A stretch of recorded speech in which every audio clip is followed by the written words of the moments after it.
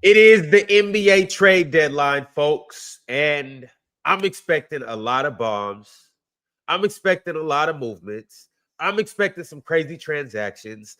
I'm expecting some crazy takes, and I'm expecting a good episode. Y'all see the title of the show. Giannis, is he gone? Morant, is he gone? Draymond Green, is he gone?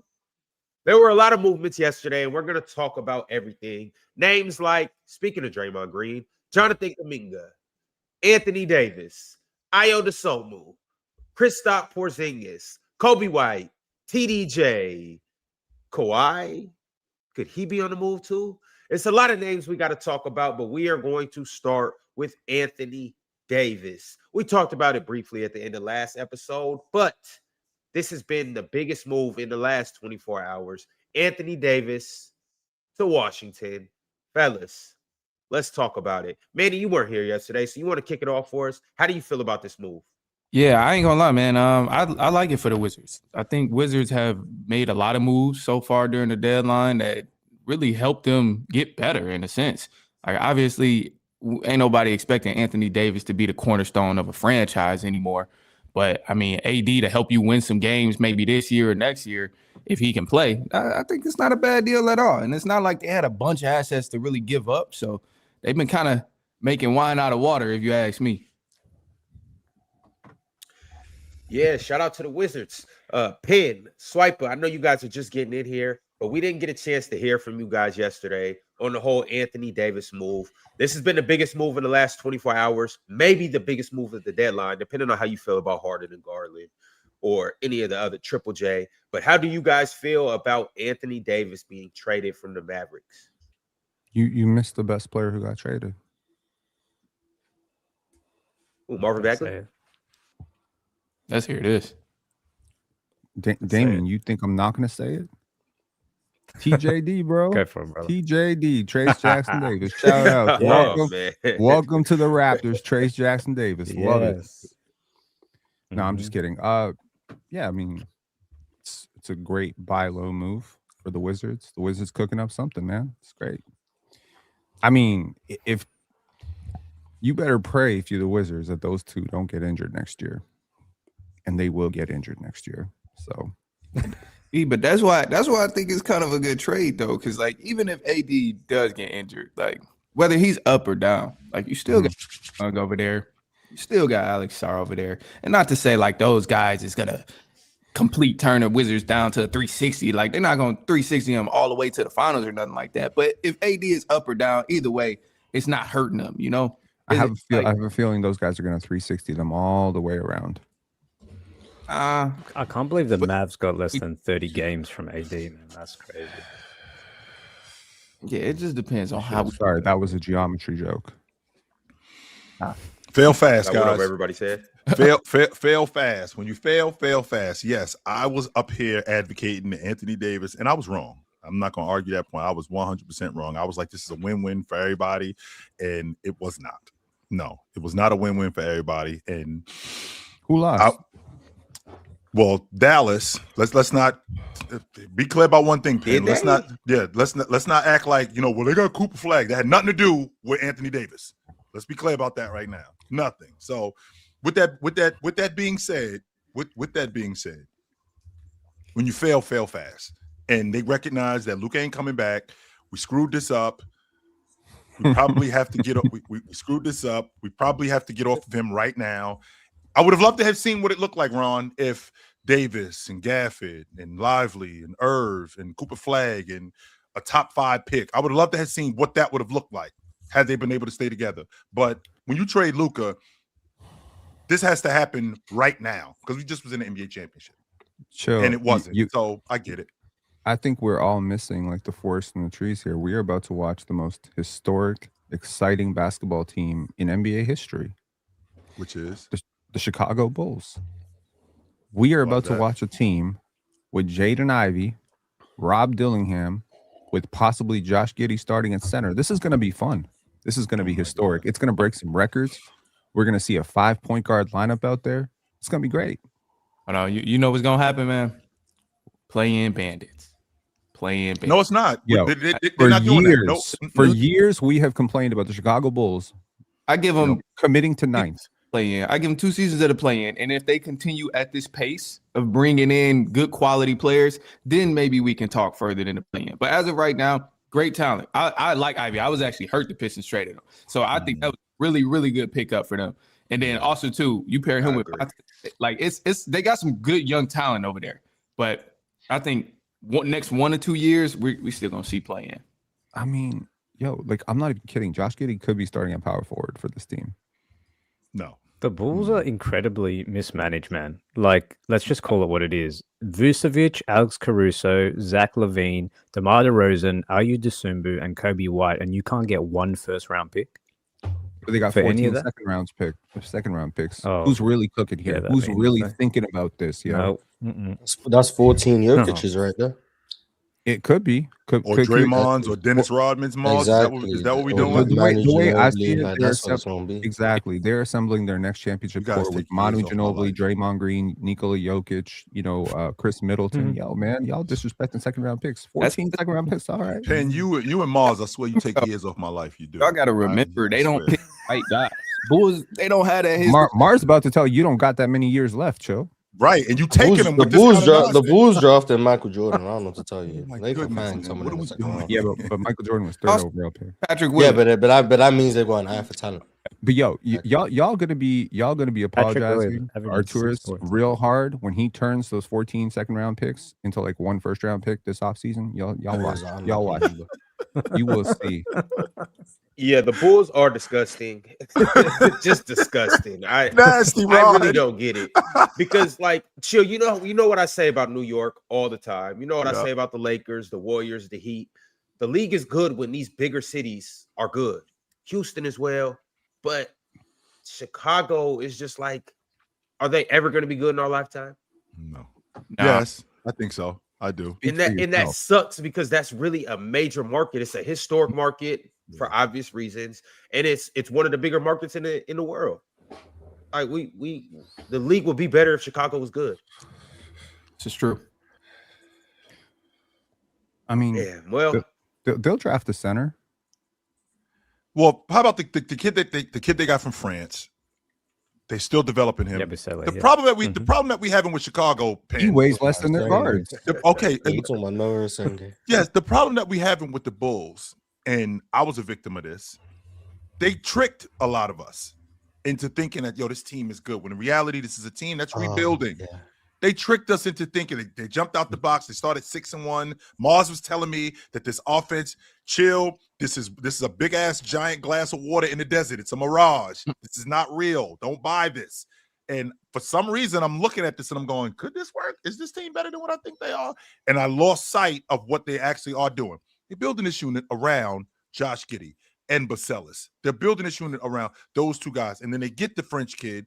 They get the French kid from the Belgian league, by the way. They get him. And that's what this team really is. They're moving off of Vooch. I'm not sure. One more time. International garbage. That's what you're saying? I don't think that, no. See, that's the thing, Penn. I don't think that this international garbage logic is working because I think that they're developing these guys. Basellis, Josh Giddey was on pace. I mean, I think he's averaging almost a triple-double. I had him as an MIP this year. But with that being said, I mean, it's still a developing team. And I think that we got to be. I think that I have to be more patient with what the Bulls are trying to do. I think Artur is trying to get fired, bro. I mean, I'm be real with you. I think he's trying to get fired. I feel like he's gonna trade for 1 guard every 2 hours until this trade deadline is up. Until like the phone finally rings and be like, "Yo, you're done." Chill. In order for development to happen, you need opportunity. And opportunity cannot come when you are the 5th string point guard on a team with nothing to play with. Like, guards need screeners. Who sets a good screen on that team right now? Pat Williams. Oh, fuck. You said who sets screen? You didn't say who's a player, Penn. You didn't say who's a bowler. You said who sets good screens. Pat Williams sets good screens. Yes, he does. 100% does that. All right, yes, Pat Williams starting center. Pat Williams. Who's starting at center for this team? I want to know. I mean, they got Jalen Smith. Jalen Smith, who I love, by the way. Jalen Smith, all right. I mean, I think this team is really leaning heavily into the Indiana Pacers model of what they did last year. A lot of small, twitchy, athletic guys, and I do see some similarities. The difference is you know, you're just not anywhere near as good. None of your pieces are that good. So I mean, I just don't see direction with this team, man. I've been saying this for so long. It's just no direction. It's never really a clear direction of where you going with this team.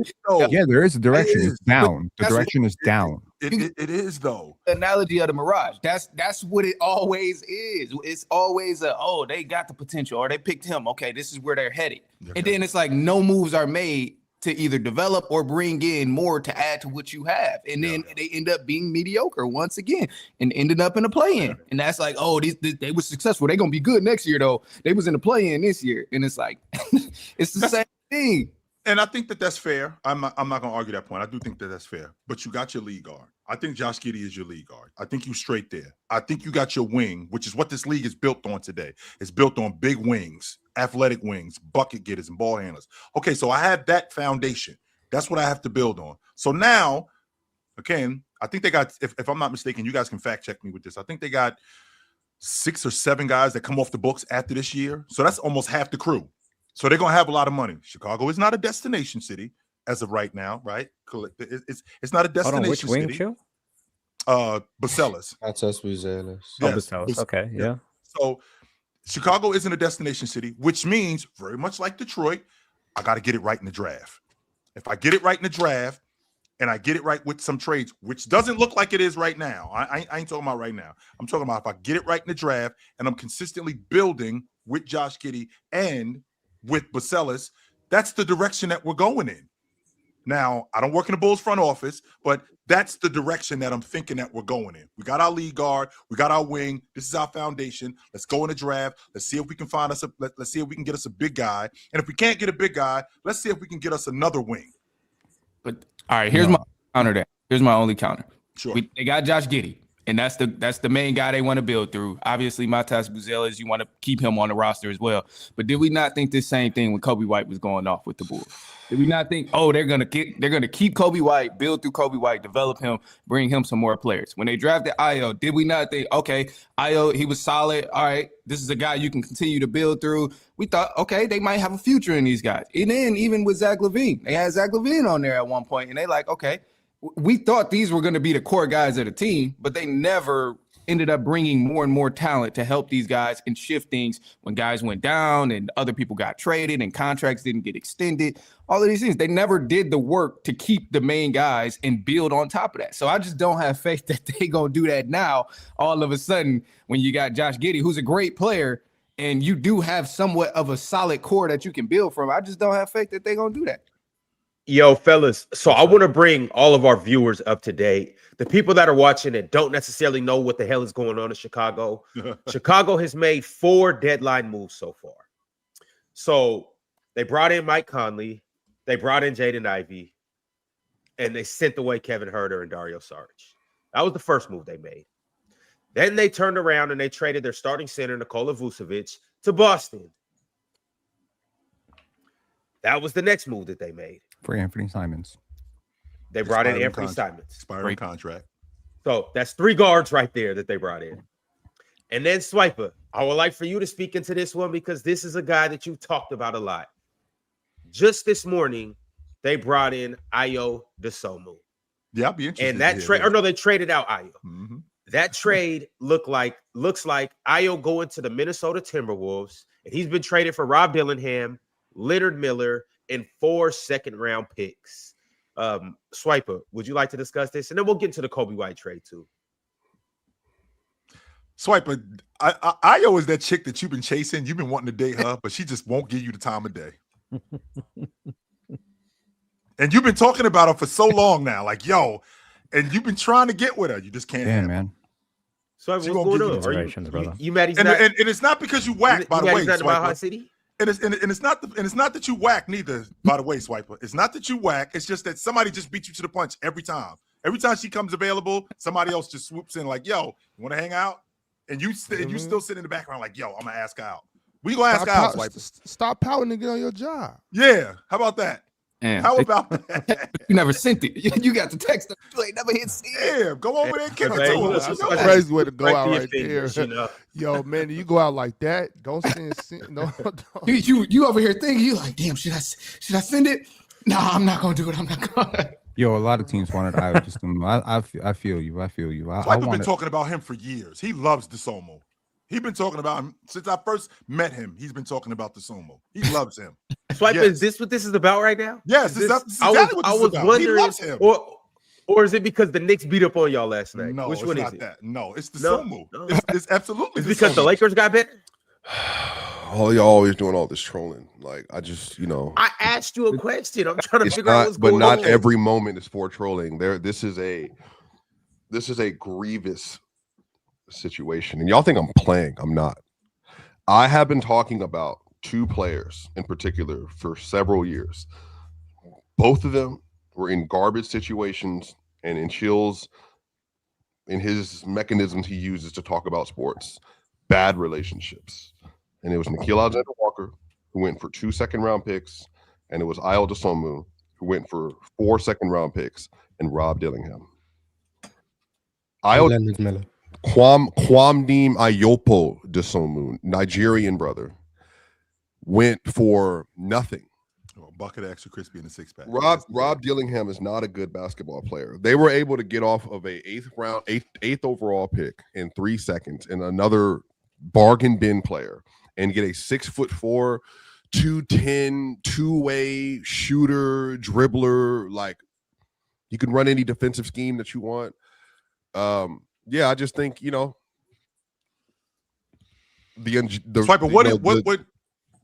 Swiper, what would this, in your estimation, you're the Denver Nuggets, you're in the front office, what would Dosunmu have cost you? I don't know. I'm not kidding you. I know these people. I'm being honest with you. I'm trying to talk. I know for a fact, and Miroslav said it today. I know for a fact that Tim Connolly follows my Twitter. I know for a fact because he keeps doing this every single time there's one of these players that's on the margins, he adds them to Minnesota, and I'm so sick of it. Like, I'm tired of it. And shout out to Ayo, he's getting in a great situation. Now everybody's going to be glazing him all over the place, and now you're going to be he's a championship piece because he's on a contract year this year too. Like, this is the last year of his deal. He's making $7 million a year. He is going to be a very high level player for them. He's going to close next to Anthony Edwards and Jaden McDaniels and Julius Randle and Rudy Gobert, and they're going to be really good. And he's going to hit all ball threes, and he's going to be a good facilitator. Yeah, and he's big too. He's not small. That's the other thing. He's also not small. Not being small and they be able to do all that other stuff. Yeah, it sucks, man. I'm Ron, this sound like Ron, this sound like he should be doing that for us. What you doing with him? And this is not a situation of you not, if you see a lady you like out and about, like, you don't make your attention known. I've been talking to this woman for, she's been getting out of a bad marriage for 3 years. And, like, you know what I mean? I've been telling her, like, hey, you know what I mean? Like, let's go to dinner, let's get coffee and all that other stuff. Like, it's been one of those things where we've met, we talked multiple times. Trying to take a married woman. The marriage is over. It's on paper. It's over. Yeah. And some of this is too, Ox, you've been here, like, now let's just transport ourselves back. She just lives in the house, Ox. Let's go to 19. Ain't nothing going on. Let's go to got no game. Let's go to 1910 Puerto Rico because they were still doing arranged marriages in Puerto Rico. What happened was I was dating her and courting her, and then she was forced to enter another relationship with someone else, even though she wanted to be with me. This is that situation, Ox. So that's what I'm trying to tell you. Like, he is going to be a tremendous player. And I know he's literally the kind of guy Ox would like. He's the kind of guy Ron would like, Mars would like, Penn. Everybody. Nobody would not like this. He's a really good basketball player, and he does a lot of really good things as well. And he's a uber talented, 5-tooled baseball player. If you know what that kind of phrase means. Okay. And he's gonna be great. Like, he's gonna be great. Honestly, I like Ayo. They really need him as well. I think you're overselling it a little bit. They really need him as well. No, Penn, he's not. But why can't we just he's shooting 45% from 3 this year, and he's playing really well. But he's an expiring contract. Yeah, and he's gonna command probably full mid-level this offseason. Which is how much, Penn? 14 million. 14, which is a steal for him. I don't know who y'all think he is. They really need him. A great rotation player, one of the best rotation players in the game. He was in a terrible. He was in a bad game. No idea what he was doing.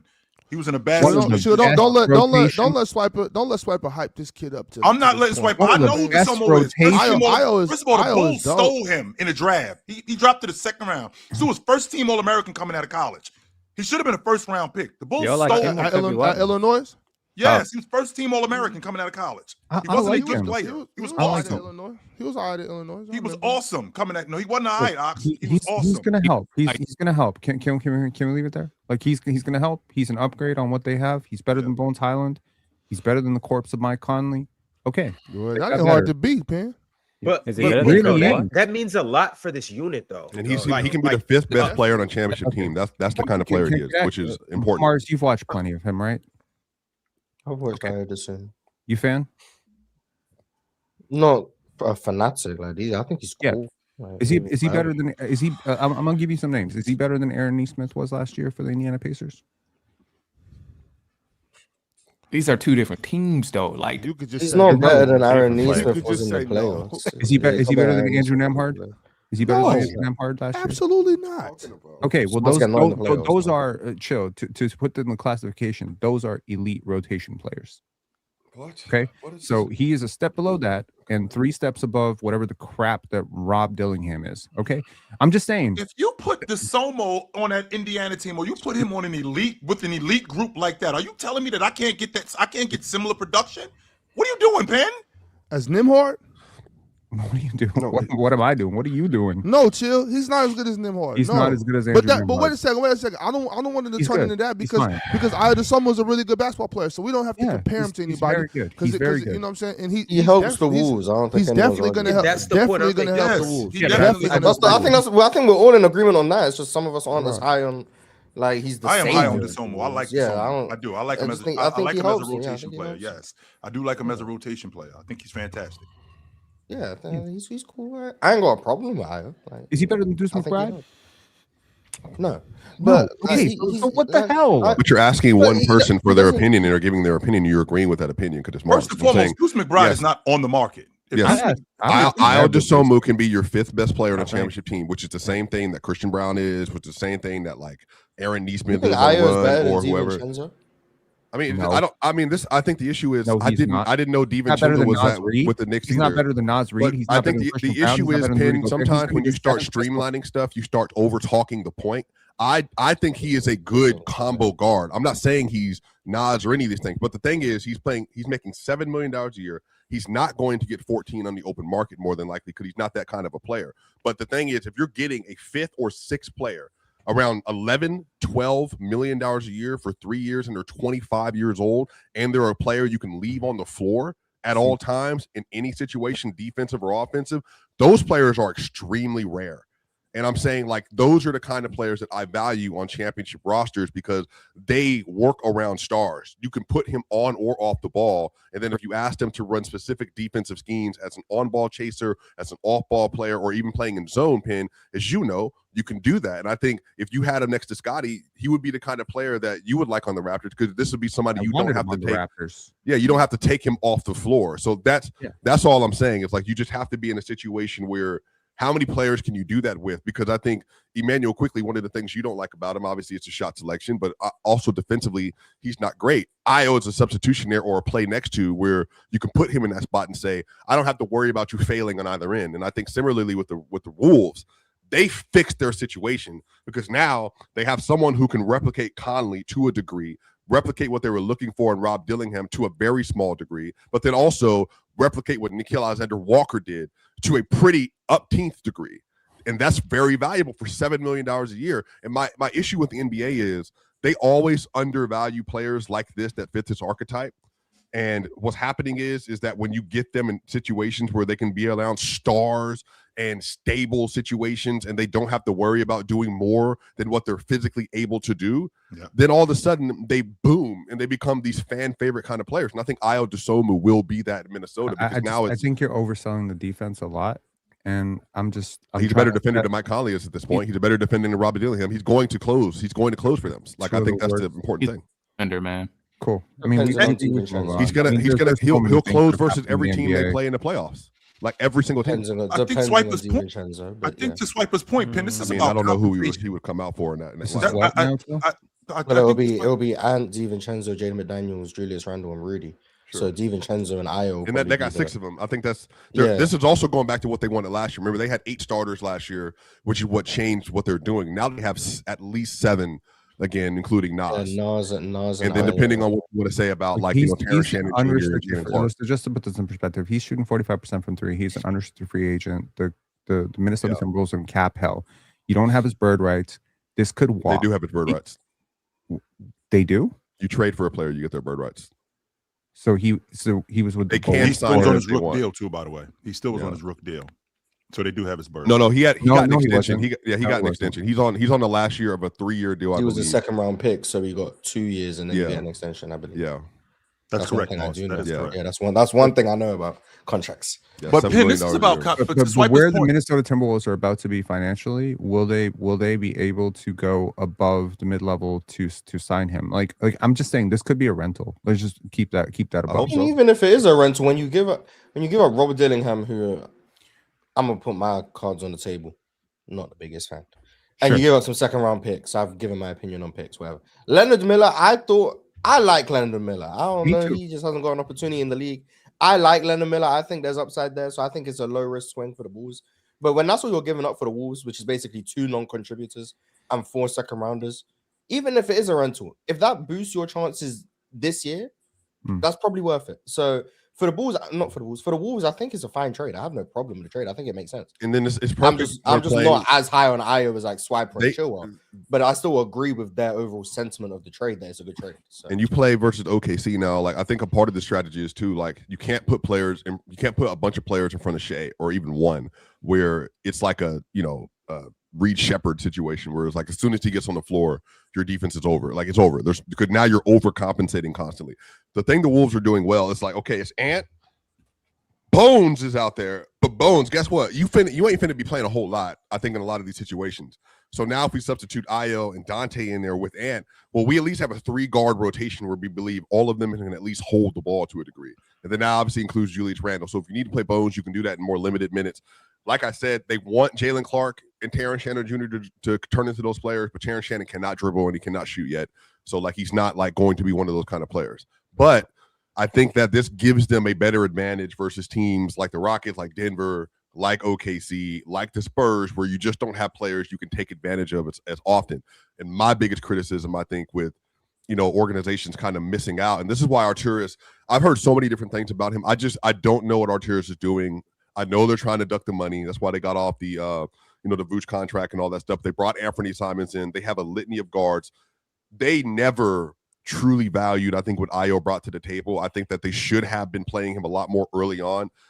They obviously chose to build around Josh Giddey and Kobe White and all that, but I just think Ayo just, from a money standpoint, a fit standpoint, always made more sense. So I've been on Ayo since 20. You think they mismanaged him, Swiper? Yeah, absolutely. Of course, 100%. He's a role player though. Like he's not a star. You can mismanage role players. You can 100% mismanage role players. Yeah, yes, you can.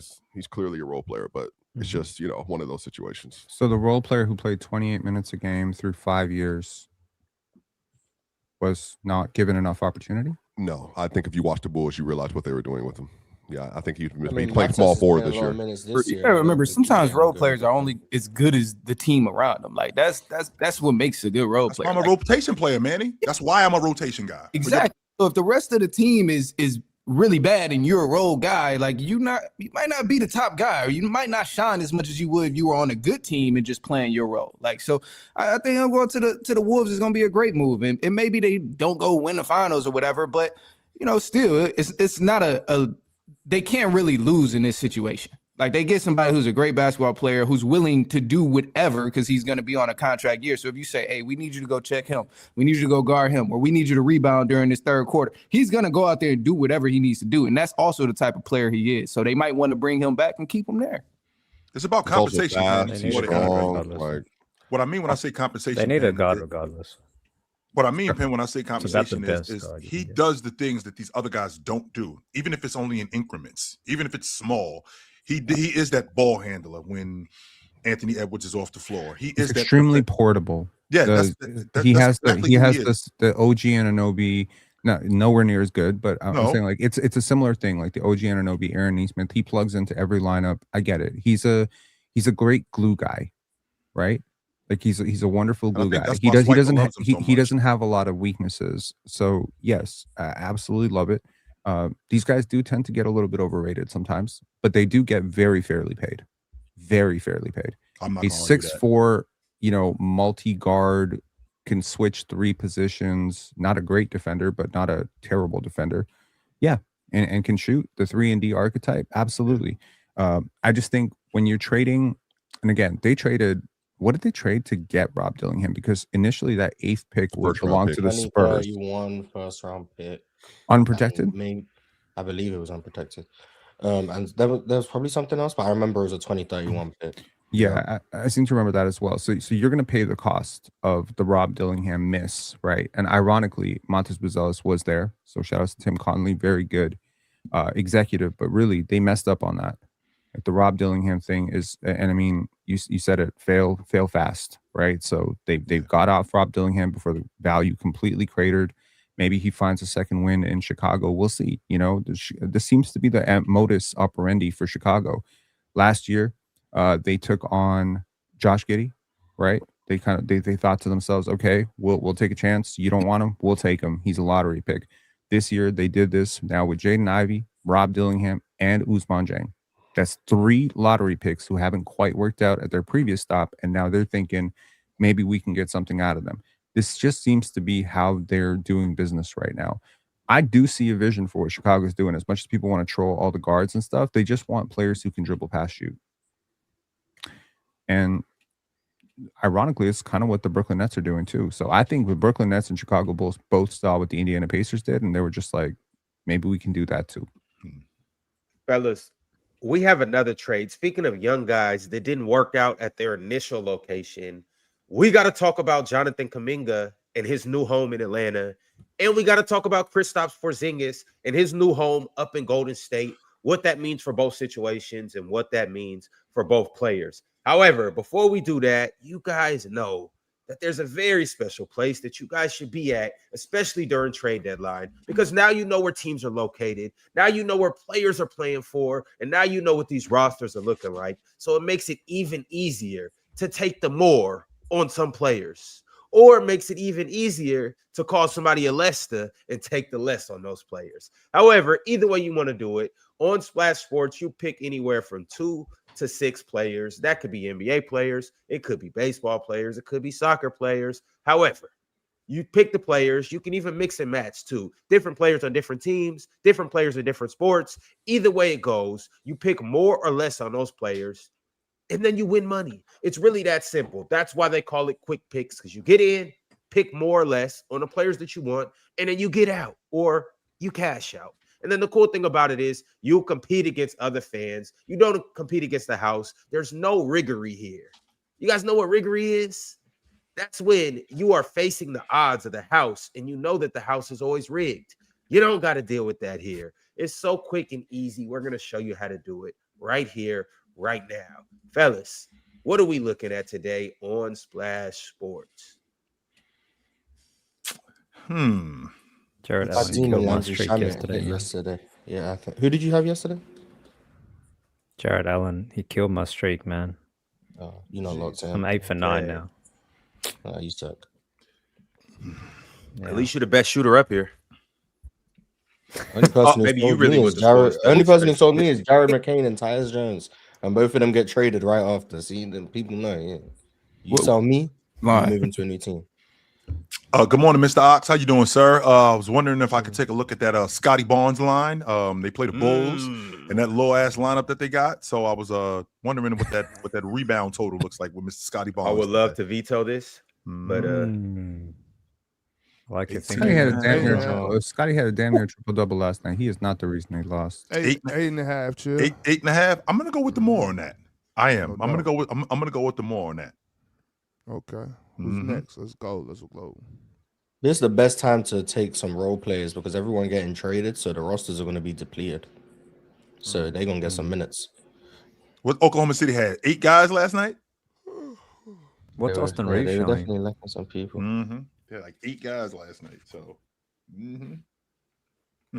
Austin Reeves, is he playing tonight? I'd assume. I think so. He's back. There it goes right there. That mean what you want to do. Oh, not a game time decision. Oh, Austin Reeves back in effect. Points, rebounds, assists. Right? Take the less on the points, rebounds, assists. He's still working his way back, man. Easy. There you go. I want the new great white hope in the NBA. Who was that?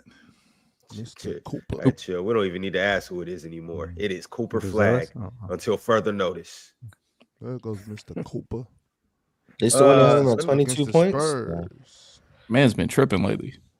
22 and a half. What y'all think? Just points or PRA? This is up to you, bro. Is he I'm scoring asking on y'all Giannis opinion. rim protection? Is he scoring on Giannis rim protection in your opinion? You mean Wemby? Wemby. Oh yeah, that's what I meant. Wemby. Yeah, foreshadowing. Who knows? Man? Wemby, Giannis, same cook thing. Wemby. Yeah. Take the more. He cooking Wemby, Ron. All right. Let's do it. Yeah, I'm definitely on a hot streak. I don't know last time I missed, and I'm a little concerned about this one. I was looking at Con Knuppel again, but I don't think I'm going to do that with Houston. I'm actually going to go Kevin Durant, points and rebounds, is at 28.5. Less? No, more. Playing with Charlotte. You sure? Hey, we took the less on Austin Reeves. He was working his way back. Maybe it's the same thing with KD. Points and rebounds. No. What, 15 points last night? You said points and rebounds? Okay, my bad. Yes, sir. 28.5. All right. So tonight at Sloppy, 8:30, it is the showdown. You're not on a hot streak. Don't mistake that with your hot breath. No, I definitely am on a hot streak. Mr. Penalty, what was you saying? What's Dylan Harper? He was 9.5 points. Game time decision. Ooh, game time decision. Can't be rolling the dice on that. What happens with the game time decision? If he's not, then Either they play or they don't. No. I'm saying like for the.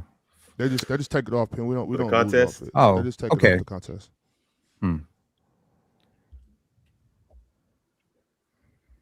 What they do, Pin? Look, it's 3 All-Stars right there. Give me Tyrese Maxey against the Lakers Okay, we got 26.5 at points. LA. Give me the more. DeAndre Ayton 12.5 points. Oh, that's easy money right there. Never You want another one? money with him, man. That's easy money right there. Easy. We got Dylan Brooks. We got Dylan Brooks right here, 22.5. JJ Redick finna bench him in the second quarter. Crazy, man. Click on Dylan Brooks. That's They got technicals. Let's say Colin Draymond Gillespie squared off 14 and a tonight. half. Damn. Nah, they don't got Get text. on that Dang. Colin Gillespie action, man. Against the Golden State Warriors. Yeah, I can Colin. see it. You want that? Jalen Green is coming back, Mars. He's You a know- game you know- time. you know He's been a he- you know game. he's He's been a about to game do time the pods? decision for like the last 3 games. All right, You know let's what do it. Colin's Ox. about to do the pods? Let's see what promotions we got today. See, you told y'all I should have took Dylan Brooks. Lakers versus Philly. Yeah, tomorrow we'll take that big NFL boost. You win Western Conference Player of the Week. They start giving you boosts. Love it. He earned it. Yes, he did. Let's not All make right, it this is what we looking at, y'all. $10 turns into a big 500 in a big 2026. We're going Scotty Barnes, more rebounds than 8.5. We're going Austin Reeves. He will be our Leicester for today. We're going less than 22.5 points, rebounds, and assists. Cooper, Flag, 22.5 points. We're going more on that. Kevin Durant, 28.5 points and rebounds. We're going to take the more on that. Tyrese Maxey, 26.5 points. We're going more on that. And last, but coming with it is Colin Gillespie, 14.5 points. We're going more on that. $10 turns into 500. As you guys see with the banner below us, quick picks with quick picks on Splash Sports, we will match up to $50, but only when you use code PLAYER. We'll also give you a 100% boost along with that deposit match for new users only. Let's get into it, y'all. We'll see you in the winner's circle. Download the app. Go get you some money. But as of right now, we got a trade to talk about. And this trade is between the Golden State Warriors and the Atlanta Hawks. Jonathan Kuminga and Buddy Hield were sent to Atlanta for Kristaps Porzingis. What is our thoughts on this one? About time. We could start there. About time. I mean, Jonathan Kuminga clearly wasn't part of the Warriors' future. I mean, on the one hand, he would play and then he wouldn't play, and then they signed him to a contract extension with a team option because they didn't want to just let him walk out the front door. So now they actually move off of him with Buddy Hield and get Kristaps Porzingis, where some people think that the Golden State Warriors have failed Steph Curry, when in reality, over the last 16 years, I mean, they've done everything that they could to put, competent pieces around Steph Curry for him to win a championship. I think that they dropped the ball in 22 after they won a championship, but other than that, I think that they've done a good job in putting pieces around Steph Curry to help him win. What seed were they in 22, 23? Because they were the third seed, and they were the third seed in 22 when they won the championship. I want to say they were the 6th seed. They played in the play-in that year, right? Did they play in the play-in that year, Mars? No, because they played in the first round versus Kings, right? So they were 6. They were 6 seed. They were. I want to say the Kings were the 3 seed or 2 seed that year. Ox. They weren't in the play-in. The Kings were 3. Was it was 3 versus 6. It was 3 versus 6. The next year that was the play-in. Cannot ignore how poorly they have managed the draft over the last 4 years. Not drafting LaMelo Ball. Okay, I know hindsight's 2020, but not drafting LaMelo Ball over James Wiseman, not drafting Franz Wagner over Jonathan Kuminga. These are the types of moves that could have extended Steph into 6-7 championship territory. So look, man, with any great player, you're going to win multiple championships. I don't want to give the organization always the credit. Kevin Durant coming, that's not Golden State didn't do that. He did that. That's his choice. Draymond, him, that's his choice. So sometimes I think we give people credit for shit that is not really, it's just random. You know what I mean? If I walk out my door and I find $100 on the street, I didn't do that. I don't know. Someone else made a mistake, They had to do something to get KD there, though. They could have easily let him go. They created a good environment. They created a good system. They have a generational, point guard. They got lucky. Their best player had. He was heavily recruited by 4 years. By Dre and Curry. Somewhat credit for that, though. I ain't saying they're the credit. They're the exact reason. I mean, but they had Jordan Poole in them. That what sunk that year was the Draymond stuff, and I'm never letting go of that. He sunk. That's a fact. He threw a monkey wrench in everything. And in the playoffs that year, Poole was trash in the second round. Clay was trash. Dre was trash, and Steph Curry basically playing by himself, and they lost 4-2. And then, so I don't know how that's pretty common for you to win a championship, and next year you flame out for several different reasons. 23-24. I can't remember exactly how that year went for them. They lost in the play, and it was Clay's last ever game in Golden State. He was 0 for 10. Yeah, over 10. That was that game. Remember? Then they went and got Jimmy Butler, and to be fair, they feel like they could have won the Wolves series if Steph and Jimmy were healthy.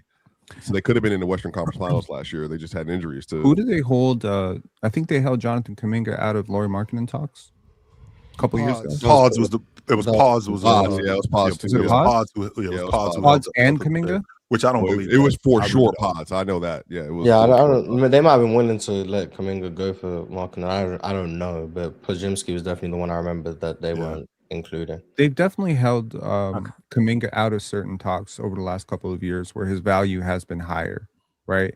So again, when you have a coach that doesn't want to play players who can't play 0.5 basketball, why force it? You know what I mean? Either fire the coach and prioritize the player, or trade the player and prioritize the coach. They've done this a few times where I feel like they have mismanaged assets here. And if this Kristaps Porzingis thing doesn't work out, well, Steph Curry going to be going out really bad. It won't. I just want to say that the Hawks for sure won the trade. I think them getting Kuminga is about to be a huge help for them because we've seen Kuminga go crazy at times where guys were down on the Warriors and he had no choice but to get minutes. At times we've seen him ball out and show that he clearly is a good basketball player. So I think now that he's traded to a team that's up and coming and got a lot of solid pieces over there in the Hawks, they definitely going to be all right. And we're going to see why the Warriors didn't want to trade him and tried to hold on to him for so long and try and, do all these weird games with his contract and trade assets and things like that. We're going to see why that stuff happened because I'm sure they know he's a tremendous basketball player as he's about to show us in Atlanta. Yo, Damian, I would like to hear your thoughts on this trade. Not necessarily who won the trade, but who do you think it's better for? I think I've said this before. I think Kuminga. I mean, you can say what you want about the IQ and things of that nature. I think that it's still a good get for Atlanta, just because the situation they're in. I think they can test out the waters on what this guy can become. I think it complicates it a little bit though with Jalen Johnson. I think they putting the ball in his hands. Kuminga needs the ball as well, so I think it's a little bit tricky.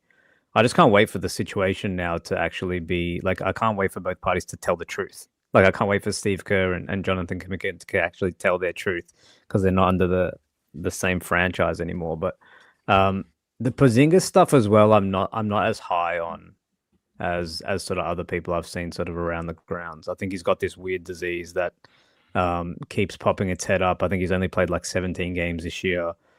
He is reunited with Al Horford. That seemed to work well in Boston, but they had a different setup than Golden State. They don't necessarily have the perimeter defense that can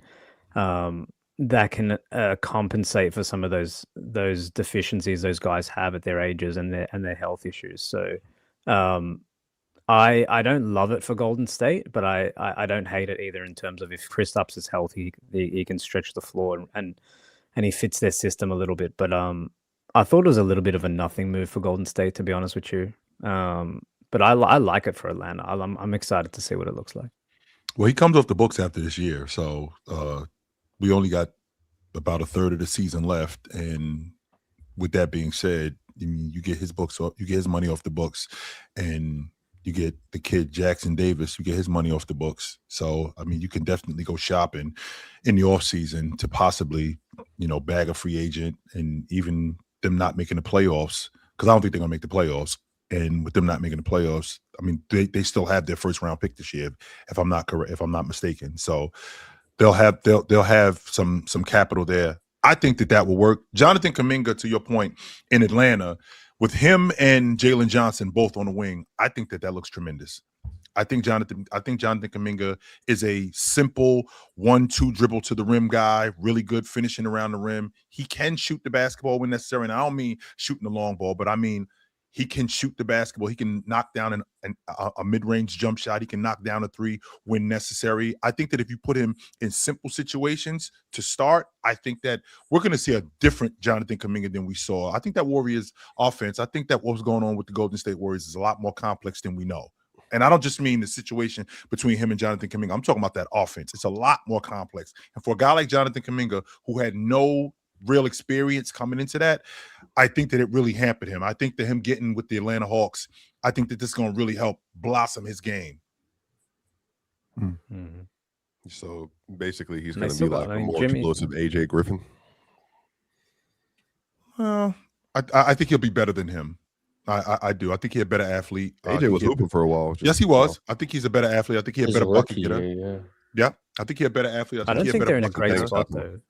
I don't think Golden State's in a great spot, to be honest with you. Who you mean, Atlanta? This Jimmy Butler ACL thing.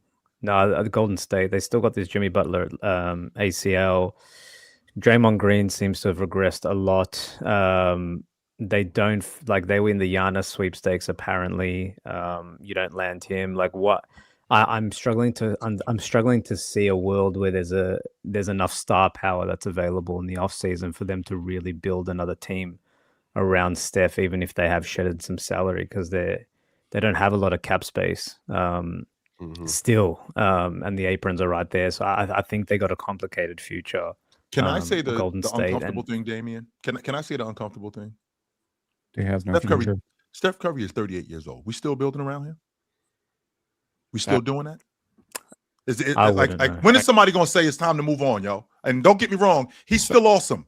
He is still awesome. Steph Curry is still playing. That's why they're not saying it. He's still playing at an all. And I think it's hard, Chill, because it was a similar situation when sort of LeBron and the Lakers before this Luka trade. So before Luka fell in their lap, right?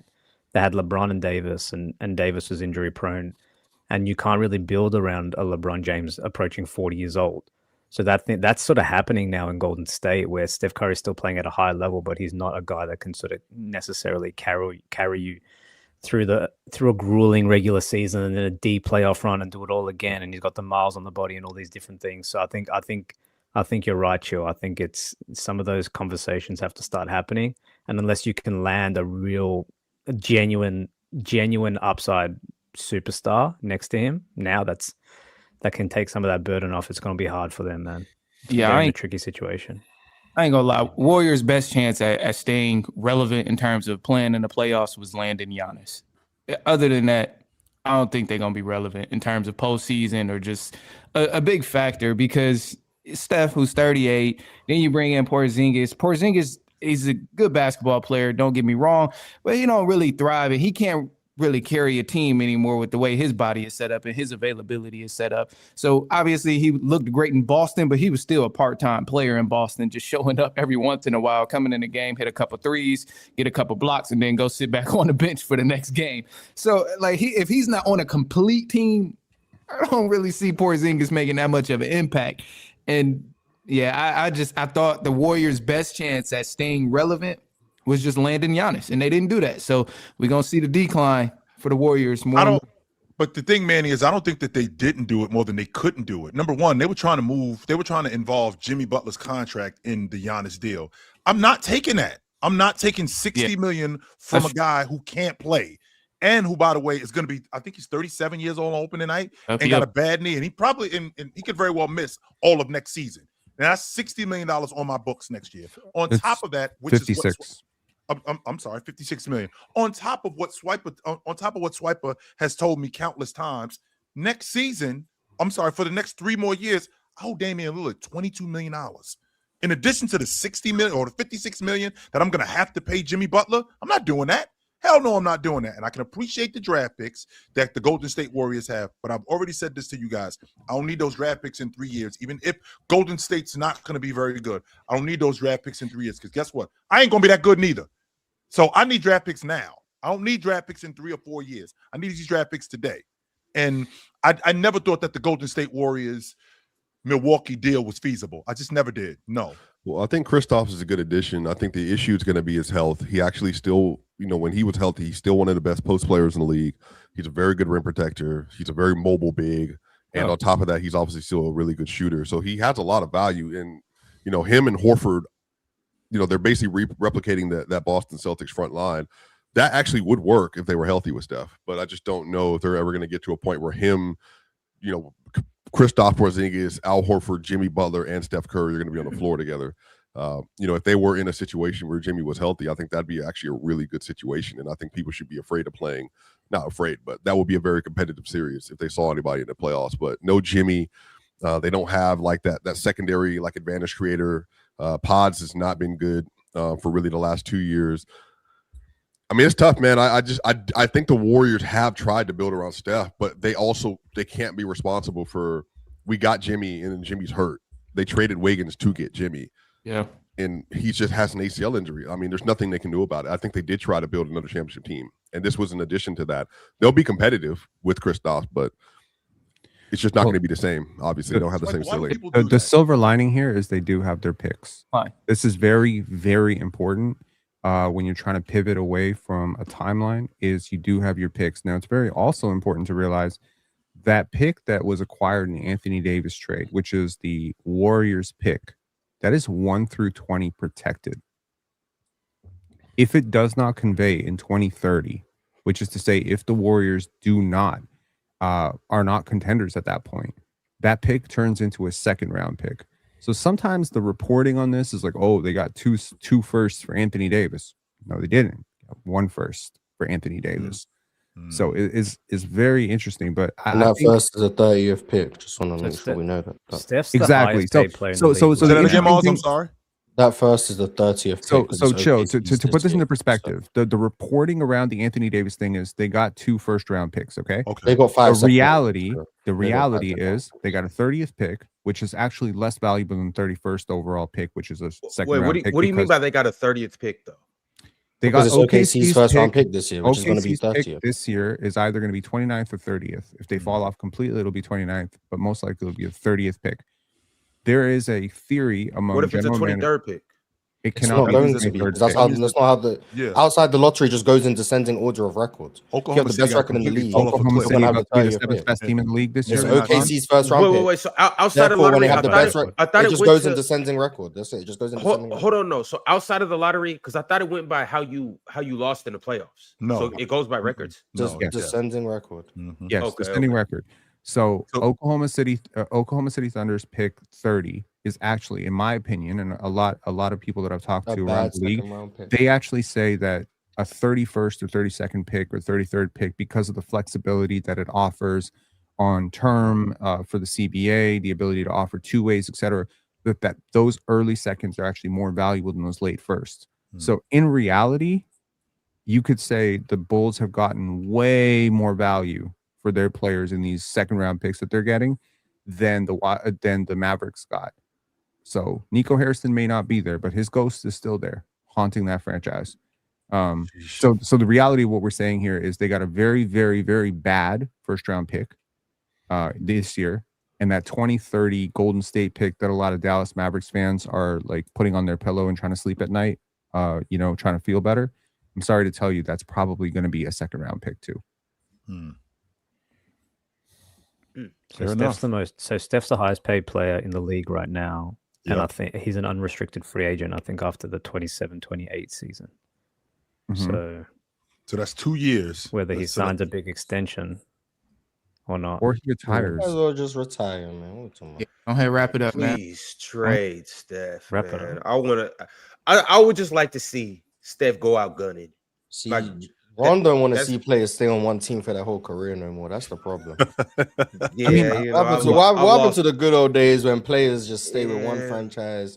Tim Duncan, Kobe Bryant, Dirk Nowitzki. Who cares? Because to be honest with you, Mars, because when I'm listening to this, Mars, I promise you, Mars, I promise you. Dirk retired 5 years ago. 100% he did. But and to your point, Mars, I promise you, I did not hear people in 2016, 2017 going trade Dirk. I 100% did not hear anybody screaming. Dirk wasn't as good as Steph is. I know if Dirk was that good at 40 years old, we would be saying that. The same reason why we're still saying the same thing about LeBron. Like when LeBron's a free agent next year. No, that's not what I'm saying. When LeBron's a free agent next year, and him and the Lakers decide that they don't want to be with each other, we're going to be vying for LeBron to go to a contending team, whether that's Cleveland. LeBron's already been on 28 teams, though, so it's different. Yeah, but it doesn't matter. We're talking about right now. If LeBron is good, people are going to want him to go help a contending franchise, and people are going to want to see LeBron play winning basketball. I want to see Steph Curry play meaningful basketball. They in the playing. They in the playing. That's winning basketball. I want to see Steph play championship caliber basketball. I want to see Steph play for one team for his whole talent. career. That's what I want to see. And that's cool, Mars. What I'm saying is I would like to see Steph. Can you guys imagine Steph in Houston right now? Yo, what position does Steph play? Could you imagine Steph in Minnesota right now? He plays point guard. I know a team that's interested. I wouldn't even be mad at that. I bet you I do, wouldn't be mad at that. Chicago. No. Chicago Bulls. Yeah. Chicago Bulls are calling with those 14 second round picks. Steph Curry has 4 championships. And mind you, a couple seasons ago, I was early on the trade Steph thing. But they didn't. And my thing is he's won 4 championships. They've contended. They've competed. They've had a really great run. We just have to, at some point, we have to accept that every year is not we're going to get a championship year. We got to accept that the guys that were champions aren't always champions. 4 championships is an amazing career, I'm all I'm saying is it could be over at this point. You know what I'm saying? There's nothing wrong with that. The problem is that they don't look. There's nothing wrong with him staying in Golden State. It is. I'm just like he's a top 10 talent. 100% over, man. Like you guys are saying it's over. He's still literally a top 10 player in the league, and he still is averaging close to 30. I could understand if it like even I know I just brought up LeBron. So is Kawhi. Kawhi out there roaring in Los Angeles now. And the Kawhi needs to go somewhere else too. Well, I don't know. They have a whole new iteration of things going on in. There's a lot of top talents out there that aren't going to compete for championships and don't have 4. That means you would expect that you want there to be 10 high-level contenders every year if you want every top 10 player to be in a contender. No, I would. No, it's unrealistic. It's unrealistic. No, it is unrealistic. But first off, we're not talking about all 10 players. We're specifically talking about Steph Curry. The same thing was said last year about Kevin Durant. We wanted to see Kevin Durant go somewhere better than Phoenix. Now he's competing in Houston. My only thing is, with a guy as specialist, is he though? Did you see? I would like to see him still go out shooting. I ain't gonna lie, Houston kind of. Did you see what the Celtics did to them? Houston they're not even gonna go. That's all I can say. Yeah, Houston. There is a team that fits Steph to a T. There is a team that fits Steph to a T. He is familiar with the city because he came up in that city, and that is the Charlotte Hornets. They are building something very, very good down there. If LaMelo for Steph comes up, I think the Golden State Warriors have to at least consider what it would cost, though, Penn, to get Steph Curry in Charlotte? Like, they're not just handing him over for a bucket of extra crispy and a six-pack. He's on the books for $60 million over the next 2 years. That's cool. Why would Charlotte do that today? Maybe 3 seasons, maybe a few seasons ago, but Charlotte, I don't even think Charlotte would do that. Yeah, I wouldn't dare do that. I know I wouldn't. You sent him to Charlotte, you still didn't winning the trip. So what'd you do? You just wasted everyone's time. And Penn, this is crazy coming from you because you're always one. He's 31. Steph is 36, 37. I highly doubt there's a championship contender. This is crazy coming from you. You're the guy that calls 29-year-olds old. It can't, Mars. I call 29 years old. That's what always throws me on. Like, Steph's making so much money that how you gonna be a contender that is willing to then go get Steph, but then can afford to make the money work to get Steph and then still be a contender afterwards? I don't know how that works financially, but I don't pay attention. There's breaking news. It's really non-news. But the Milwaukee Bucks, according to Shams Charania, have indicated to teams that they are keeping Giannis Antetokounmpo through the trade deadline and will start making chill. Do your victory lap, brother. Do your victory lap, chill. Do your victory lap. Everyone was wasting their time with this Giannis stuff. He wasn't going nowhere. No. Say that, and then 20 minutes from now, Giannis to the X team. We got 3 hours left. We got 3 hours. I'm gonna tell you the situation, though, chill. They wanted to get off of Giannis. Giannis wanted to go. They wanted to get off of Giannis, and other teams wanted Giannis. It just didn't work out. It's not like that they didn't try or that Giannis didn't want to go. Like, both of those things are true. It's just that they didn't get what they were asking for, and teams didn't offer enough. That's all. Cole Anthony. Yo, Damian, would you like to tell us the move that the Milwaukee Bucks have pivoted and made? Yeah, this is groundbreaking. The Milwaukee Bucks have agreed to trade Cole Anthony and Amir Coffey to the Phoenix Suns for Nick Richards and Nigel Hayes-Davis. I have never seen so many crap players traded for so many crap players. Cole Anthony and Amir Coffey. I hope the Suns have to waive those bumps. I'm gonna be honest. Nick Richards. I have no idea who the best player in that trade is. I'm telling you, those Cole are terrible. Anthony. I've been trying to tell you, Cole Anthony. Cole Anthony and Amir Coffey are terrible. It ain't Nick Richards. It is not Coffey. Ain't Nick Richards, ain't Nigel Hayes-Davis, ain't Amir Coffey, ain't Cole. It is not good Coffey right now. Amir Coffey's been Cole terrible Anthony for had 4 been dreaming years. at the start. Shams might be the best player in that tweet. We're gonna see at the NBA. You know what? You know what? We're gonna see in the Shams might be the best player in that tweet. I'm gonna say this: if I am Greg Anthony and Cole Anthony and the Anthony family, I am framing this tweet and I am telling the kids and the grandkids, this great man, Cole Anthony, was the best player in a 4-team trade. It happened. Mm-hmm. It's real. You can't take that away from him. Nick Richards is better than them.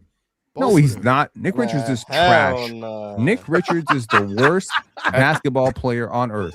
He is the only basketball player that I 100% without blinking tell you is legitimately worse than DeAndre Ayton. Way worse. That dude sucks. Wow, that's beautiful. He sucks at basketball. That's just I am disappointed that you are sitting here advocating for trash like Nick Richards, bro. I'm not advocating for Nick Richards. I'm trying to tell you he's the best player in this trade. That's an advocacy. The best player in that trade might be Amir Coffey. I ain't gonna lie. If Amir Coffey is the best player in anything, then this is probably the worst trade ever. That's what I'm saying. I'm told you. That's the where trades. It sucked. Nigel Hayes-Davis. Manny, I guarantee you, Manny, you are better than Amir Coffey. I just didn't understand why these. I guarantee you, man. At least like Amir Coffey, like a year ago, you wasn't trying to hear it. What's the benefit of me handing him over? Yo, Manny, you muted. What is the benefit of me handing over Giannis? What's the benefit of it? I can tell you. I can tell you right now, it's not benefiting me to hand him over. No, especially not right now. But you know, like beyond this, Wiper told me that super mid-off. I will remind you, Luke Kennard got traded to the Lakers. Did we talk about that? Yeah, that's another Nah, mid for we mid. That's not we mid haven't at got all. to that yet. No, we Hold haven't. on, Pin. We haven't got to that. Whatever. We're going to get to that. Shout out to We're Luke going to talk Kennard. about the Lakers. We'll talk about Luke Kennard. We'll talk about Kobe White to Charlotte. Pin, we'll also talk about the Raptors and what it looks like with them getting TJD. But as of right now, we got Super Chat. So we're going to see what the people got to say about all the trades. We'll also talk more about Milwaukee, what this means for Milwaukee, because, hey, they got off Cole Anthony at least. So we'll see exactly what's going on with them. We'll talk about what this may mean for the offseason and what this ultimately could look like for Giannis, because now Milwaukee can command a little bit more. So we'll get into that. Also, there's still 3 hours left, as Ox just indicated. So we may have some more bombs that are dropped on us. We may have some more news, some more trades. Let's just all keep our notification bells on. Let's all keep our eyes open. And we are going to continue to do what we do up here. Y'all do what y'all do in the chat. That's keep commenting, keep chatting, keep sending through super chats. Like the video, subscribe. Salute to everybody that's on Twitter. Let's get into these super chats. The first one that I have is from Daddy Pigs. The dad of all pigs said, shout out to Steph. It's time to take a back seat to the better player, just like the old times. Kawhi is greater than Steph. Kawhi to Golden State? Or is he just saying Kawhi is better than Steph? He's just saying Kawhi is better than Steph. I think this year Kawhi has been. But I don't think he's a bad player than Steph. Like, not that best. I'm personally with Steph. This isn't the first year Kawhi's been better than Steph, but I don't understand what that's got to do with anything. Yeah, 2020 Steph was hot. 2016. Yeah, okay. 2019 was Leonard better than Curry? Not to me, but to most I'll people. tell you, he was when it mattered. I'm talking about from wire to wire. Opening night. Not to me, but opening night. Opening night. I was considered the best in the world after that year. I remember. Yes, he was. I didn't even have him close to the best in the world, but you know, different people. But yeah, so 2019 and 2020 for most people, and then this year I would say Kawhi's played better, but that's not a big gap. I think. Who got more Finals MVPs? Kawhi. He does. Just check. Just one. Crazy because it's funny because Steph plays better in the finals than Kawhi, but Kawhi has more Finals MVPs. So that's fun. Yeah, he does. All right, the next super chat is from It's Mr. G. Wait, Ron, stay right there for a second. Ox, do you fight that? Do you remember Kawhi Leonard in 2014 in the finals? I don't want to. You remember him? He was good. He was good. He wasn't awesome in the finals. He wasn't. Curry was awesome in the finals in 17. Curry shouldn't even have the Finals MVP that he does have. What? Why not? But that's fine. You know, even if he should, I was young, man. We're not talking about whether or not they have the accolade. Because Mr. Ox, we know we're not talking about accolade. Right. Steph played well in 2017, didn't win Finals MVP. Steph played well in 15, didn't win Finals MVP. If Kawhi played just as well in 14 and they gave the Finals MVP to Tony Parker, that doesn't change how Kawhi played. So we don't need to do all that nonsense and say, oh, Kawhi Steph shouldn't even have the Finals MVP. Not awesome. Well, I'm saying, no, that's the conversation. It's not in a blender, even if Steph should have no Finals MVPs, that doesn't change that he still plays better in the finals than Kawhi. Kawhi's been to the finals twice. In 14, he was great. Fantastic role player series. Golf clap. Good work. Yeah, we eating ox chops right now. We're talking about finals. No, because I'm not gonna let you. I'm not gonna let you do what Chill let you do to him yesterday. You can't just ramble, Mars. We got to go point per point. We got to go point by point. You can't just ramble for 15 minutes so the chat thinks you're cooking, Mars. You got to go point for point. Steph was better in the finals in 2014 Kawhi. 2019 Steph was better in the finals in 2014 Kawhi. 2022 Steph was better in the finals in 2014 Kawhi. So Kawhi's second best final series, Steph has 5 series better than that. Kawhi's best final series in 2019, Steph, in my opinion, was undoubtedly better in 22 than Kawhi was in the 2019 finals. There's really no argument that Kawhi. What are you talking about? When someone's been to the finals 6 times and another guy's been to the finals twice, and if you ranked all of those series in chronological order, Kawhi would have at least the 5th. He's been twice. Oh no, 20. Oh, we want to go 2013. Well, I'm just makes it even worse. If you want to rank the final series, the bottom 3 in terms of performance level alone are going to be Steph in 2016, Kawhi in 13, and Kawhi in 14. Those are the 3 worst. Now, the order, decide it how you want. You know what? We'll say Steph 2016 is last because he was actually someone with expectations to perform. Meanwhile, Kawhi role player, Kawhi cool. Golf clap. So we'll say 2016 was worse. 2013 was the second worst. 2019 was better than all of those. That's amazing. Congratulations, golf clap. So we can say 2016. It's not a golf clap. 2016 was the worst. We gonna clap golf big on clap. You can. we gonna big clap on was that. the worst. We're not gonna We'll say, golf we'll clap say nothing. 2016 was the worst. We'll say 2016 was the worst because he had expectations being a unanimous MVP. Then we'll say 2013 was the second worst. No, don't do the expectation 2014 things. If it wasn't worse, it wasn't worse. Damn the expectations, boys. Damn the expectations. We'll say he's worse because I can't bother to debate 2013 Kawhi. So 2016 was worse. Then 2013, then 2014. That should pretty much be the unanimous bottom three in terms of finals performances. Then we get the top 5 performances. So then we realize it's going to be one Kawhi series in 2019. You know what? Even for the sake of argument, we'll say for some reason that's the best one. Cool. Steph has second, third, fourth, and fifth. For some reason, Mars, don't do that. Yeah, for some reason. I'm not even convinced that Kawhi in 2019 played better in the finals than Steph in 2019. Kawhi was hurt. Kawhi was hurt in 2019. I'm not even convinced that Kawhi was better in that series than Steph was. And he was still great. No, I just want to say something. Wait. Hold on, Pin. Let's let Mars get through this so we can move on because I told Chill already. I ain't want to do this. Finals Can I say was one better than sentence? Steph in the 2019 finals. But I mean, cool. Shout out to Kawhi. Can I get one sentence off? And I promise you're not going to golf clap this one. 19 was better than Steph. You will not name one single from start to finish playoff run in Steph's career than 2019 Kawhi. Not one. That's great. Not close. Not we're just talking about just final series. And it ain't gonna happen. So once again, and that's a fact, Pin. But that's saying irrelevant statement in the playoffs.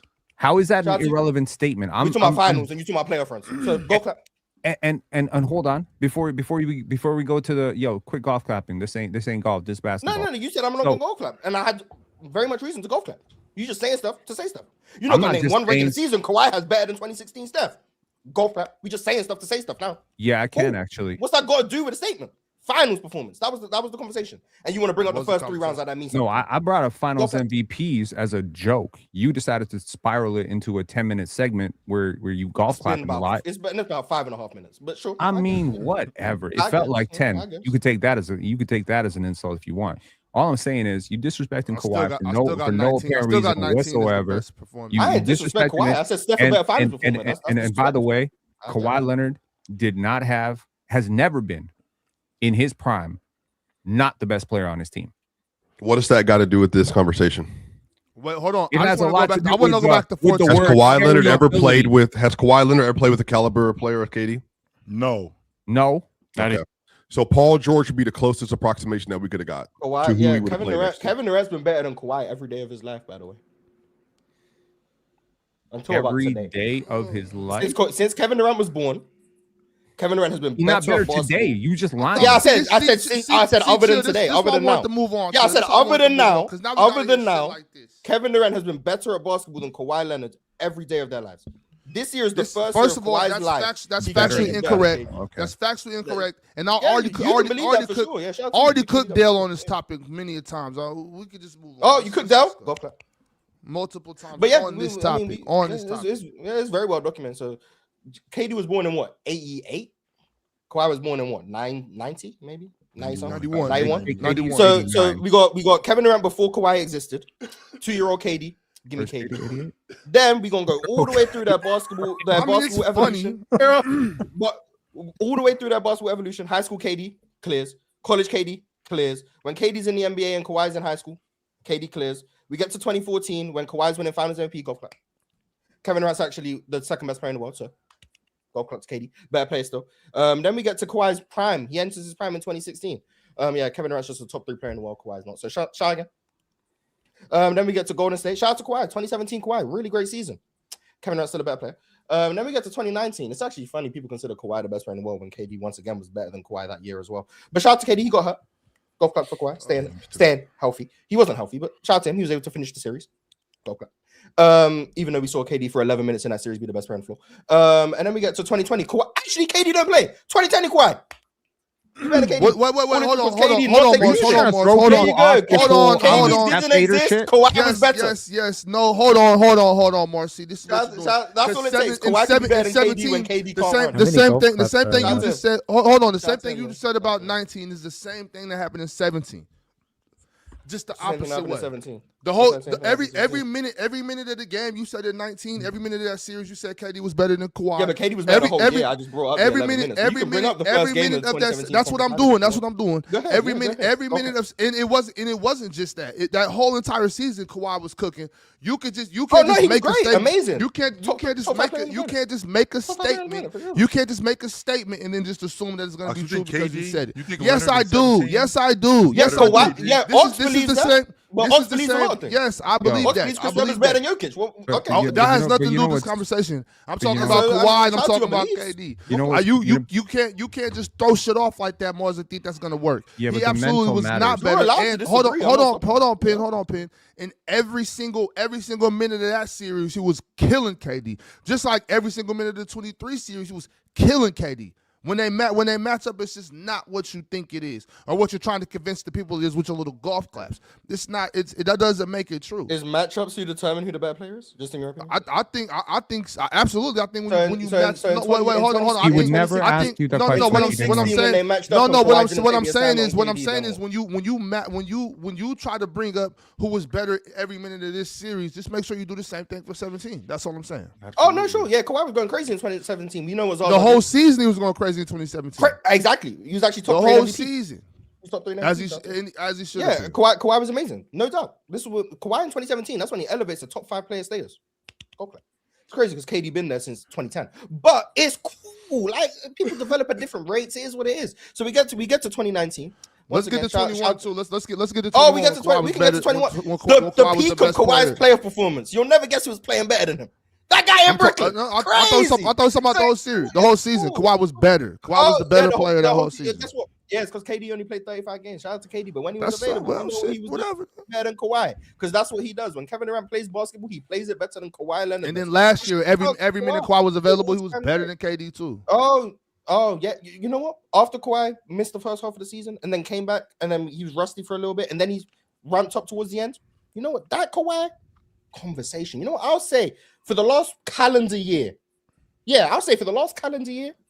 That's the hey, don't patronize me and try to talk all condescending like you don't believe. That's not condescending. I just can't. Then don't for the do last it. calendar year. I'm just for the last calendar year. For the last calendar year. So we're in what? February 5th, 2026. 23, 20, no, go 23. I'm going further. Yo, you can do what you want to do. You can do what you want. Did he play in 23? Me, oh, 22 for is when me, yeah, he played. The last calendar year is the first time in Kawhi's life he's been better than Kevin Durant. Yeah, 2022. That's fine. That's fine. 2022, 2023, Kevin Durant. That 47 game sample size. He's the first player. Oh, when he was 55, 49? Yeah, but he was the first player ever to average 28 or more on 50, 40, 80.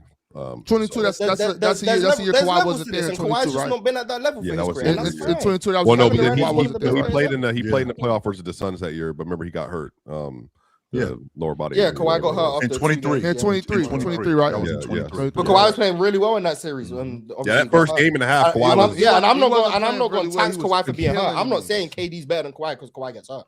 I'm never going to do that. I give people the understanding of injuries, and if Kawhi's playing at an elite level and gets hurt, that's just unfortunate. And Kawhi, we know what he deals with. Kevin Durant's been a better player than him.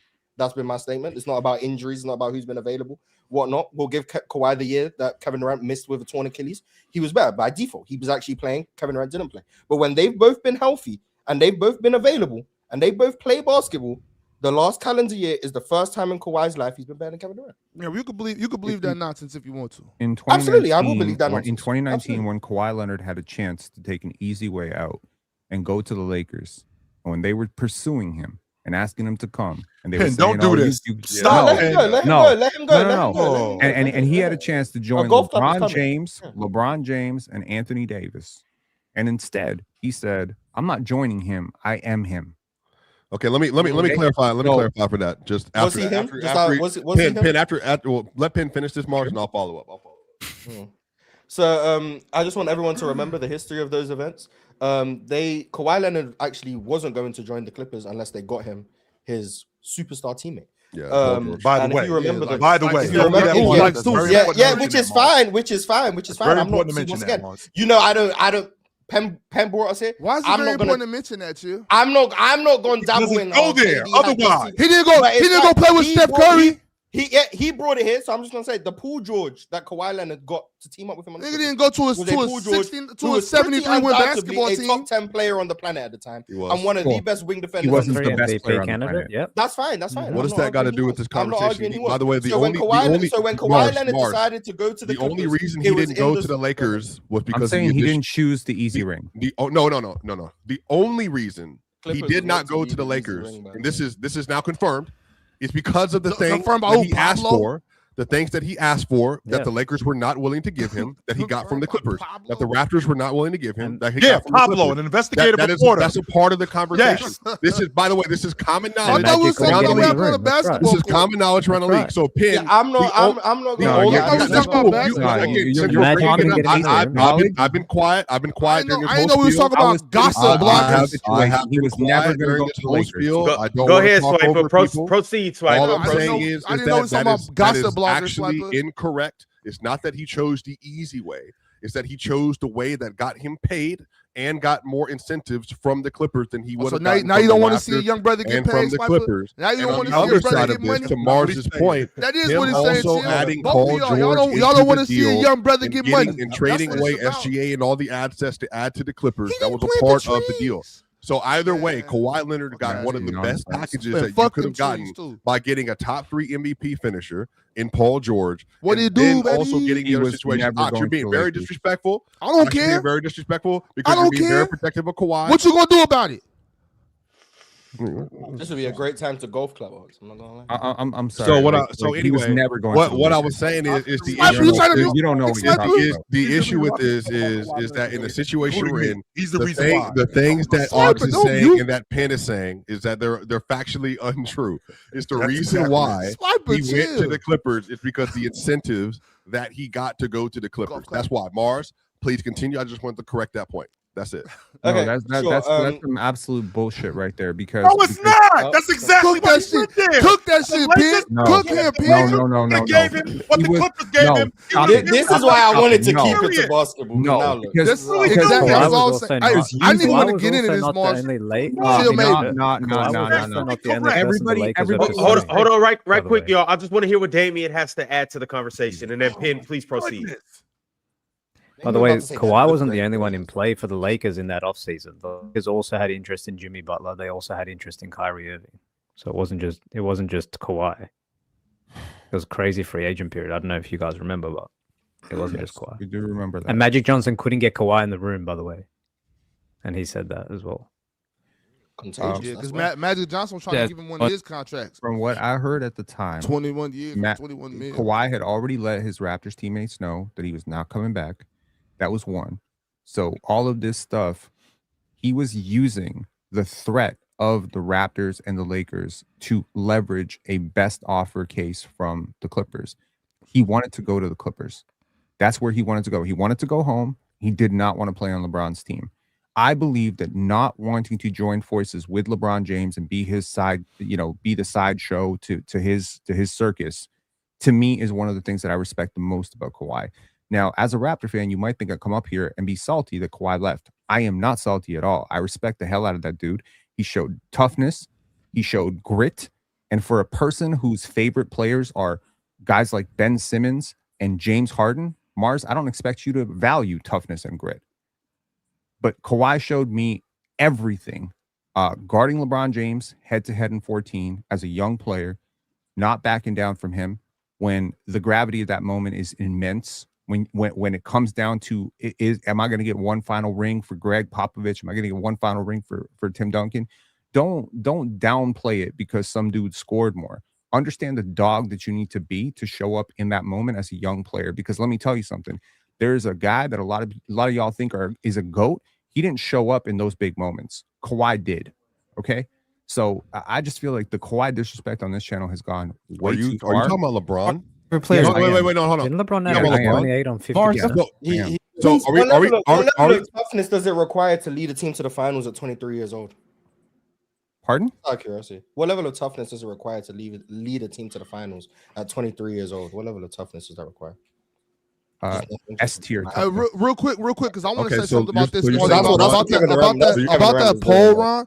That's Ron, what you ran a poll and it doesn't say who's the better player. It says whose career is more respectable between Kawhi and KD. And I think it's clear as day that when we talk about respect as a hooper, as just as just standing on business, this shouldn't even be a conversation. Hold on. Between Yeah, whose career is more I respectable. understand your point there. That's a strong point. Hold on, Pen. Just real quick. Like if we talk about who's a better basketball player, I gotta respect if you say KD, no problem. And that's why I didn't really want to get too far into this. KD, cool, no issue. But we talking about whose career, whose resume is more respected. Come on, bro. So, Pen, who stepped up in big moments more in their career, LeBron or Kawhi? LeBron. By a lot? No, not by a lot. Okay. So which player has had the worst performances in Game 7s? By a lot. Oh God, that Denver Game 7 coming back. Oh Both my of them. God. Both of them.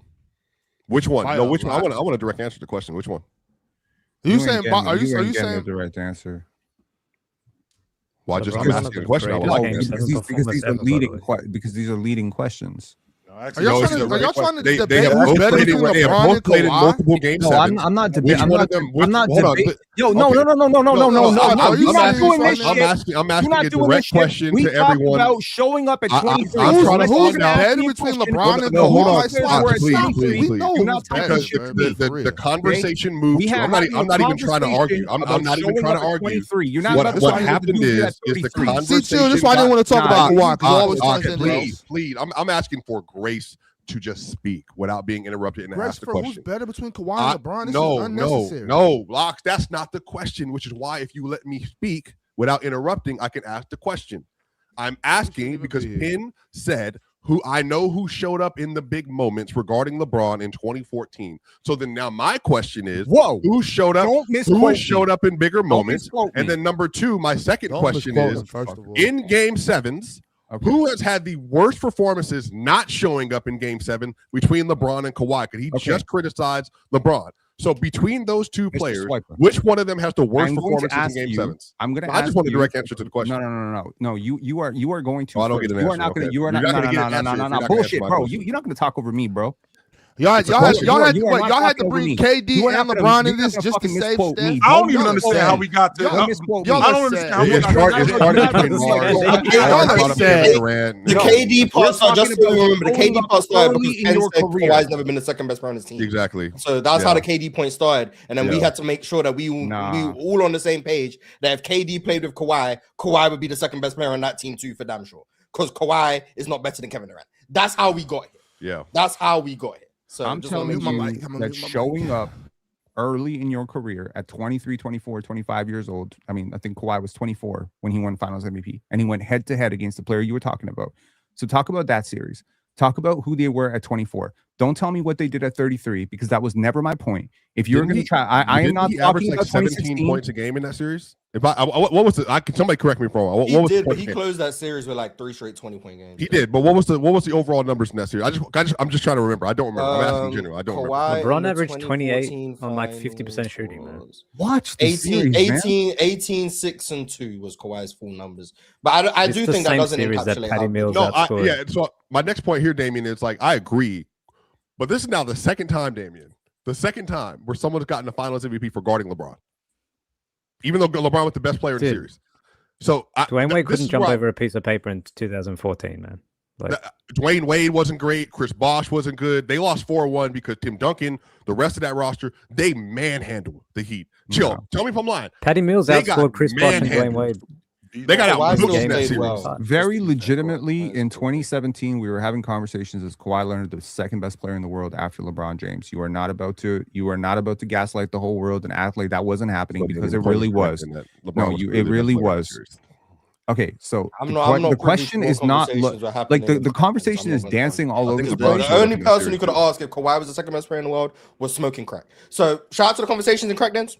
First of all, But Mars, anywhere in the real world, You weren't even there. ain't no way people Mars, were. You weren't even there. Kawhi Leonard- Like I don't understand what this bullshit is. Where I literally I am 10 15 years into 20 years into basketball fandom at that point, plugged in every single day, listening to every single show, watching these games, and I'm getting a schooling from a dude who was like, I don't know, in primary school at the time. Are you kidding me right now? I wasn't watching the NBA. Congratulations, and that's the point. You're not going to tell me what conversations were happening because you Googled it. The NBA I never denied the conversation. Kawhi Leonard was better than Kawhi Leonard was legitimately the best Kevin defender Durant. in the world, and one of the two best defenders in the world in 2017, Hey, and he was averaging like nearly 30. 2014, Kawhi or KD. In Yeah, 14, 20 in 14 it was KD. That's the new way man. to do drug tests. You don't need to pee in a cup. we have a Austin, new he was trade. not- It was KD. It was They KD. ain't Great watching. surgery. You know they on drugs. Damon, are you It 30? was KD. It was KD for sure in 32 in 14. May. In 17, that's where I think Kawhi, puts a stamp in there. And if you say KD in 17, I have no problem with that. You know what I'm saying? I'm just saying by 30s, in yeah. 17 Kawhi started getting these conversations and he earned those conversations. You know what I'm saying? If we talk about 14, like this we're wasting time. Like it was KD. Facts. I mean, and by the way, you're like, not about to tell me. I also want to to add this in here because this is in the MVP this voting is getting in forgotten a little 2017. bit. I also had the conversation about Kawhi Leonard having one of the greatest mid-range shooting seasons ever. He shot, I think he was 600 attempts that season, like 47% I just want to remind in you about that. 2017. So I'm with you, Pin. I mean, Kawhi was exceptional, but that year, I think on volume he was, but like Steph and KD were still. Zaza better had that to year. save KD ass, chill. You seen it. There were conversations. All right, about fellas, Kawhi we- being right up there. There was. 2 straight years Yeah, in of top 3 2017, MVP sure, yeah. voting in the conversations with the exact same players that you were talking about, Steph Curry, LeBron James, Kevin Durant. Y'all want to exclude Kawhi from conversations that he was absolutely in, and you want to tell people who started watching basketball in 2021 that he wasn't there. And I'm telling you, as someone who was there, You weren't there in everybody, 2014. he Yeah, was I'm telling you that for sure. absolutely in You weren't there 2016, in- 2017, 2018. Kawhi Leonard was You know in that's how he's moved the conversations time frame for up? the second best player in the world. Absolutely. But Ain't no one argue I was there. 2017. Ain't no one argue that. You said No, 2014. we can't. Ain't It's, no it's, one cra- argue it's 2017 crazy though. while I was It's in the crazy, court. chill, Don't do that. because you the main one who has gone to war with the whole chat. You gone to war with the whole internet, right? And I've been right next to you when you're the one saying that in that year when Steph got unanimous MVP, that you made arguments for Kawhi Leonard. And so now for you to sit here and be zip-lipped, acting like you aren't an advocate for those years of Kawhi Leonard, pretending and saying like Kawhi Leonard doesn't deserve to be in these conversations, not having Kawhi's back, letting Morris yap over Pin, letting Swiper jump in and muddy up the waters, when you agree with us that Kawhi Leonard absolutely belong to those conversations, and you never once brought up Kevin Durant. It was Steph Curry, and you bring up Kawhi Leonard, but now you want to try to jump over on this side, chill. I never thought you was a fence jumper. This is ridiculous. So now, everything that wait, don't you're not cutting me off like you did yesterday. You better shut your mouth. Unzip your lips. Mute your microphone. Ron. Would you like to unzip your lips? Absolutely. You absolutely. Okay, so and you don't want to back us up right now, chill. Stop right there. You don't want to back us up. I'm not going to back you up. And the reason why I'm stand not up, gonna chill. the reason why I'm not going to. We don't never sit down. Stand up. The reason why I'm not going to back you up on this is because of what you just said. That I thought Kawhi Leonard should have had a league MVP vote during that time. Okay, that doesn't mean he was better than KD.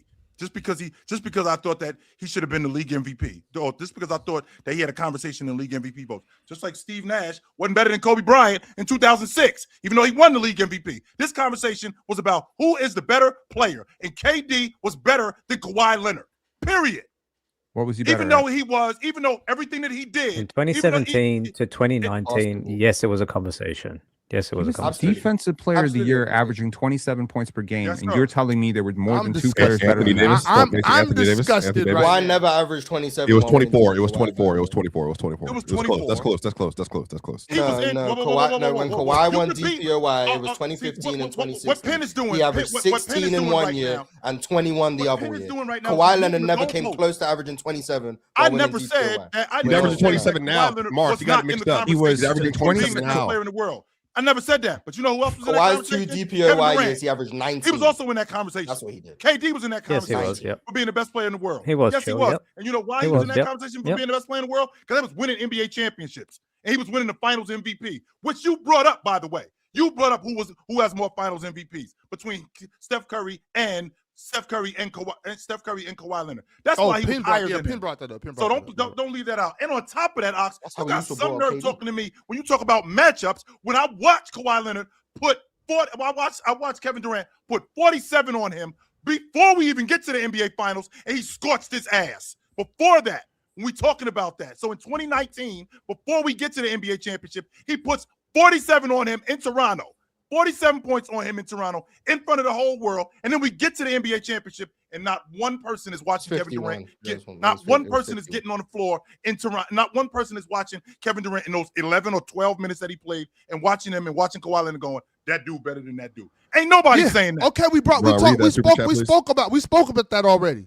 Yeah, that happens. You get buckets. We talk about Kevin Durant. Yeah, that happened. But we also talking about this matchups where Kawhi got the better of him too. That's all I'm saying. Yes, I think they have both got at each other. I think Kawhi has got at Kevin Durant, just like Kevin Durant has got at Kawhi Leonard. That was the point I was bringing up.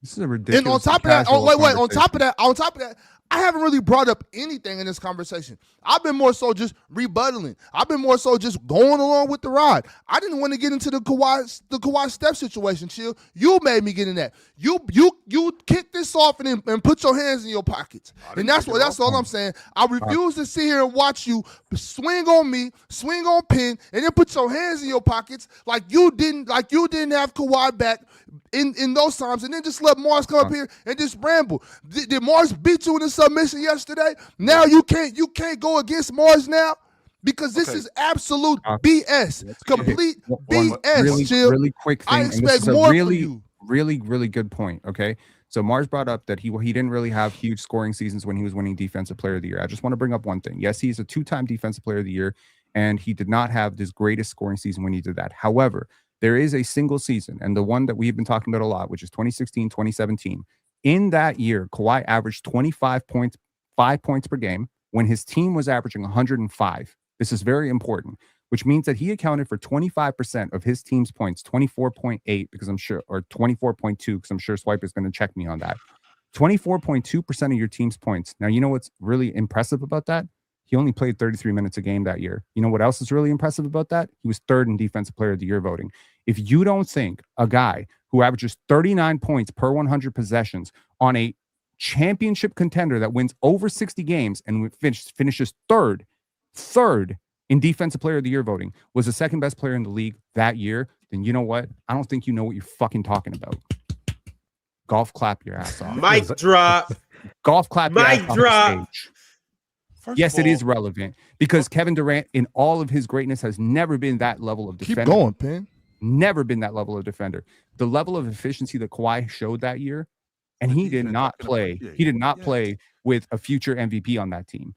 He was carrying an aging roster. That fake ass defense KD was playing, getting Look, carried by Andre Iguodala and Draymond Green.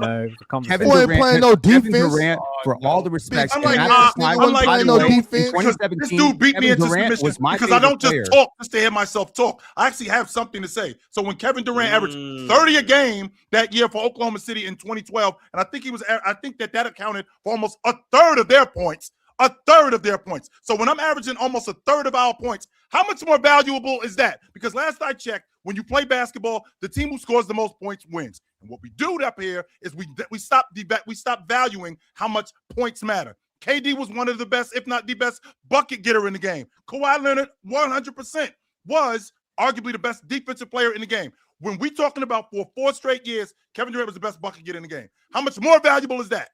How much more?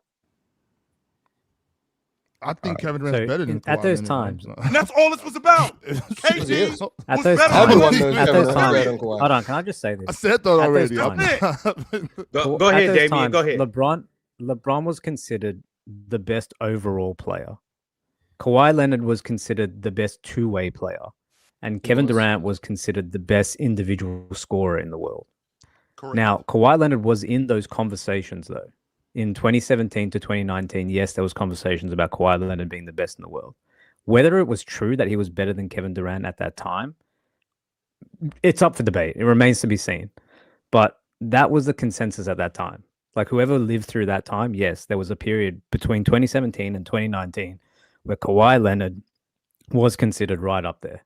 I don't think that and Absolutely. whatever order you wanted to have. I think everyone's agreed on that. Kawhi was a top 5 player on the planet. What Ox is trying to do, Ox is trying to That's make what me was sound. happening. Ox is trying to His make me sound second like best player was because I don't think LaMarcus Aldridge. I don't think that Who cared about Kevin Durant. Yeah, I but don't that's think not that the way Kawhi the Leonard- Spurs were structured, so I don't want to think be that Kawhi unfair to Leonard the was better Spurs. than Kevin Durant. So because I don't think that Kawhi Leonard was better than Kevin Durant, Spurs weren't I a ain't league taking basketball up for team. him. That's not the case at all. He still was in top 5 talks. He still was in best player of the world talks. He still was up there with those upper echelon guys. He just wasn't better than KD. That's it. No, that's fine. That's fine, Chill. That's fine, Chill. All I'm saying, Chill, is that real quick though, Penn. All I'm saying though is that when Penn brought up 17, when I brought up 17, and there was just so much pushback on this and that. Oh, well, before that, all he did was guard LeBron, and he was 50% shooting, all this and that. And I'm just sitting here waiting for Chill. I'm just waiting for you to say, well, no, Kawhi Leonard absolutely belongs in these conversations because I've heard you go on this for a week and fight for your life against the chat, and I was right there with you. I'm trying to figure out, well, when is this going to happen? Because y'all seem to forget what was happening in 2017. Y'all seem to forget that there was one best defender in the world in Kawhi Leonard, who was also averaging 22 and a half points that season as well. It was 25. It was 25. Okay, my bad. Who was the best defender in the NBA by far, hands down, no conversation. I don't want to hear about Draymond Green. He was the best. Okay, whatever. You don't want to hear about Draymond. He was still okay. Y'all can talk about Draymond. Go ahead, Kawhi was still the best defender in the NBA. Averaged 25 on 50, 40, 90, and his team won 67 games that year. I don't see why would you just sit there and be quiet and y'all going, what'd you say? Okay, average 50, 40, 90. Those two things aren't the same thing. Average 50, 40, 90 and being the best defender. That's overall being the best player. That's not what we was talking about here. We was talking about being the best defender. And on top of that, I was talking about. You just said that's the best player. Okay, no. That's why he was in the conversation for best player in the league. Okay, then act like it. If you're gonna say it now, that's what I'm saying. Y'all act like it. Put some respect on 2017 Kawhi Leonard. That's not what the conversation was about. This conversation started about him being better than Kevin Durant. Period. I didn't get involved in that. Because that goes without saying. Everybody knew that Kawhi Leonard was at minimum a top 5 player during that time. At minimum, he was. That's not how they was acting up here. I don't have to act like that because that goes without saying. Swiping more is up here trying to curb stomp Penn for no reason. I never denied that Kawhi Leonard was a top 5 player from 2017 to 2019. Swiping more is up here trying to curb stomp Penn for telling the truth. When Zaza Pachulia had to save their Don't put me in the conversation. You put yourself in the conversation. Lie on my name. You put yourself in the conversation. Y'all out here trying to stomp Penn out for no reason. That's not what I said. He actually. said Kawhi was his second best player in World Talks in 2014. He was. That's what I did. That's a little crazy. 2014, he was not. The video is here. That's The video is here. Not at all. What are you crazy? In 2014, You could rewind in 20 minutes because that's what you said. That's why I started reacting the way I did. Maybe you misspoke. You know what? I'm not even going to hold you to that statement. But you absolutely said that. That's why you got the reaction. Fellas, this is what we're gonna do. I'm gonna let Chill get off whatever he needs to get off. And then I would like for Manny to just recap everything with how he felt about this conversation. Then I'm going to land this plane eloquently, and we're going to talk about the 2 trades that just happened. We're going to go ahead and get to our super chats, and then we are going to discuss what this whole Giannis thing means for the landscape of the NBA moving forward. Chill, as you were saying. Were we really just having a conversation about Kawhi Leonard being the best player, second best player in the league in 2014? That's what he said, but he's saying he missed. I just want to make sure. That I'm following. I'm doing this shit. I just want to putting words in my mouth. You're not going to tell me. I don't want to put words in your mouth. I don't. Penn. Every time. That's what you're saying. Wait. Penn, stay right there. So to clarify, right? To clarify, get Penn back up here. Because I want to talk to Penn and Penn alone. Because I don't want Penn to be misunderstood. I don't want Penn to be misunderstood. I don't want Penn to be anything other than clear. Penn, do you think And No. what did you say exactly about Kawhi Leonard in 2014, sir? That he was a Finals MVP. Okay, that's it. Nothing else.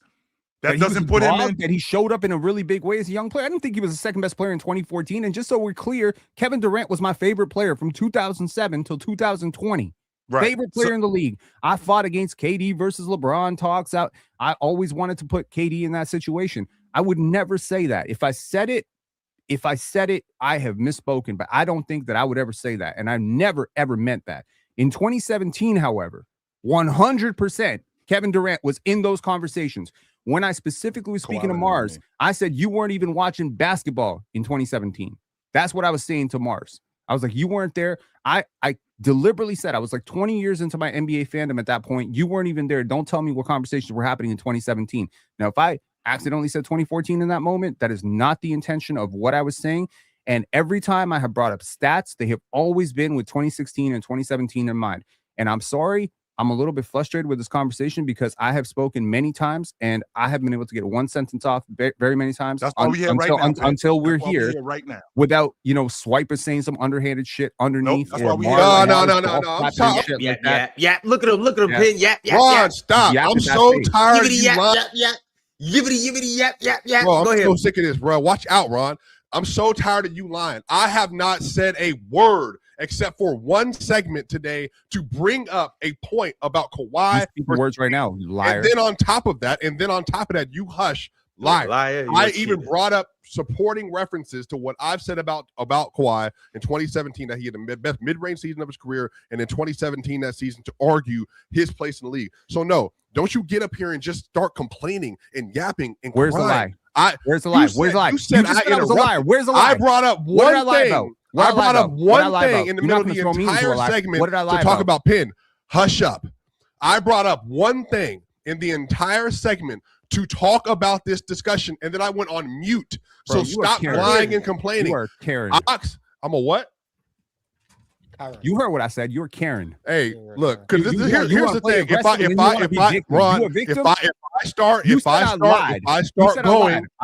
start going, Pin, what did he lie about? You're gonna get emotional. If I start going, you're gonna get emotional. I know how this works. This is gonna go the same way it always goes. Well, I'm gonna call the cops. I'm gonna call the cops. Yo, Karen, tell me what I lied about. I have no reason to call the cops. Okay, but here's the thing. But if I start going, Pin, you're gonna get emotional. Like you're gonna get emotional and you're gonna start feeling bad. But this is I'm not gonna do it though. I was having a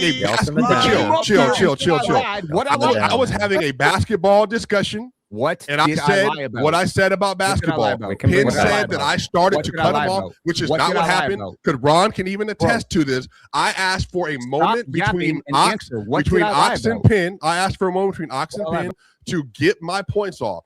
Pin then started talking. Oxton started interrupting, and then Ron had to clear it out just so I can say what I wanted to say about why Kawhi went to the Clippers and didn't go to the Lakers. And then I stopped. And then I brought up Kawhi's mid-range shooting in 2017. That's why this happened. I didn't bring up anything other than that. And then I got out the conversation to Pin. You getting on this little thing where you like to, when you start getting cooked and you start losing conversation, bring my name up. That doesn't make any sense to me. The chat knows everybody calling you emotional because you're overreacting once again. And you calling me a Karen because I didn't do anything and you bringing my name up. So all I'm saying is you came up here and said I lied going forward. And then lied. If you keep getting cooked on basketball talk, which you repeatedly do, don't bring me up as a substitute for why Mars and other people are getting at you. I just told you what it was. And I'll go on mute. Damien, I'm going on mute. I'm done. Just you keep calling me a Karen. I'm gonna start throwing some names around, and you will start feeling bad. Yeah, so you have averaged Pin. But you haven't answered my question. We've drifted so far from what we started. We was talking. Pin. Swiper's not going to answer your question. He is the master magician of that because Karens don't answer questions. However, Mars has a question. All right. So, Mars, you asked your question. Manny, I want to hear your recap on this whole thing. Whether it's 2 words, whether it's 2 minutes, whatever. I haven't heard your take on this whole KD Kawhi. It started with KD and Steph, or Kawhi and Steph. But, however, Mars, what is your question? Oh, it's definitely not a question. It's I was wrong. Penn said 2017. My bad. Yeah, see, I'm grown enough to admit I was wrong. Thank you. I definitely misheard, so that's on me. My fault. Kawhi was definitely in top 5 player in the world talks, second best player in the world talks. Absolutely in 2017. I was wrong. I I misheard. appreciate you, Mars. I Thank still you very stand on much. everything else I said, but the crackdown part. Swiper, can you apologize? That part was wrong. My bad. My apologies. Hey, I would like. Let me everything apologize else to this, stand on. Pen. I am so sorry. I am so sorry that you are so sensitive and that you continue to throw shade at me when I didn't throw any at you for the last several months. And I'm telling you, if you keep going, it's going to get bad for you. And again, I am literally only talking about basketball. I've only been talking about basketball. I'm keeping it on basketball. I'm not going to bring up anything else. Purely about basketball. That's all I'm saying. I'm keeping it basketball. I'm going to keep basketball.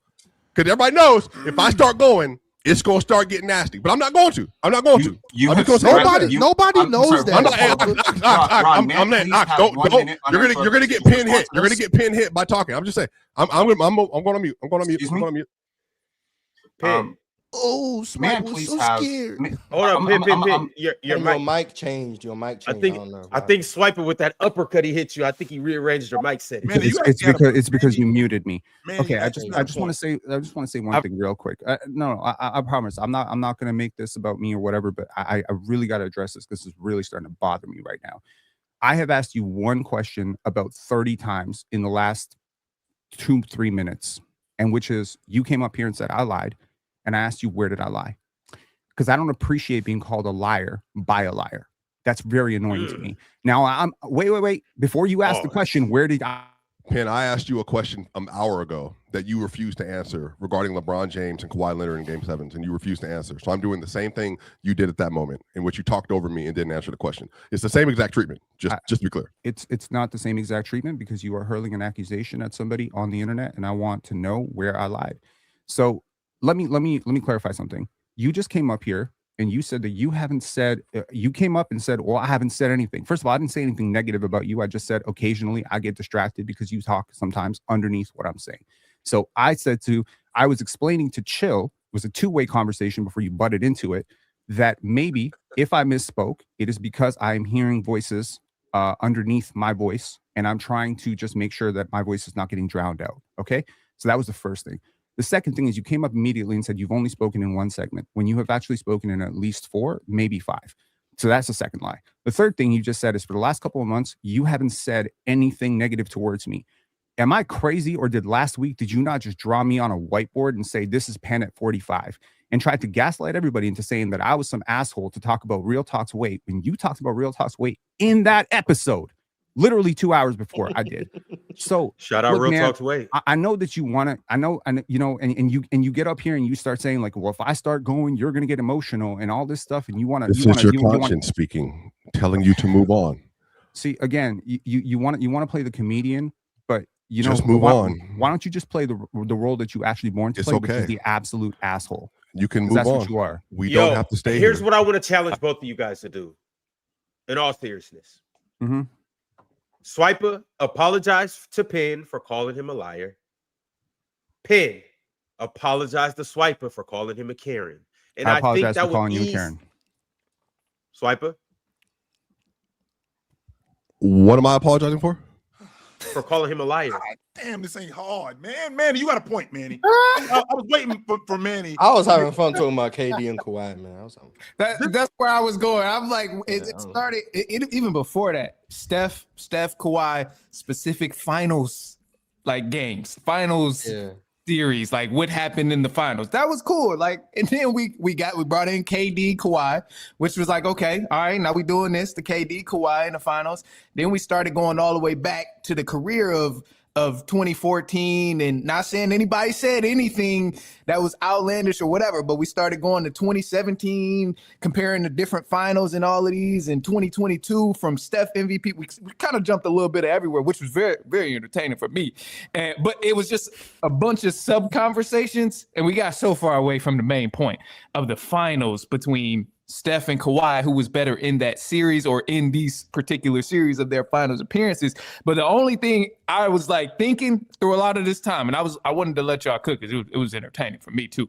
But we compared the finals, and then we started drifting off topic of everything else. And this is not to start another conversation about anything, but I thought it was, instead of just comparing the absolute appearances in the finals, since we got off topic and went through the regular season of what this guy did and what he averaged when he was a defensive player of the year candidate and the MVP candidate, I think it was only fair that we talk about the road to the finals too, since we were talking about this guy got in the finals and he did this, or he got this more MVPs, or when he did this in this great regular season, the road to the finals there's a lot of matchups where some people didn't have good games through the course of the playoffs, but it was funny. I loved the conversation. But that was my only thing, is I was just thinking about some of the road to the finals. And as we started comparing these players and teams, it's a lot of things that go into it. And is Curry being better than Kawhi Leonard based solely on them playing in the NBA championship? Is their body of work comparable? In terms of just the championship? That's what I'm talking about. No, because I don't do that. Because when you say Steph over Kawhi Leonard, what are we basing that on? He a better player than him. He got a better career than him. Was he better in the playoffs than him? What are we doing when we're talking about these two? That's all of the above. We were missing because I don't think Kawhi Leonard's resume. I don't think his resume stacks up with Steph Curry's. I don't think he did it long enough. I don't think he has bigger enough moments than Curry. If that was the argument of the moments and the accomplishments that each of these players had, whether it's KD, Steph, Kawhi, KD, or Steph, if we were comparing accomplishments, then that's one thing. Then the conversation goes one specific way. But if we start comparing specifically skill and abilities that these guys can do, then the conversation can go another way. Correct. So we didn't have the premise. We started comparing Hellcats and these Chargers. We started comparing Hellcats and Chargers, and we just we never established what that right. base was. So it kind of went everywhere. Because if you're telling me that Kawhi Leonard and Steph Curry, I think Steph Curry is arguably a top 10 player, definitely a top 15 player. If you're telling me that he in a conversation with Kawhi Leonard, that has to mean, to me specifically, that Kawhi Leonard is arguably a top 10 player, definitely a top 15 player of all time. Absolutely. Yeah, arguably the best player. If he's in that conversation with Steph, LeBron, and KD, you could argue any one of them is the best out of all of them. So it's hard to compare, especially when we didn't have a base of, are we talking accomplishments? Are we talking NBA finals? Are we talking overall impact to a team? Because some of these guys went to go play for multiple teams. Not Curry. Curry been where he's been, and Curry has done what he's done for the course of his career. And I'm on record saying this, and Ox hates it, but I'm on record saying it. KD needed Curry more than Curry needed KD to get to where he was trying to get to.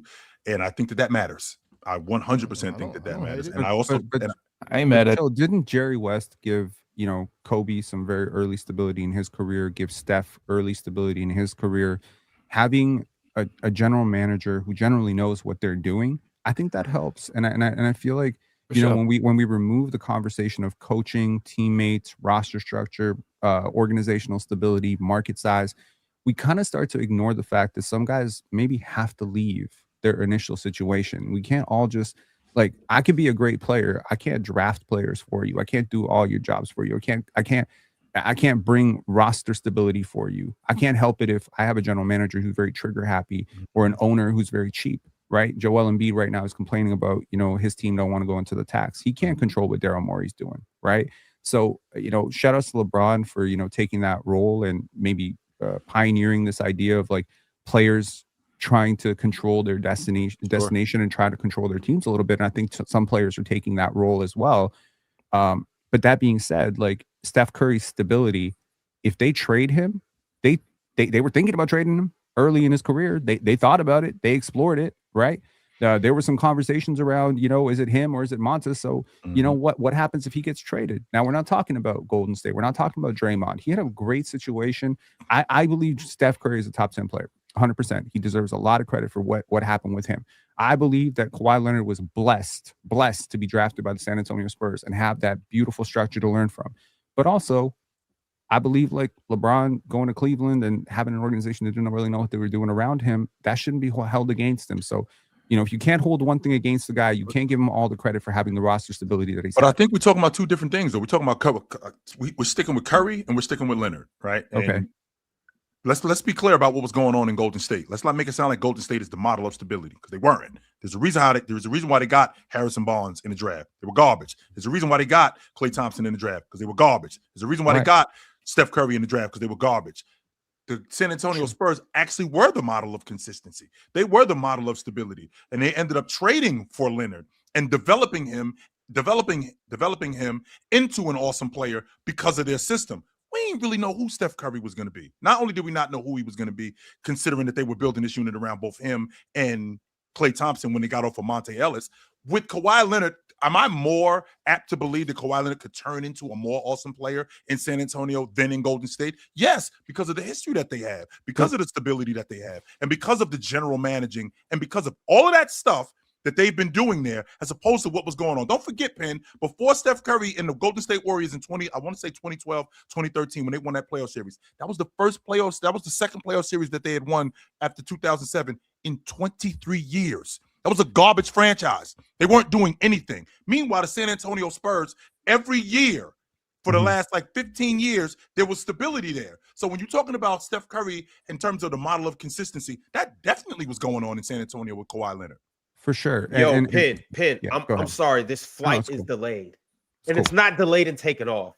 It's delayed in landing. Yes, sir. This is supposed to be a 10-minute segment. It turned into an hour segment. We've just been in the air, drinking wine, popping bottles. Alvarado getting traded, guys, because that's more important. Oh, well, I mean, maybe we're going to talk about Super Chats. I don't know you don't know what we're going to talk about next. I do want to say, I want to shout out to the golf clappers. I want to shout out to the Glazers. I want to shout out to the Finch jumpers. I want to shout out to the Karens. I want to shout out to the liars. I want to shout out to the people who spoke logic into this scenario. Shout out to these two guys, Manny and Damian. You guys were the only ones that cooked that segment. Golf clap for you guys. However, let's go ahead and talk about, yes, Mars, the trades that just happened. But while we were discussing Steph Curry, Kawhi Leonard, and Kevin Durant, there were two major bombs that were dropped. And we got to talk about them. Good thing we were in the air because the bombs didn't land on us. However, I'm going to drop these bombs on you guys. The first trade is the Boston Celtics are trading Chris Boucher to the Utah Jazz. Oh, damn. Oh, my God. Wow. He was not playing him. I thought that was going to work out in Boston. I really did. They have two bad bigs. Garza and Cates have been way better than him. Yeah. Toronto Raptors legend, Chris Boucher. Yeah. Yeah. Oregon Ducks. Shout out to Chris, man. He's a great dude. Great dude. Now he's in Utah. Shit. Mm-hmm. But all right, so Chris Boucher is in Utah. We'll see what happens with that, and we'll see exactly what he's being traded for. I'm assuming it's probably second-round picks and cash and considerations, things of that nature, but we'll have to see. Also, Jose Alvarado, this is just in, that Jose Alvarado of the New Orleans Pelicans is being traded to the New York Knicks. Oh. And the report is that they're sending Dallin Terry and 2 second-round picks and cash to New Orleans. The Knicks just got Dallin Terry and they're flipping him. Dallin. He's getting flipped and he's going to the New Orleans Pelicans. Thoughts on Jose Alvarado in New York?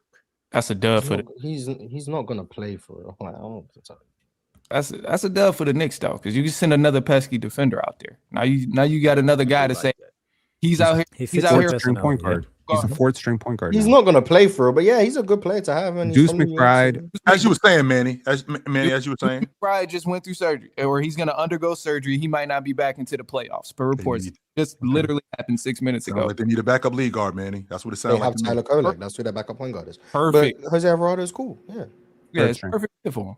Mm-hmm. Yeah, like he's cool. Like there's no problem. He fits their personality. Nothing You trade nothing to get someone who's nice to have on your roster, and if you need him to play, he can play. It's cool, but we're not gonna act like this trade is a needle mover. Yeah, it's cool. Yeah, no huge, as we used to say, Woj bomb, but it's definitely a good trade to help out the roster. Yeah, for sure. There's no negative to it. You traded Jalen Terry, who's like not an NBA. You muted. So, but them 2 seconds, yo. Oh yeah, fact. You might just trade a Jokic. So, never know. Let's hope you didn't do that. Yeah, let's hope you didn't do that. You'll never know. Exactly. Yeah. If they trade a Jokic, this is a bad trade, man. Man, New Orleans should be sellers right now, but What's that to sell? I mean, Trey Murphy. He went Unless off they last getting their year. picks back, what's the benefit? I want to Trey Murphy in Detroit. I mean, Unless they they're are- trading Trey they are Murphy to scouting. Atlanta for Man, their pick, which everyone in the Atlanta would league never could do. use those two guys, man. Facts. What to Trey Murphy and who? Herb Jones. Herb Jones. Yeah. Mm. Yeah, Frito. Them being Herb sellers in Herb offense been trash this year. I don't know, but I mean, He not you think motivated. you think him coming back from that injury might have set him back? Because that jump shot, I possible. mean, Herb used to be able to knock that. He was respectable as a shooter. He could knock down a shot, an open shot. He wasn't an awesome catch shoot guy, like not awesome. I'm not gonna say awesome, but he wasn't Kelly Oubre or somebody like that, like where he can actually catch. But I thought that he could knock down an open shot. I think that injury to him kind of slowed him down, and I think him getting back Yeah, Just an into unbelievable perimeter defender. That's where his main value is. that's all it's really been with him. he can initiate a little bit, like he can bring the ball up and stuff. Shout out to him, but So we got Trey Tyler Murphy's Kolek coming jump's off the been bench. Not talked about. Yeah. So we got Kolek coming off Cole, the bench. please. We got Kolek coming off the bench. We got Clarkson coming off the bench. Yabusele's gone too, by the way. So Yabusele, who didn't really play much in New York. We got the German kid, Jacob. Yeah, we got him. Yeah. Okay, so that's 8 guys. Why do I feel like I'm missing somebody? Because Miles is out of the lineup because he got the foot surgery. So he's going to be out of the lineup for at least 2 months. All right, so yes, Jose Alvarado can. I think now. Don't get me wrong, Miles. I think your idea of playing is different than my idea of playing. I think Jose Alvarado is going to be more of a situational guy as opposed to a constant in the rotation. I don't think he's going to be somebody that we can depend on 15, 20 minutes every night. No, I think he's going to be somebody that he's going to give you a spark from time to time. And we may have games where he might not play for 3 or 4 games, but then we might have a game where he plays 25 minutes or 30 minutes in this game. So I think he's more of a situational guy than he is. Minutes with Clarkson, yeah. Yeah, I don't know how serious Josh Hart's injury is. I don't know what it is, but Tyler Kolek and Brunson are probably their point guard and backup point guard. Then you got Clarkson and Shamet as like their backup 2s. Mikal OG obviously is their wings. Mitchell Robinson and Cat is their bigs. And then you'll find Josh Hart minutes when he's back. And then you got Diawara, who's like looked interesting in his limited time. Like, so yeah, Jose Alvarado is probably like their 10th man, probably. But like that doesn't mean he's not gonna play. It just never hurts to have a deep roster because I mean guys go for sure. down, so bringing in another good player never hurts. That's just the way I look at it. I like Jose too. My grandmother told me when I was a kid, man, it's always better to have too much than not enough. Yeah. Josh Hart and Jose Alvarado played together, right? The Pelicans. In New Orleans, was Josh Hart still there? I think he showed up in the 19. Because wasn't he in Portland there? I think Jose's from New York as well. From memory. Yeah, he is. Yeah. I like Jose though. I like the energy he brings to the table. I like his defensive tenacity. I think he's underrated as a scorer and shot maker too. I think he's going to help this team a lot, even in the playoffs. You put him in the third quarter where you guys are down 15. He's the type of guy that'll help the team go on a 9-0 run and get you back in the game. Like they overlapped for about half the season. Sorry. Yeah. And Ron, don't leave out that he will punch you in the face. Yes, he will. Yeah. Oh yeah, shout out to Mark Williams. Mark Williams does. He will punch you in the face. That's the dude where people say, "Oh, the Knicks is soft when they got to play the Pistons." Stewart gonna be or Isaiah Stewart gonna be bullying Cat and the rest of these guys. That's another dude for the Knicks to pick up. Where if you playing a tough team like the Pistons, he's gonna bark back, and it's like now we in a dogfight. Yep. Guarantee him and Ron Hollins get the scrapping. You know it's happening. It's hard. If we did match up in the playoffs, must see TV. All right, fellas. Well, those are the 2 trades that have happened right now. We're still waiting to hear John Morant news. We've heard that Giannis Antetokounmpo isn't going anywhere. We'll touch back on that situation, and we are going to keep our eyes peeled on any breaking news trades. However, you guys have breaking news super chats, so let's go ahead and read what you guys got to say. Daddy Pigs kicked this whole thing off with this super chat, but there's another super chat from Daddy Pigs. Daddy Pig said, ever since KD left the Mighty Warriors, he's been getting whooped every year, jumping from stacked team to stacked team and failing. KD on a stacked team right now. To be fair, that's in contrast to Kawhi Leonard, who's been losing also. On bomb squads, by the way. Neither one has exactly done much winning since KD left Golden State, and they've both like lost in the playoffs every year since. It's not, I guess. That's fair. Daddy Pigs also chimed in with the $100 super chat. During the whole debacle that we had going on where everybody was scrapping, it was a complete melee on the panel. Daddy Pigs chimed in and said, "This is why PC is the best basketball show. Great segment. Put some respect on Kawhi's name. By the way, the convo was Steph versus KD today. LOL." Kawhi today. Yeah, I think Kawhi's been better this season, not by a significant amount, but I think he's been better this year. Thus far, and they both played a similar amount of games, I think. And since we're on the subject of games, Miles, just so you know, Curry, I think he's got 6 more games before he is ineligible. Yeah, we're seeing a lot of guys who are and I don't think Steph's playing today. So yeah, the All NBA team is gonna be interesting. But Kawhi's been amazing this year, and Kawhi historically, Kawhi's been amazing for a very long time. He's one of the best players ever. By the way, apparently Deuce McBride from Fred Katz, he is going to be getting and undergoing surgery on the core muscle, more commonly known as sports hernia. He'll be sidelined until the playoffs, apparently. So it will not happen. The Knicks are rolling right now. Jose Alvarado. Beating some very, very good teams. Including McBride is amazing, by the way. I just want to I love him as well. Yeah. I'm not going to say he's my Ayo Dosunmu because everyone knows about him, but I love Deuce McBride. I think. To just cap off that Kawhi thing, I just want to say, just watching him from afar, and big fan of the San Antonio Spurs. Coming up through the mid 2000s of Tim Duncan. I just feel like Kawhi was very, very misrepresented and disrespected during his peak. And the absolute best of him, I believe, was always underplayed as a product of Duncan, and he was his own player. But even in 2019, when he was traded, I remember the coverage and people were like, Kawhi Leonard's a system player. And then he leaves that system and goes and wins a championship. So I just feel like sometimes he doesn't draw attention to himself a lot. He doesn't speak on his behalf. He doesn't make campaigns for, MVPs. Until recently, he didn't really do ads and stuff like that. So I just feel like he's very unassuming and very quiet. And some people have taken that to mean that, it's free eats to disrespect him. And I just feel like if you take a look at the fact that he didn't play a lot of minutes, that he was so great defensively and offensively at the same time, I really do believe that maybe he's not a top 25 player of all time. Fine. No one's debating that. He's a better no one's debating that he's had a better career than any of those guys. No, he's not. But that good. But go look at that top 25 players list. You can make a very strong argument. Kawhi's top 25. Yeah, you can. You absolutely can. But I'm saying maybe he's not. For some people, maybe he's not. Maybe he hasn't played enough. Maybe he got injured too much. Maybe he hasn't won enough. I don't know. The longevity. Irrelevant. So what I'm saying is, if you look at that top 25 list or top 50 list, go and find players who had a single season or a single 5-year stretch better than 2017 to 2022. Even with all the injuries, even with all the, missed time, there's no, just player for player, watch it, use your eyes, use the analytics, use whatever you got to use. There ain't a lot of players in that top 25 that have peaked as high as him. And I just feel like because he was in a small market, because he played with Popovich, because of the way he exited San Antonio Spurs, because people didn't want to watch the Spurs because they thought they were boring, he just got disrespected.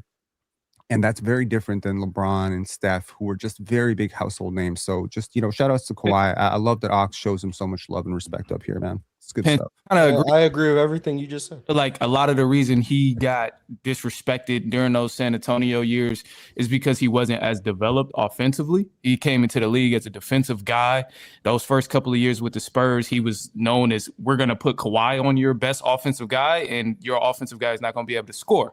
And then as he stayed with the Spurs toward the back end of his years with the Spurs, that's when he began to develop his offensive side.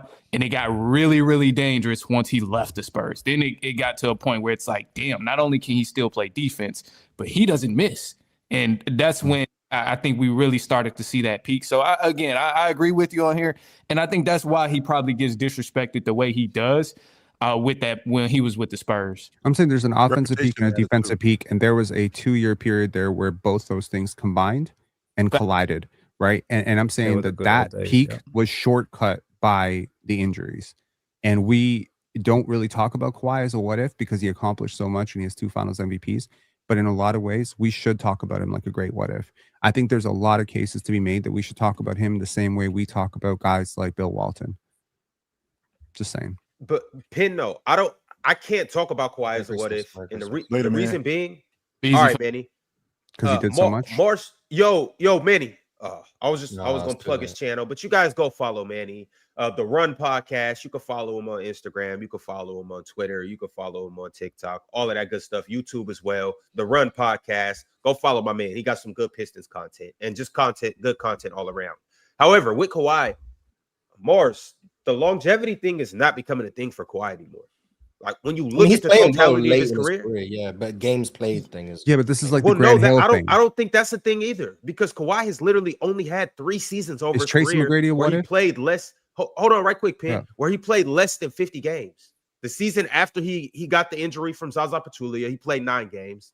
Then he missed the whole 21-22 season when he got injured in the playoffs. And then last season he only played 37 games.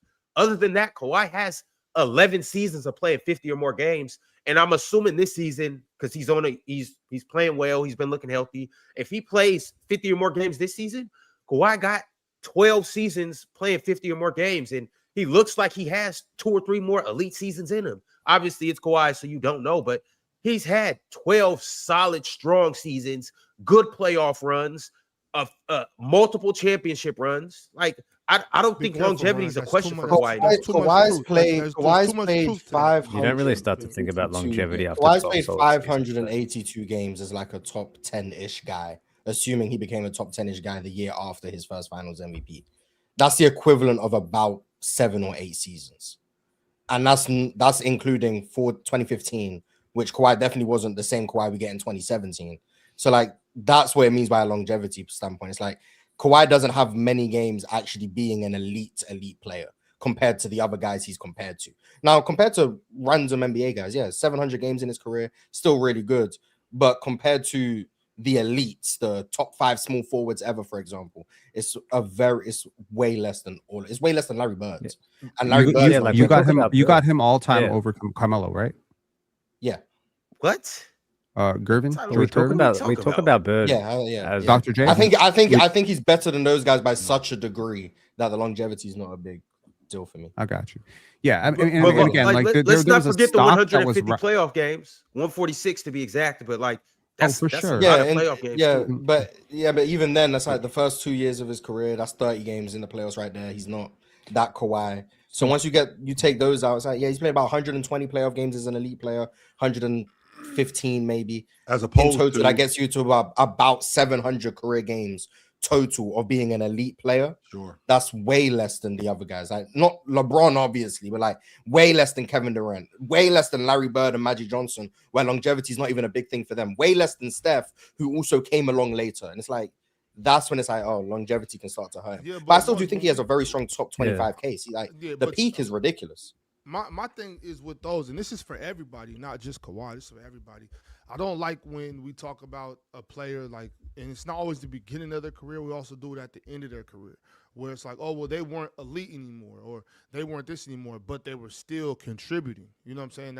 There's a few guys where we do that, and it's like, well, yeah, they might not have been the level they were at their peak, but if you know what I'm saying, if you're still playing pretty heavy minutes, you know what I'm saying, at least 20, 22 minutes higher, upwards of that, and you're still being contributing to your team winning, I don't think we should take those games out just because it wasn't, I don't know, Bird level or whatever. Let me clarify. I'm not saying take those games don't count for Kawhi, but I'm saying in the scope of top 25, top 5 small forwards, those games aren't worth as much as a game from Larry Bird. Like Larry Bird came in top 5 player instantly. By the time you get to about 18-9, he's probably done. But you got 9 years being a top 5 guy. So those 9 years, like those games are worth top 5 level production. Versus like Kawhi's first 4 years, even if he's playing, those years aren't worth the same as what Larry Bird's games were worth. Even if you want to count them to total career games, which I agree with, every game still counts. Negative value, positive value, they still count, but they're not worth the same. And that's the thing with Kawhi. He doesn't have as many games that are worth like the equivalent of a Larry Bird, Kevin Durant. I think the what-ifism argument for me at least comes from the 2017 injury, like the Zaza Pachulia injury. I believe at that moment when he was 25 years old, which is right before players are supposed to step into that window that we call a prime, he got injured. When Zaza Pachulia stepped under his foot, I believe very much that the Spurs were going to win that series. They were a great team that year. They had every right to, and he was going to be the best player in that series, in my opinion. Smoked them And opening night by 30. And chill, to put into perspective what he was doing in those playoffs, 31 points per game in a win over Memphis in that series. The efficiency argument, he was 55, 55 window, and like 95. Like he couldn't miss. And he was still being a really good defender. And I believe that after 2017 with the injuries, it's one thing you get injured when you're 22 and we just don't see it. Derrick Rose. It's another thing when you get injured right outside your prime and we just don't get to see the extension of your prime, like Grant Hill, Tracy McGrady. It's another thing to literally be right on the step of taking that next step and you lose it. And that's what I think with Kawhi. Everything that Mars is saying is true about like, oh, he has fewer games. But I feel like, I wonder, were it not for the injuries, were it not for the disruption of what happened in San Antonio, how much better do we look at his career if he had played at a higher level between 2017 and 2019? Because this shit was going higher and higher and higher. And then he misses a year and a half and we just never see it. And he comes back and he deserves credit for being as good as he is today. He's 34 years old today. 34 years old, and he is playing like a top 6, top 7 player in the league right now on a bottom feeder, unfortunately, that just traded away James Harden. But man, like if I could play this guy's career out one more time, I think I have a top 5 player of all time. Maybe. If I just avoid that one injury, maybe I have a top 7, top 8 player of all time. I really think he was there. That's what I'm saying. That's what I'm saying. I think that's possible. I also think, and Kevin Durant, not to the same extent, but I don't know if you guys remember the timeline of Kevin Durant. Kevin Durant came in, did everything he was doing, won MVP in 2014. And then if you guys remember, and I think OKC fans will remember this, Kevin Durant fractured his foot right before the season in 2014-15. And then they started the year without KD. Russ then went down and hurt his hand in like the 3rd, 4th, 5th game of the season. And OKC started the year like 4-12. That's coming off a league MVP season. Yeah, so Kevin Durant, who missed the first like 15 games of the year, Kevin Durant fractured his foot right before the season. And then the OKC started the season 4-12, 4-13. Kevin Durant then came back prematurely to try and save the season, went down again, came back again, and then went down again, and then played like one game after the All-Star break. And then they gave him the surgery he needed, probably in the offseason. And then Kevin Durant, I would argue, if you go look at Kevin Durant in 2014 and then go look at Kevin Durant in 2016, although he's still elite, he didn't move the exact same way. I think that Jones fracture had a big impact on Kevin Durant's movement and the athleticism and the explosiveness, and then not to mention the Achilles that happened 3 years later. I think if Kevin Durant doesn't have both of those career-altering injuries, mainly if OKC doesn't just mismanage his fractured foot, we're talking about a different Kevin Durant. No, top 5, top 10, whatever, rank how you want to rank. I don't care about that. But the way OKC mismanaged Kevin Durant on that fractured foot, I think is definitely one of the bigger travesties that doesn't get spoken about. Everyone is impacted. There's no way he should have came back when he did. When you get an injury, everyone is impacted. Like even the Jokic injury now, they're tricky, man. Like they're very tricky. You sometimes don't come back 100% the same. And over the course of a career, they add up. And they steal years from some of these all-timers, man. And it makes me sad, but it's the reality of professional sports as well, man, unfortunately. You can never have a perfect career with health, man. Yeah. Pen, do you think that... Like what happened to Solomon? Like even with James, like Solomon Hill jumping on James's ankle in 21. When he's 21, a top 3, probably ended his prime as like a undisputed top 3 guy. Like that, even that, man. Who knows? They could have probably gone on and won in 21 potentially if they were healthy. Like, I think they would have pretty easily. Yeah, I think so as well. So there's so many point blowout. of that. It's a shame. Pen, do you think that the way Leonard exited San Antonio affected how people looked at him? Very much so. They smear campaigned him very much. I think this Pablo Torre thing, which again is allegedly, and from what I've heard about what happened with Toronto, it was his uncle. Okay. Now, you are talking about a young man who lost his father because he was shot. Okay, I want to put that out there. He was shot at a car wash. This dude played the next game he played the next game, scored points, and then broke down in his mother's lap right after, winning that game. For a guy like Kawhi Leonard, his uncle has meant a lot to him. I am not going to hate on a dude for trusting family. We've all done it, and we've all made mistakes. I trusted an uncle who I'm not even going to air that out here. That's like, we have made mistakes. Okay. Financially, we have made mistakes with family. And, he trusted Dennis Robertson to do this for him. Vince Carter had a situation early in his career as well, where he trusted his agent messed him up. So unfortunately, Kawhi is just an easy person that people like to poke at. Some people like to say that, because he doesn't speak very loud, he kind of mumbles through answers. He's kind of weird a little bit. They try to act like he's dumb. And people who, make themselves a target that way become like, I can just keep talking about this person and they're never going to respond back. And he doesn't respond back.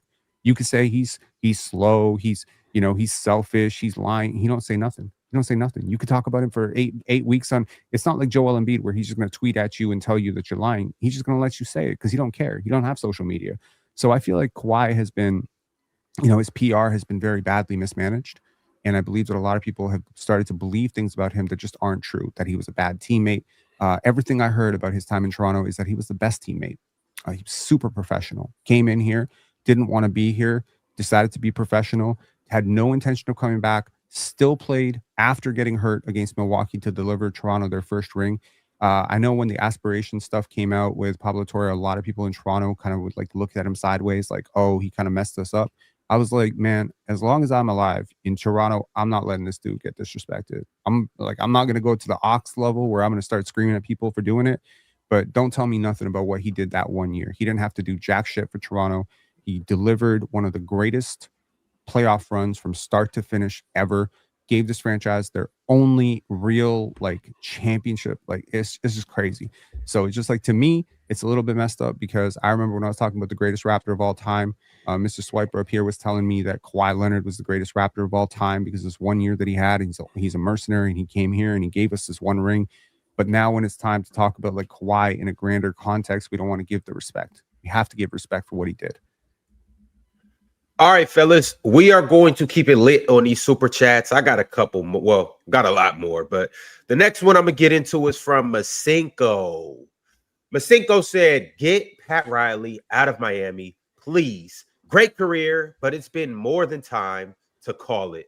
I'm sick and tired of being sick and tired. Y'all remember what I told y'all yesterday? Y'all know Pat Riley is 82 years old, right? Yeah. I just want to make sure that y'all remember that. Pat Riley is 82 years old. Y'all remember what I told y'all? Okay. What do they want, though? I don't get it. What are they asking for? The amount of Well, I think Miami Heat fans are. The amount of Miami Heat fans I have that that have wasted so much energy hoping and praying that they get some of the guys that they've been linked to. Everyone from Kyrie to KD to Donovan Mitchell to Ja Morant to Giannis now to Bradley Beal to Damian Lillard. There's been so many. The Miami Heat fan base have been linked to all of them. They've been living and dying on these reports, and it's a shame, man. And I feel for them because the league is better when they're competitive. But maybe. And I've said this openly. I think the game's passed Pat Riley by. I think it's time to move into a different direction. But I think Pat Riley also. Are the Heat not still one of the 10, 12 best run organizations? If the game has passed him by, what is it doing to whoever's running the Chicago Bulls right now? Oh, they're poorly run. I think that most front offices are actually pretty poorly run. I just think that Miami's in, and I've said this before, Miami, you can make an argument it's in the worst spot in the league, man, where they're competitive enough to be in the play-in every year, but you're never high in the lottery. You know what I mean? Sucks, yeah, and it's just that mid spot is very tricky. Yeah. You've got two guys that they can't be 1As on a championship team. They're more supplementary guys. Bam's had an opportunity to be a number one option this year, hasn't delivered. Tyler Hero has a ceiling. There's all these different things that are happening in Miami when you feel like there's some star power away from really making some noise, but they keep missing out on all these guys. Okay, Damian, let me hold your feet to the fire here. You could have a GM job. You got to stay for 10 years though. Okay. How low is Miami on your list of GM jobs that you want? Because I'm gonna tell you right now, for me, they're top 5, top 6. At the top of the list for me. Yeah. I mean, it's right down the street for you, Joe. Sure, It depends on how much control you have, Damian. The weather is great. The taxes are great. The organization is, it's not a legacy franchise, but it's got a really the women are great. It actually is a legacy franchise. Yes, it is a legacy franchise. 100%. How do we define legacy franchise? So do we define legacy franchise? You mean like a relative new? Yeah. So let's be clear. They've been around for almost 40 years. Let's be clear about that, man. It's not like they just showed up like 10. Yeah, they showed up in 88. It's almost 40 years ago. Okay. They've been around for a long time. If there's six legacy franchises, they're a legacy franchise. Okay, cool. And with that being said, they have solid infrastructure. So you figure, Chill, you work for a company, a corporation for a long time, and I think you know that even if you're a GM or a manager, a corporation don't all have general managers. So let's say manager, project manager, whatever. If your boss, Chill, is still not someone who empowers you to do your job and has still more personnel control than you do, I mean, like you can make good money, but if your work situation isn't great because somebody is constantly underhanding you, sure. The job still, it can be terrible. So I don't know how much control Riley has. Like if Riley is overbearing behind the scenes, which I've heard with players he is, I don't know how he is with like the personnel, then there's a reality show where that job could, even with all the perks and benefits, could still be something that's not as ideal because it depends on how domineering Riley would be. But and he has a right to be too because he's a great historical piece in the NBA. So sure. He has a right to be. But as to Damian's point, being 82 years old, stuck in your ways, and you won multiple championships at multiple spots in multiple roles, that can be hard to manage. But Chill, you would know about this because your cousin played in Miami. I'm sure you've heard some stuff about Pat Riley, and I mean, I've heard something very different to Swiper. I've heard that players still very much revere him and accept him, but that maybe certain things that he does are a little bit old school. Well, to give you a little tidbit, during the finals in 2006, Pat Riley had a police officer on the floor where we stayed. If you weren't a part of the team, you couldn't come on that floor. Nobody was allowed there. Is that a good thing? Yes, I 100% think it's a good thing. Yes, absolutely. And I forgot about that, but the LeBron story too, Chill. Lou Banks in the chat brought up the LeBron and his cookies and all that stuff. But that's also small things too. Again, that's just a very, very small thing. Again, I'm not speaking declaratively about any of this. I am saying though that ranking jobs for me is also about freedom of movement. And if you're a GM, you still are beholden to an ownership group, and that ownership group is, they got to be involved at all times. Like for instance, Penn, I think the opposite and Chill. Hey, I got an organization, Chill. They're the most valuable franchise in the league. They got the most money in the league. They got the most publicity in the league. You're gonna make the most money out of any GM in the league, but you got to work for Jerry Jones. You know what I mean? Like you just well, even still, what would be your number one NBA job if you could take? But you have to stay for 10 years, and you can't say Denver. No, Cronkies. I don't pay much in the front office. I mean, the Warriors are obviously close up there. Rebuilding after Steph. Okay. I mean, James Jones was with the Suns for a long time. There have been some GMs that have been around for a long time. I feel like there's somebody I'm forgetting that just got released in the last, but he was there for like 15, 20 years. I can't remember who exactly it was. So your jury, the Raptors been Toronto. Yeah, the Raptors are no longer. Jury was there from 13 to this summer. But I do understand. I do understand. Brooklyn will be a nice spot. Brooklyn would be a good if you're giving creative there control for a long time, Chill, and make. But the problem is as well. The problem is, Chill, is Swiper as well, is that sometimes sometimes guys are double hatting roles in the front office as well. Like Rob Pelinka is not just the general manager; he's also the head of basketball operations. So he has like a bigger say operationally in the infrastructure, whereas some guys are only general managers, or some guys rely on ownership's input because some of the owners are not basketball people, and some owners are. So that also plays a factor in how much they're involved in decision making. So you're right; it is situation by situation is different, which is very interesting in the league. But the head of basketball operations, president, general manager, these are tier rankings between the terms. So if your team only has a head of basketball operations, but they don't have a general manager, they don't have a president, that's just the head honcho, right? Like what I learned when the Raptors let go of Masai Ujiri as president and then they didn't fill in that vacancy is that there's absolutely no set way to do this in hockey or basketball. You could have a co-general manager. You could have a general manager. You could have two general managers. You could have that situation that they had in Denver where they were letting two guys kind of run the show. You could have a president and a VP. Like it's really no set way. It's just basically basketball leadership in your front office. I really like the job that Kevin Pritchard has in Indiana. Not that I would want to live in Indiana. And I think he actually has done a good job in Indiana. He's done a great job. He's a fantastic. He's done a really good job in Indiana, no doubt. How would Chicago would be one of my top destinations? I would love to restore that franchise to their previous glory. Don't confuse somebody doing a bad job with it not being a good job. You just suck at it. Somebody else might come in here and actually do a good job. That's all. Like this is actually a really good job. You just not doing a good job at it. Somebody else could come in here and turn this thing around and turn this into something really viable. So don't confuse the two. It's not like the Bulls. Chicago's a basketball city too. 14 chill 14 guards and 14 second round picks. Do your business, man. It's great. Yeah. Chicago's supposed to be a good basketball team.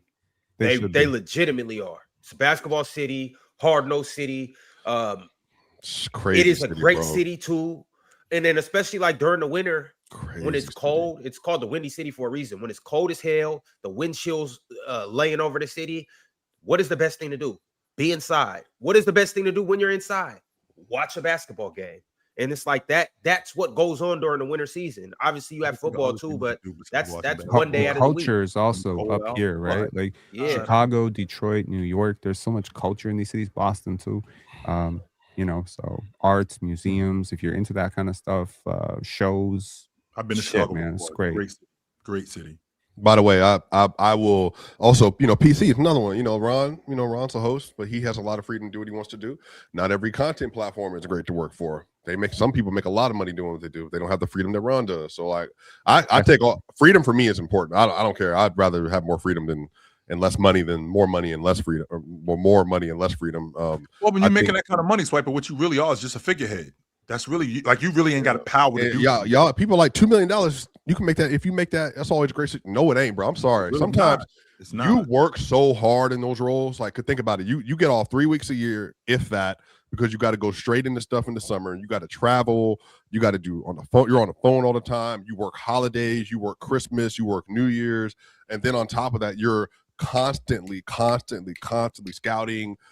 I mean, it's just a lot. Like, I just think that you have to put into account, if I'm going to work this hard and like to the bare bone, I want to make sure I'm being compensated well. I need and I'm some also more say so too. I do. I need some more say so. 100%. I do. Yeah. So, as you were saying. All right. The next super chat is from Hunter TV. And by the way, we have just under 90 minutes left until the trade deadline ends. So we are going to keep you guys posted. I'm not sure how long we'll be live, but once again, trades are still active and they still could happen. So you guys keep your eyes peeled, stay locked into the panel, or turn on your notification bell so you can know what's happening. But Hunter TV sent through a super chat and said, whoever got the voodoo dolls of Nuggets players, for the love of God, please stop. Peyton Watson hammy and Spencer concussion. Ball Arena might as well be turned into a hospital. When Peyton Watson went down yesterday, I was like, this can't keep happening, man. Like, you were finally getting guys back. Like, you were finally getting like Voot. I'm sorry. Valanciunas is back. You got Joker back, right? Murray is good. You were finally getting, okay, we got our guys back. And here we go again with this bullshit. Damn.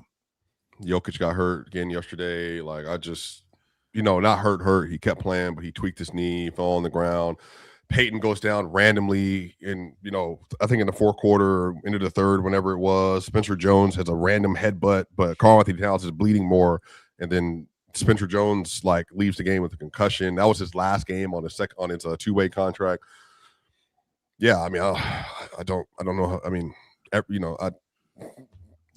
There's nothing you can do about it. All-Star break. I hope post the All-Star break they can get healthy and be healthy for the playoffs, man. Because that's my one fear, that this team isn't healthy and whole come playoff time. Because we know they're going to be good if they're healthy. They just need to stay on the floor, man. And there's nothing. You can do about because we had this conversation so many times. There's nothing you can do about the injuries they're running into. It's a you do hyperextended knee with Cam, hyperextended knee with Jokic. It's a hamstring randomly with Peyton Watson. It's a hamstring with Aaron Gordon, and then Jonas Valanciunas has a calf strain in Toronto that puts him out. Like, there's nothing you can do about that. Like, there's no fixing these situations, and it's not like they're not working out, and it's not like they're not like going to lift after games. They are. It's just randomly, man. It's just those guys are out of shape. That's the only explanation for those hamstring injuries. Another bad troll from Mars. Shout out to you, bro. Awful, terrible. Not troll. I wish we had a soundboard. They're out of shape. That's what I learned. Hamstring injury means you're out of shape. It's Mr. GQ to you. Sent through a super chat and said, "Chill, about to be tossing Ron out of PC weekend like Uncle Phil used to toss Jazz out of the house. A transition slide of that would be fire." Wait till I see Ron. Y'all need to recreate that. You need to recreate that for sure. Wait till I see Ron. It is so on when I see him. I'm talking about on site, Damien. And you could toss him around. You got the countdown clock somewhere too. I'm saying, as soon as I see this dude, it is on site. And Ron weighs like 135 pounds, so you could do that easy. Well, you guys know what's cool?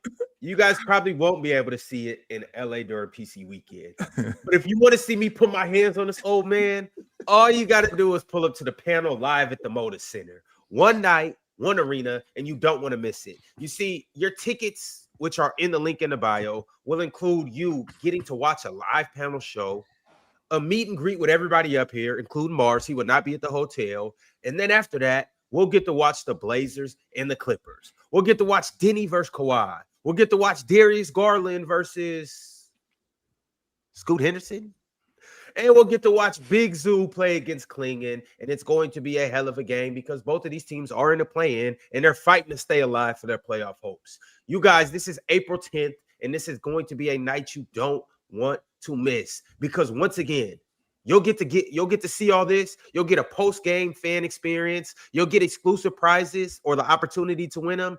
And once again, you will get to see me put Chill in a headlock or a leg lock or or a full Nelson. We'll see. I'll have you guys vote on a poll, and whatever you guys agree to, that's what I'll do. However, you guys get to see all of that.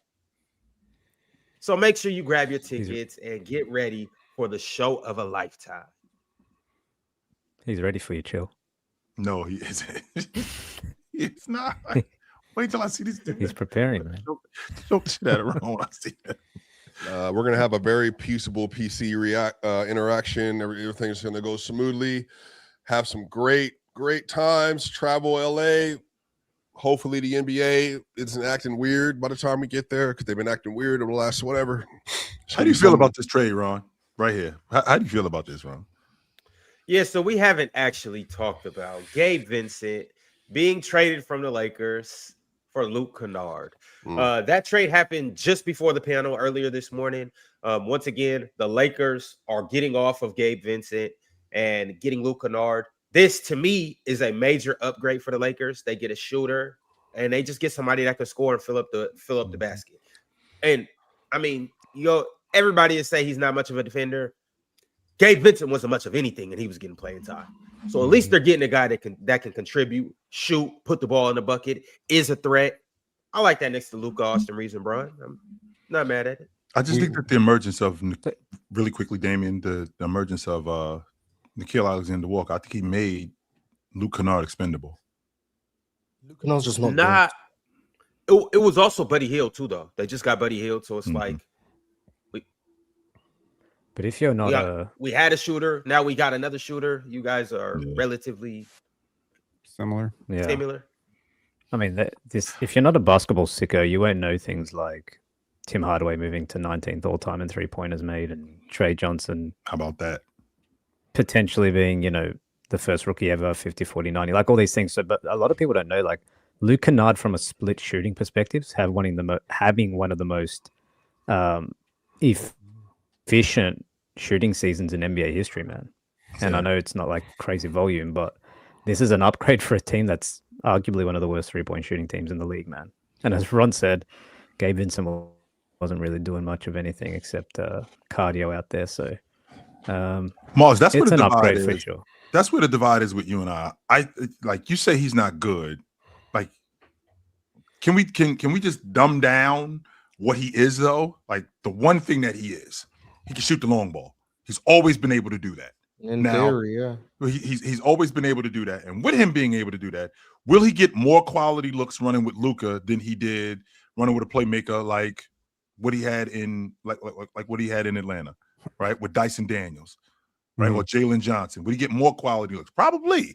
So it's I think it's gonna look different, you know, when he's standing at the long ball line and James is kicking it out to him, or Luka is kicking it to him in transition, as opposed to Dyson Daniels making plays for him. I think it's going to look a lot different. Because what I don't want to do, Mars, another unplayable defender who doesn't shoot threes unless they're wide open. And you know what? I think He's that gonna be butt naked wide open though. Yeah, sure. And even then, you'll be lucky if he shoots 4. Shout out to him.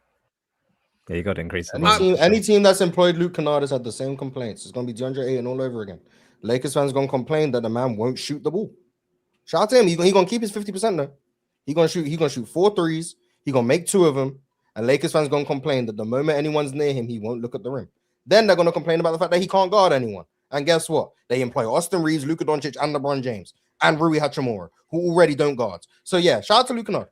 Golf clap. He's going to be unplayable in the playoffs. He's going to shoot 4 threes. But you know what? He's better than Gabe Vincent. So it costs nothing. I'm not complaining that they made the trade, but acting like he's going to make a difference for them. No, he's not. He's not. I do think especially in the playoffs. Yes, in the playoffs, I'm 84% sure Luke Kennard will play about 12 minutes a game in the playoffs. And in those 12 minutes, the open looks. In those 12 minutes, he'll look at the rim once and get fried on defense. That's what. Because if Morant and me had this conversation about him as a go get it type of dude. Well, he gets out in transition, playing with Luka, playing with James. He's spotting up at that long ball line, and I think he's going to get a lot more open looks. To your point, Mars, and he's going to crack them. So even if I do get 15 minutes and I get 2 or 3 threes, that could be the difference in winning and losing games. Well, here's the thing. He opens up driving lanes mega for Luka. Now, again, having someone like Rui Hachimura there, that's one thing. Gabe Vincent, that's another thing. There's a quality of shooter that you cannot leave. You cannot leave him. And he is one of them. Yeah. So any point, he's at nearly 70% effective field goal percentage this year. Granted, you can complain about the volume all you want. His true shooting percentage is in the 98th percentile. His shot quality is in the 100th percentile. 100th percentile. He leads the league and in his three. And his when you have 100% shot quality. Okay, but his 3-point attempt rate, to your point, is in the 85th percentile. So that's based on a percentage of his shots, is it not? Yes. Yeah. All he does is shoot threes, but that doesn't mean he shoots a lot of threes. Right. So again, like per 100 possessions, you love that stat. What's he shooting? Like 8 threes per 100 possessions? Yeah. 7.5. 7.5. Tell me what. But that's not high volume for a player of Luke Kennard's caliber. That's terrible. But given that, has he ever played with a shot creator as good as Luka, who's going to create as many open looks as Luka? Because again, so here's the thing, Lars. You are measuring the threes that he takes. I am measuring the threes that he doesn't take on account of the fact that he is not open, and that volume. You're not a great shooter if all you do is shoot open. I'm sorry, like. No, I agree. Tell me one shooter of Luke Kennard's caliber who's 100th percentile in shot quality. That shit doesn't make sense. That's counterintuitive. That means he only shoots good looks. He only shoots a shot that is guaranteed to go in. So shout out to him, he makes it. You give him credit, golf clap. He makes 50% of his threes. Fantastic. 100th percentile shot quality is criminal. Buddy Hield, I can guarantee you, is not 100 percentile shot quality. We know Steph Curry's not 100. We know those guys are not 100 percentile shot quality. You know why? Because good shooters have to shoot with a semi-contest. They have to shoot where they have to pump fake a closeout and shoot a sidestep 3. If Luke Kennard has to do anything that isn't a wide open 3, he's not going to shoot the ball. Memphis fans complained about that and he became unplayable in the playoffs. Hawks fans got him this year and complained about the same thing. Luke Kennard does not shoot any shots that you don't expect Luke Kennard to make. And when he's only going to take 3 of them a game and is going to get unplayable on defense, that's not a viable strategy. Now, I will say once again, I'm not saying it's a bad trade because he's better than Gabe Vincent.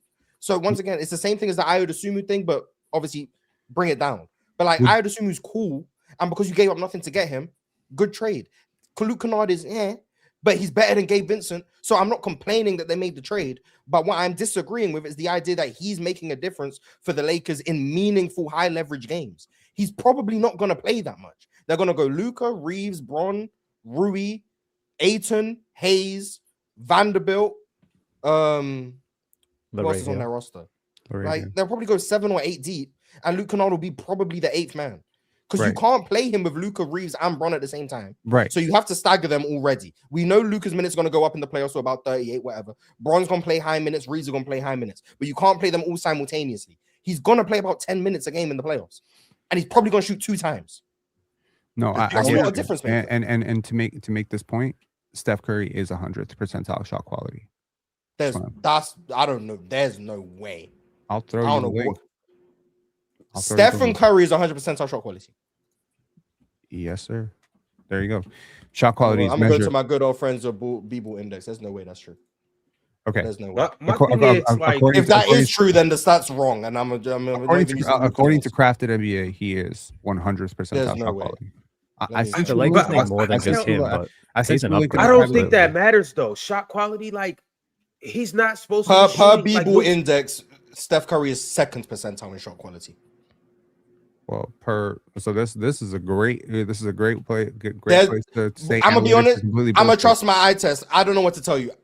If you think Steph has 100% shot quality, then But shot quality is a measure of the shots that are good for you, not the shots that are good for Steph everybody. doesn't shoot shots that are good for anyone. He's just good at making bad shots. Yeah, but they're good for him because They're still not good for him. They're still bad shots.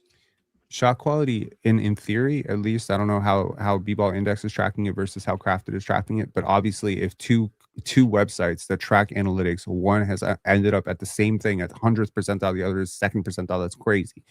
To me, shot quality should measure how good are you at consistently taking the shots that you are good at.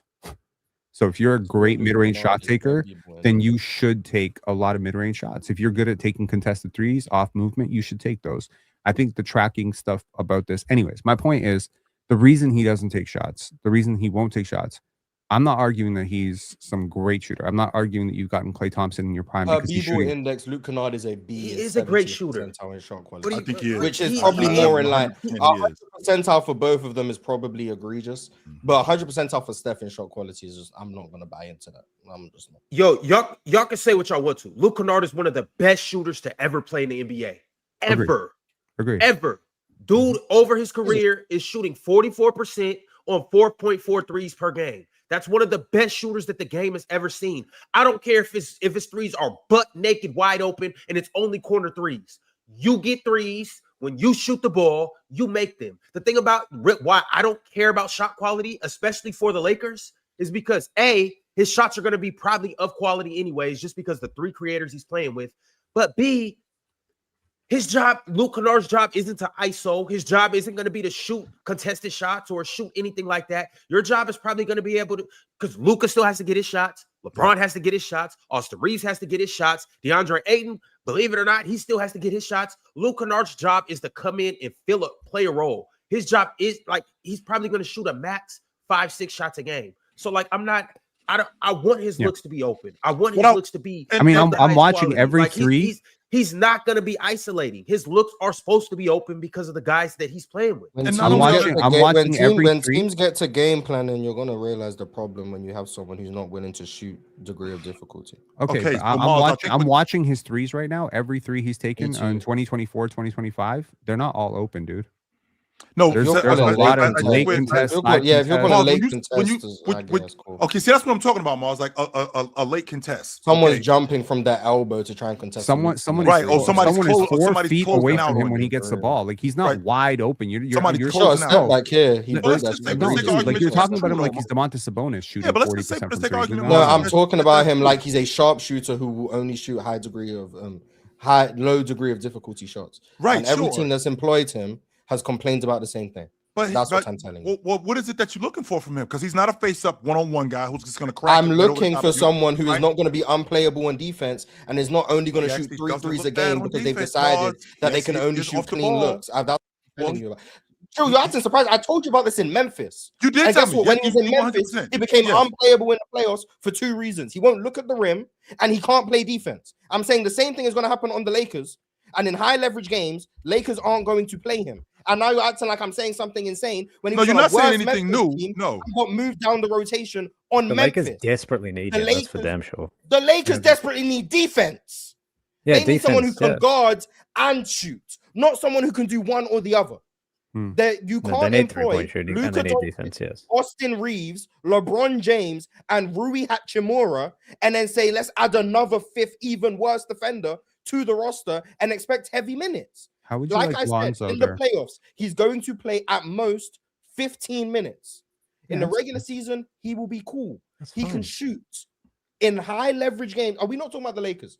The Lakers, their Yes, goal we is just talking about the Lakers, Mars. That's going it. far in the playoffs, is it not? So in high leverage situations, a 15 minutes a game guy who is going to be terrible on defense and shoot 3 times is not a needle mover. Like I said, not complaining about the trades. You traded Gabe Vincent, who sucks. So I'm not saying don't make the trades. What I'm saying is don't pretend like it moves the needle. 2 different things. Once again, because someone asked me, am I saying Gabe Vincent's better than him? No, that's not what you're saying. he is better than Gabe Vincent. I would probably still make the trade if all you had to do was give up Gabe Vincent and a second. But to pretend like And I he disagree is a with you.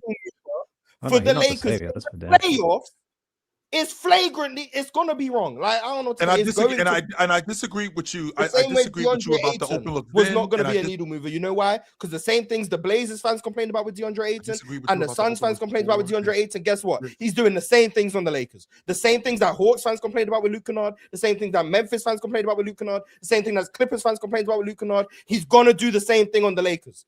That's how it works. These players don't just magically change. About though, because again, if him not shooting the ball. No, I get what you're saying, Mars. Right. You said that you said that he wants him to be a month gunner. ago, Mars. You said that 5. No. I want him That's to be not a what he good wants. player, No. ideally. That's No, what I want. which he actually is. Which he is. I think that he's quite clearly a negative impact player. Quite clearly. I think that I can't. The Hawks are a worse offense with him on the floor, and he shoots 99%. I mean, see this. Someone explain that. Explain how the Hawks are a worse offense with Luke Kennard on the floor.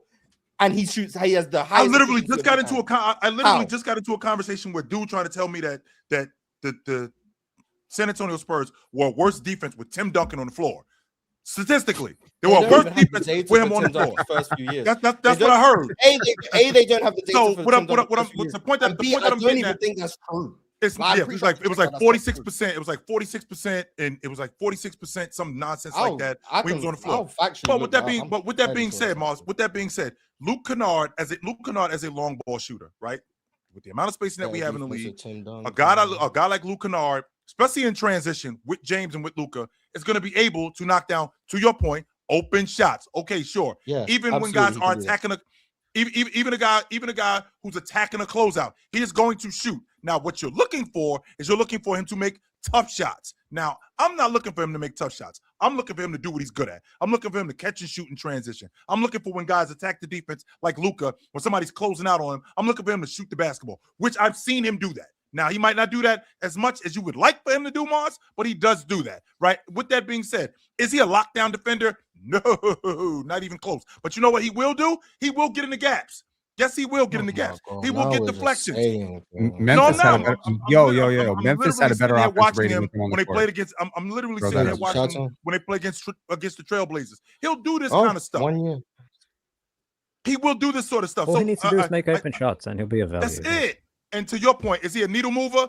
Mars, this is the same situation that I said. This is the same thing I said about Jose Alvarado. He may be more of a situational guy when he's with the Lakers. He may be a guy that he might not play 2 or 3 games, but he might come in and crack 4 or 5 threes and push them over the top. So I think this is good for the Lakers. I 100%. It's not bad for the Lakers. The Lakers need a lot. The Lakers need a lot. Like, let's not sugarcoat it. The Lakers need a lot. But this is an upgrade in the shooting. And you probably take it because Gabe Vincent was terrible. Yeah. All right, there are 2 years in Tim Duncan's career the Spurs were better with him off the floor on defense, and both years were marginal at best. And it was 2009 and 2014, and it's marginal at best. 2 years. So whoever told you that was lying. There you go. All right, fellas. The next super chat is from Reginald Debra. Reginald said, first, Nuggets and Raptors are buns. I agree. Second, Jamal is a 300 Chrysler 300, and Brunson is a Bentley. I agree with that.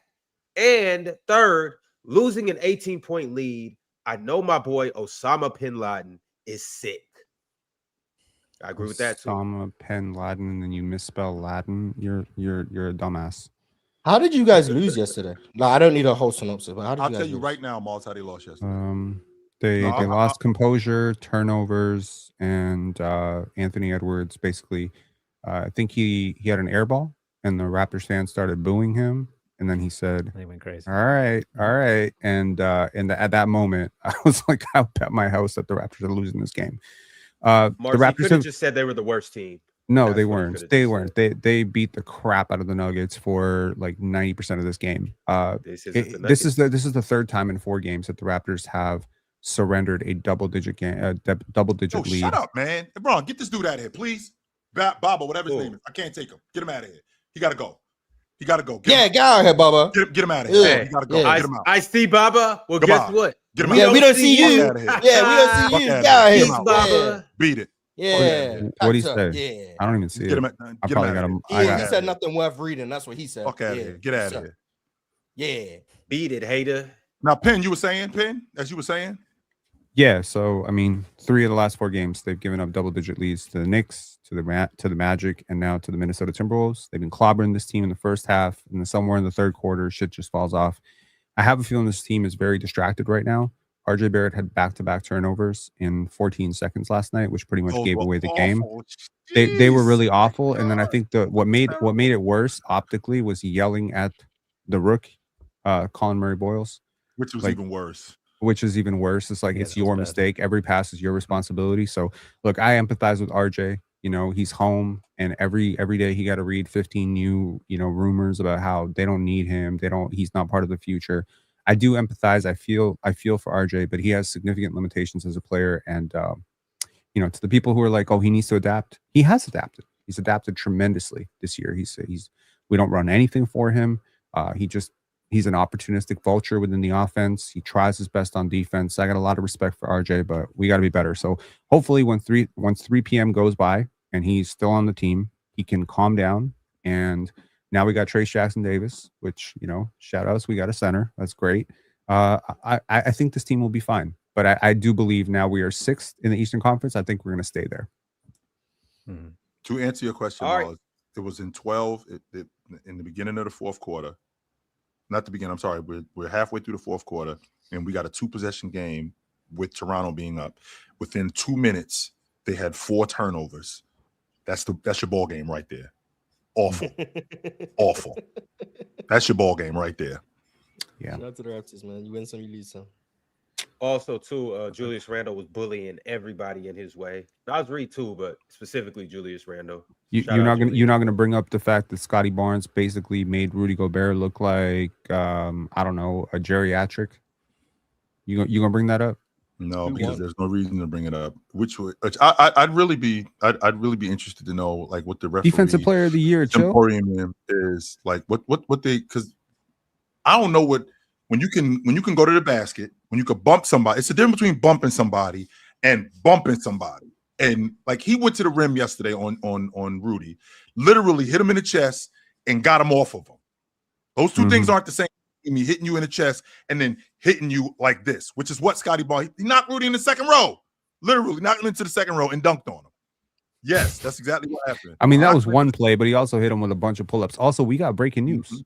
We got breaking news. We got a trade. The Chicago Bulls are trading Benny the Bull for a 2nd-round pick. Oh my god! As you were saying, Ron, I'm sorry. Fellas, I gotta run. I'll see you next Later, week, Dame. and I'll see you next week. Yes, sir. Yes, sir. Yes, sir. Be real, Damien. All right, LeVar B. Ballin said, Penn trying to hint that Kawhi is more mentally tough than Bron is funny as F. Also, Ox got cooked so bad, he's mad at Chill for not defending Kawhi instead of Mars for smoking him like a backwood. I can't believe you guys think Kawhi's a better finals performer than Steph. I didn't say that. Yeah, I'm talking about the guys who was disagreeing with me. Mars, that was a good backwood? I don't smoke. Smoked Ox. Ian Vasquez 8301 said, on God, I'm done with Miami. If we don't get Ja Morant, we stopped going for we stopped going for him because of Giannis. They better pivot to Ja. These false hopes they have given us all these years. I want some good news. What false hope? The Heat fans just want a big name just to say they have a big name on the roster. Yes, that's all it is. And it's the same Miami Heat team that in 2026, they was in the NBA championship, they were in the Eastern Conference Championship 3 times in the last 6 years. It was in the NBA championship twice in the last 6 years. But this false hope. What do you mean false hope?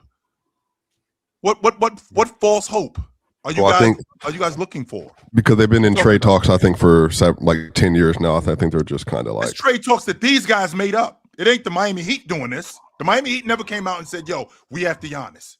They never said that. That's stuff that you guys. The only one they was really going after was Dame, right? And even Dame, they weren't trying to give up the whole right. For everyone else was kind of like, oh, Miami. That was shit that you guys made up. Yo, we should get Giannis. Yeah, let's get Giannis. And if you hear it 200 times, yo, the Heat are after Giannis. No, they're not. No, they are not.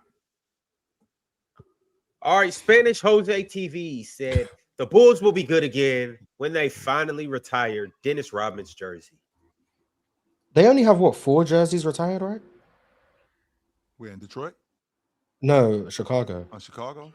Yeah, it's Jerry Sloan, Derrick Rose, Michael Jordan, Scottie Pippen, Bob Love. Oh, and Scottie Pippen. So 5. Bob Love. I think, they only have 5. Mm-hmm. Luke TX35 said, y'all need to peep Dalen Swain. Dalen Swain at Texas. 66 true shooting percentage in college, 66% from 2. 18, 7, and 3 is his stat line.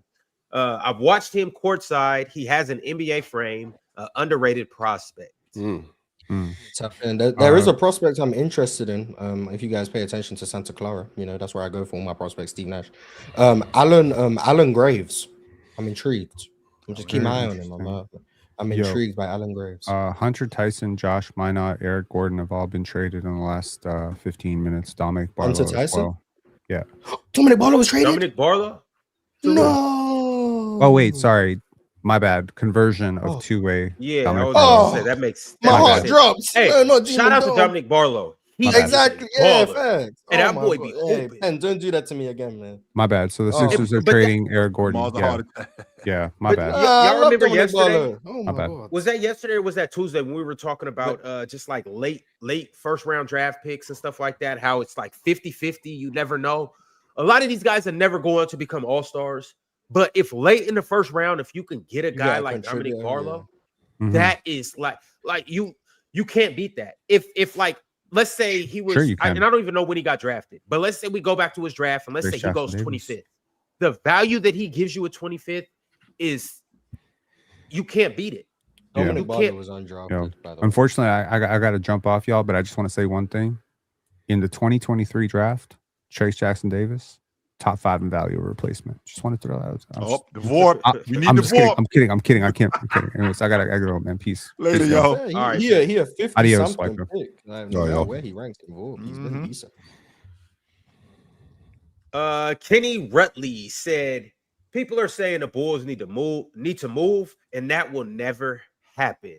They are making too much money in that arena. Front office just doesn't care. Yeah, I will say if Mars, there's ever a city we can actually get you to, you'll like LA. LA is just that there. It's going to be a very busy city, a lot of traffic, a lot of highways, like a lot of standing traffic. There is in Chicago. You might like LA. You don't seem to have an affinity for beaches. But if I said there was a city you would probably, if I guess, love because of the food and like all the stuff that you could do there, Chicago would be like it's the very top of my list. It might be my favorite American city. It's an exceptional city. It is humongous as well. I don't know, like have you been to Paris, Mars? Yes. Paris is massive, isn't it? So it's a sizable location. I think just might correct me wrong in the chat. Chicago might be bigger, but I'm not sure like if it is or not. But like it might be similar size at least. If you look at Chicago and you stand in the sky deck, chill. Mm-hmm. You have to go around the other side to see out into the other side of Chicago. Chicago is like Chicago is 6 times bigger than Paris, apparently. So exactly.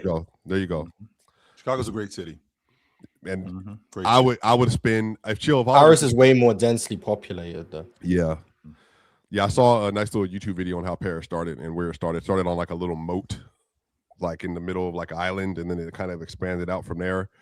And then now it's like this is crazy city, but Chicago's crazy, man. Like some people like Paris though, so shout out to those people. Yeah, definitely shout out to those some people.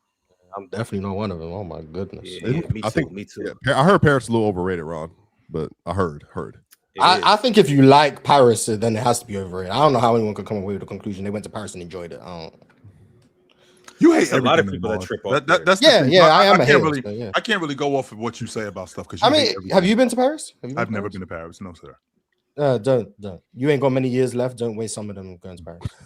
Barcelona, Melbourne, Australia are on my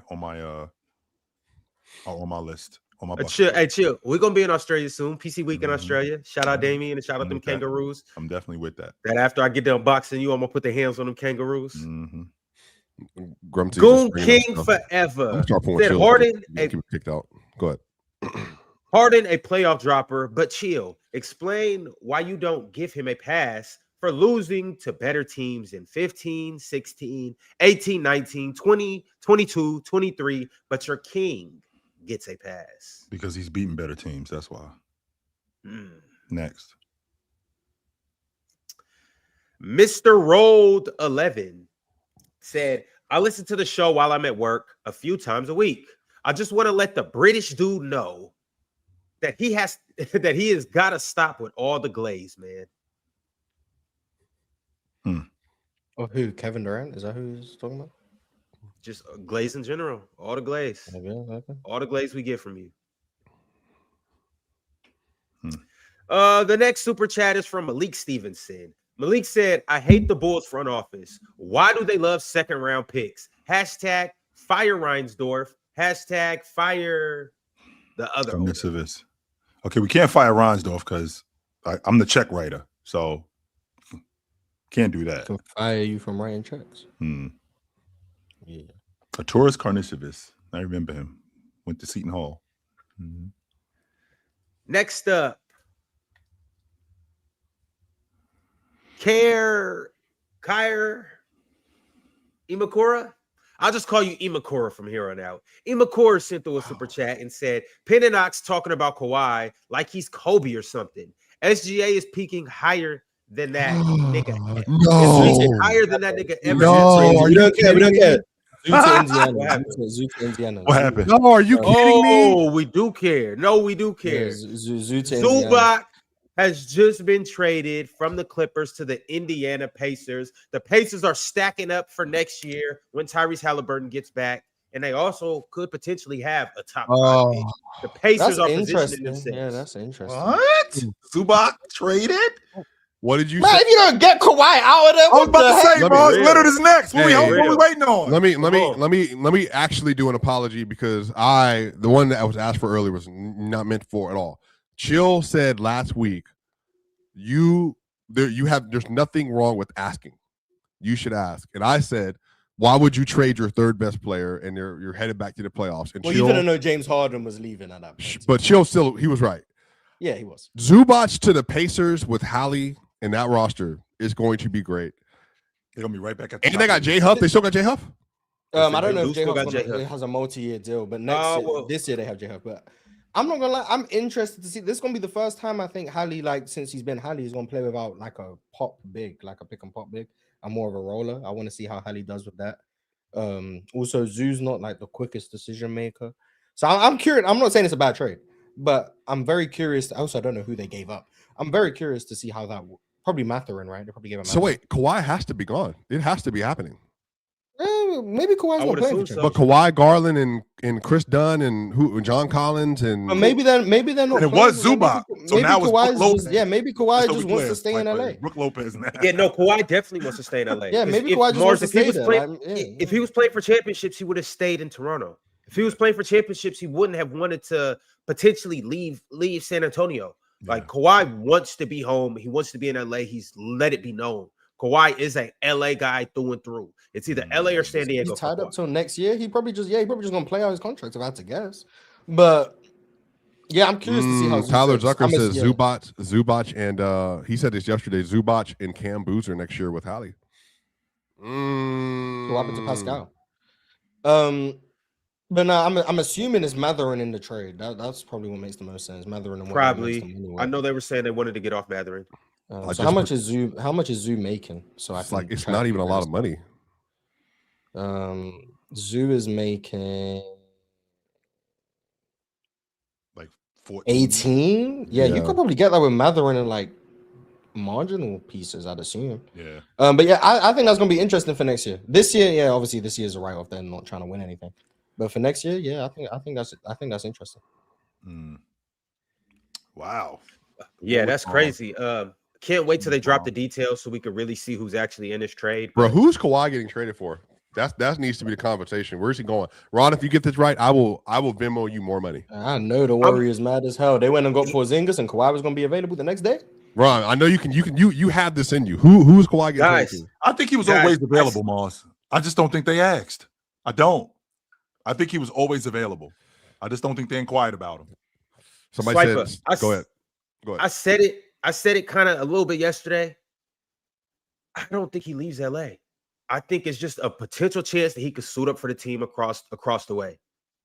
I really do. And that's the only way to guarantee. Rui and the first and yeah, it will probably be something like that. And if I'm the Lakers, the way Kawhi's playing, bye Austin. We get a defender. We get a defender. We get now. Obviously, Austin has his upside. Kawhi, could potentially only have one or 2 or 3 more years. So the Lakers are gonna luck into Luka and Kawhi for nothing in back-to-back years. Well, now this is a whole lot of projection, but yes. Yeah, shout out to also back to the super chat. Yeah, I think SGA might be peaking higher than Kawhi, but I think SGA might be peaking higher than a lot of people, not just Kawhi. He's just that good. I don't think that's a knock. Can't wait to have that conversation. Yeah, I don't think that's a knock on Kawhi. I think that's just SGA's great. I need to know where this is happening because if you guys gonna give Hunter Tyson a tribute video, Swiper? No. By the way, so what happens with the Clippers pick now? Like, are they just going to still suck and give it to OKC? Oh my god! That's what I'm saying. That's the first. Yeah. Oh my! That's why they got to keep Kawhi. They can't give OKC. Yes. Derrick Jones Jr. just came back yesterday. Yeah, he did. Even if they, like I told you, Mars, they're going to miss the playoffs, bro. No. If you end up being right, go clap. But you did not expect them to blow up the roster. Don't do that. If they get the number one pick because they ended up blowing up the roster at the deadline, even though they started hooping, you get golf credit. You get a teeny bit of credit. Not because of them blowing up the roster, but they're gonna miss the playoffs, Mars. But chill. Now it looks pretty much like a full. But if Zubac is gone, and Jokic is averaging like 40 on 100% shooting versus Minnesota, who's guarding Denver other than OKC this year? Yeah, other than the team that's going to guard him. Yeah. Zoo is gone.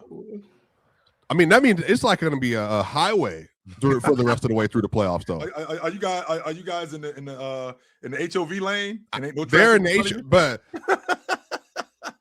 Spurs. Why was Jokic 1 for 13 from 3? Because I think after he hurt his knee, bro, I think he did not want to go inside anymore. I think after he had that little incident yesterday, and he overblew his minutes by 14 minutes yesterday. I couldn't believe my eyes. I was. Can we get through these super chats really quickly? Yeah, I got you. There's a bunch of them in here. I wish StreamYard, if you're watching, I wish what you could do is you could itemize them according to the value of the super chat, top of the chart. I don't think I can do that myself. So shout out. Let's get to a $5 super chat. We read that one. Of course, you didn't get rid of him. Of course. Hunter7 TV, $5 super chat. That dog, sure as S, wasn't there in the up 3-1 in the bubble. No, he wasn't. In regards to Kawhi Leonard. Yeah. You know Kevin Durant, of anyone who's played 5 or more Game 7s, averages the most points in NBA history in Game 7s. Yeah, that's a common. That was James, by the way, but then now KD averages 36. Yeah, it was James. Catch up, Ron. It was Jordan. 4.9. You don't like that. Jordan, then it became James, and then now it's KD. Forget the 5-game sample size. You know Buddy Hield averages 33 in Game 7s. Please, what Game 7 was he in? Last year against Houston. It was in Game 7 last year against Houston. It was last year against Houston. He had 33. It's his only Game 7. He averages 33. Yo, what is the trade? I need the trade details for Zoo. Yeah. I need the trade detail. They're still It's not Benedict Mathurin and probably Isaiah Jackson because I'm a genius. Hunter Tyson has been traded. Yeah, Hunter Tyson. Is it to Brooklyn? He got traded to Brooklyn. Yeah, and they got Josh Minot as well, right? no. Oh, who got Josh Minot? Oh no, Brooklyn got Josh Minot from that's what I'm saying. Boston. Yeah, from Boston. Yeah. I think Josh Minot can be cool for them. I know that's Penn's guy. Penn likes Josh Minot. I think he can be cool for them. He's better than like Zion Williams. All right, fellas. The next super chat that we got is from Jordan and Mars. Nap together? I don't know what that means. It's from when they were roommates. And then it has swipe. Oh no! Oh no! You got another one? No! This is. I mean, it's good though. You got another Benedict one? Mathurin going to the Clippers part of the Zubac trade. I just said this, Mars. I just said this. If you look at my tweet, the Cauchy tweet that I just put out, I just said Benny should be the target for anybody else that's available on the trade deadline. It should be Benny. I think Benny is going to be a star. I believe in star. Oh, you think he's going to be a star? I think he can be. I think he can be one of the better, like, I don't want to say sixth men, but like his ability to score and get to the free throw line is extremely valuable. Mm-hmm. But like everything else around his game is so, that like I don't project star, but I do see someone who can be like major scoring value. Like this year, he's averaging like 17, I think. Now, bad team. But Mars, but here, brother, here, listen to me here. This is why this Kawhi makes more sense now. You have Benny. You already have Darius Garland. They're going young. And they have John Collins. They're young. We're starting over. You don't need Kawhi anymore. He's 35. He's my age. Yeah, but Kawhi wants to be in LA. Brother, Probably. we have I don't know Kawhi. We haven't think about I'm Marsh. I just want to think about this. We have an injured Maybe point Phoenix guard for currently. Kawhi? Oh yeah, Kawhi, come on down. Come on For down. Denny, Wait, not for Jalen Green. No, Jalen Green. Phoenix. Yeah, for who did we Dylan just acquire? Brooks Cole and- Anthony and Amir Coffee. Yeah, come on. So Dylan Brooks and It would be Jalen Green. It would be Jalen Green. no. It would be Jalen Green. The Clippers It would be Jalen Green. The Clippers do not want Jalen Green. It would be Jalen Green. Why would they want Jalen? They don't want Jalen Green. Stop. It would be. You just said they're going young. They would get the 24-year-old guard. I doubt that they would. I mean, they could. No one wants Jalen Green on the roster. It would be Jalen Green. I'm just letting you know what it would be. It would be Jalen Green. Mars, why would you do that to the Clippers? They're trying to get better. You just said they're trying to go young. I would still rather have Dylan Brooks. It would be Jalen Green. Dylan Brooks is in his 20s. It would be Jalen. It might be Jalen Green and Dylan Brooks for $50 million. It might be both of them, but it would be. I just predicted this, bro. Kawhi's gone, bro. I'm sorry, bro. There's no way. There's no way. Kawhi's way. It has to be. Man. I believe in Kawhi. There's no Kawhi way, loyal to the soil, man. Kawhi staying in LA. He not going nowhere. I literally just said this. Dylan Brooks just turned 30, by the way. Yeah, exactly, you liar. Yeah, frauds. Bro, that's young. Hell no, that's not young. Basically the same age as Kawhi. 5 years. He closer to Kawhi's age than my age, which means he old. The super chat that we had from Jordan and Mars nap together is tell Penn he is lucky. I'm not there to cook his moldy hat ass about Kawhi. This is why everyone cooks him, because he cooks himself. Penn, take your puka hat off, because I said so. Well, Penn does think Kawhi Pete's higher than Shaq, so it would make sense by like he's higher on.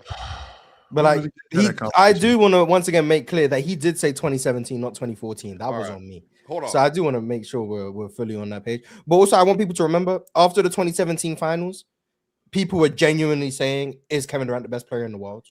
Just want to make sure we remember that. Yeah, the troll LeBron because of a pull-up shot. I do want to just make sure we remember that was also happening. So if we want to say that people were arguing Kawhi is the second best player in the league, people were arguing that Kevin Durant was the best player in the league. So Ron, I'm trying to figure out because who has the money and situation to take on Kawhi? Because that's gonna the show's gonna be extended for another 30 minutes once he gets traded. It's going to happen in the next 37 minutes. No, I'm saying it has to. No, Ron, think about it. So let me ask you a question, all right? Can they reroute Porzingis? Can the Warriors reroute Porzingis? You can't add to the deal. You can't add to the deal because it's not. Yeah, you can reroute Porzingis. Bye, maybe you disrespect Jimmy Butler, Draymond. and maybe you just move off Jimmy Butler. I don't know if the Clippers would do that. Moses Moody, they can get Moses Moody. He's a young player, or Andy Potts. To Mars's point, who just used a salient thought, Mars. While I'm saying this, can you please look up Kawhi Leonard's money? Because I believe it's on par with Jimmy Butler. They actually could reroute that Giannis package trade for Kawhi. So they could be Jimmy Butler plus 2 first for Kawhi Leonard, and that actually would make sense. 50 flat. Kawhi makes 50. So it's in similar ballpark. So they could make that trade for Jimmy and the Boy, Warriors at this point. To Chill's point, did you ask the question earlier? Are they done building around Steph Curry? The direct answer could be: not only are we not done last year, not only are we not done after the Kawhi Leonard or after the Jimmy Butler ACL injury, now we also have gotten Kristaps Porzingis in house, and we can now flip assets plus Jimmy's contract to the Clippers because the Clippers want picks since they're losing this pick this year. They actually could flip Jimmy and 2 picks for Kawhi, and it works for both sides. And then Kawhi gets to play with Steph Curry and Kristaps. The report was that the Warriors are pretty much like promised Jimmy they're not going to move him. He's not playing next season. Yeah, but I don't know the legitimacy of that. But also, like, you want to respect someone who's going through a torn ACL. Maybe you don't trade him. I don't know. But like, if you aren't trading Jimmy for whatever reason, it could just be like Porzingis, Moses Moody, and what else do you even have on the roster that they want? By the way, don't forget that. Just to make money actually work. I don't know what else you have. Because Pods is only making like $4 million. I don't even he's know. He's still on his deal. Yes, he is. Like, you'd probably have to give out Draymond. I don't know if they want to do that. So, they said that Draymond was expendable. The reports were that they were willing to move off Draymond for Giannis. And I mean, for Kawhi, I would want Kawhi and Draymond because having Kawhi and Curry absolutely turns Draymond back up, not just defensively, but offensively. You get Draymond being able to do that. Yeah, that's basically Steph, KD, and Draymond. Basically, like, I mean, toned down a lot because Steph's older, Kawhi's older, but it's basically Steph. Yeah, $50 super chat, Ron. And I think that fits right now a lot too. All right, so I'm gonna read this super chat and then swipe out. I still have a question for you. But this super chat from Daddy Pigs, another $50. Salute to Daddy Pigs. You're not the MVP of this show. You're the MVP of the trade deadline, my man. Daddy Pigs said, that's why I said Steph needs to take a backseat to Kawhi. Kawhi to Golden State, please. So this is why he said the chat that he said. And he was talking about as players today. He wasn't talking about in the finals and all of that. That's where our conversations went. But you know what would be funny? If after us having that debate off of who's better and all of that, Kawhi actually goes to Golden State. Mars, the Pacers gave up their pick? Nuts. No. It can't be. Now they protected it 1 through 4 and 10 through 5. They didn't give it up. They didn't give it up. But if it's the 5th pick, they gave it up. They didn't give it up. They're not gonna. They're not getting outside. They're tanking though. They're going to get it. They're betting the odds. That's still risky. Yo, it is. If that drops to 5, they've given up the 5th pick in a loaded draft for Zoo. No. But Mars, Mars, I want you to get on my side. Think about this. The Clippers are trying, they're going to take, but they're also guesstimating the Pacers top 4 protected? Top 4 protected. And 10 through 30. So for whatever reason, if it drops to 11, they get. But that's so funny though. They protected the Caleb Wilson through Darren Peterson level. But here's the thing, Mars. They know they're losing their pick to OKC now. If they flip Kawhi to the Warriors next, they get the Warriors picks this year or in the future to re-up later on in the stock as well. Bro, I'm not gonna lie to y'all, man. I'm talking myself into this now. That even though I don't want it to happen, I think that Kawhi can end up going to the Golden State Warriors right here. Yo, but Swiper, the question I have for you is: so we've seen Kawhi get traded to Toronto. And we all knew the Pacers have a 26% chance of the 6th pick if the season ended today. That means it's very possible they give up their pick. That's bad business. Because now what they're banking on right now is 14.8% chance of the 5th pick, 26% of the 6th pick, 7% of the 7th pick, and they can't go further than that. Which means they're giving up right now. They have about a 50-50 chance of giving the Clippers that pick. Which means that the Clippers, if they end up not making the playoffs, like I said, Mars, if they end up not making the playoffs and ended up with the number 1 pick in the draft, they get their pick back. Why? Because we gave our pick to Oklahoma City and we're getting it back from Indiana. That's risky. But that's chill. All I'm saying, that's risky. Y'all see the forest through the trees here. Okay, but we know we can also do if we're on the phone right now. Yeah, and we're trying to re-up assets. You know exactly what we can do. Pascal, it's on expiring in the next 2 years, I think. Yeah, but you're not getting that value back from that pick. You could easily get a 1st round pick back for Pascal, though, for sure. A 1st round pick and the 5th pick aren't the same thing. No, I think you can get a first in good territory this year though for Pascal. Only if a contender gets a lottery pick. Only if like the reason Morris, I hear what you're saying. The reason why I'm not mad at it. So hold on, the pick is 10 through 30. So 1 through 4 and 10 through 30. So if it falls between 5 through 9 and 9 is where it will go to the Clippers. I'm not. The reason why I'm gonna say I'm not too mad at it, Morris, is because with Zubac, they are immediately a contender in the East again. I'm not mad at it. I'm saying it's a very big risk. Imagine it's the risk, if they end up with the number 6 pick. No wonder the Clippers ain't trade Zoo for Anthony Simons. They might have got a top 5 pick. There you go. Anthony Simons ain't getting them no Zoo. Or the number 6 pick. If I get that pick. If I could tell you, so it's like they're really swinging for the fences.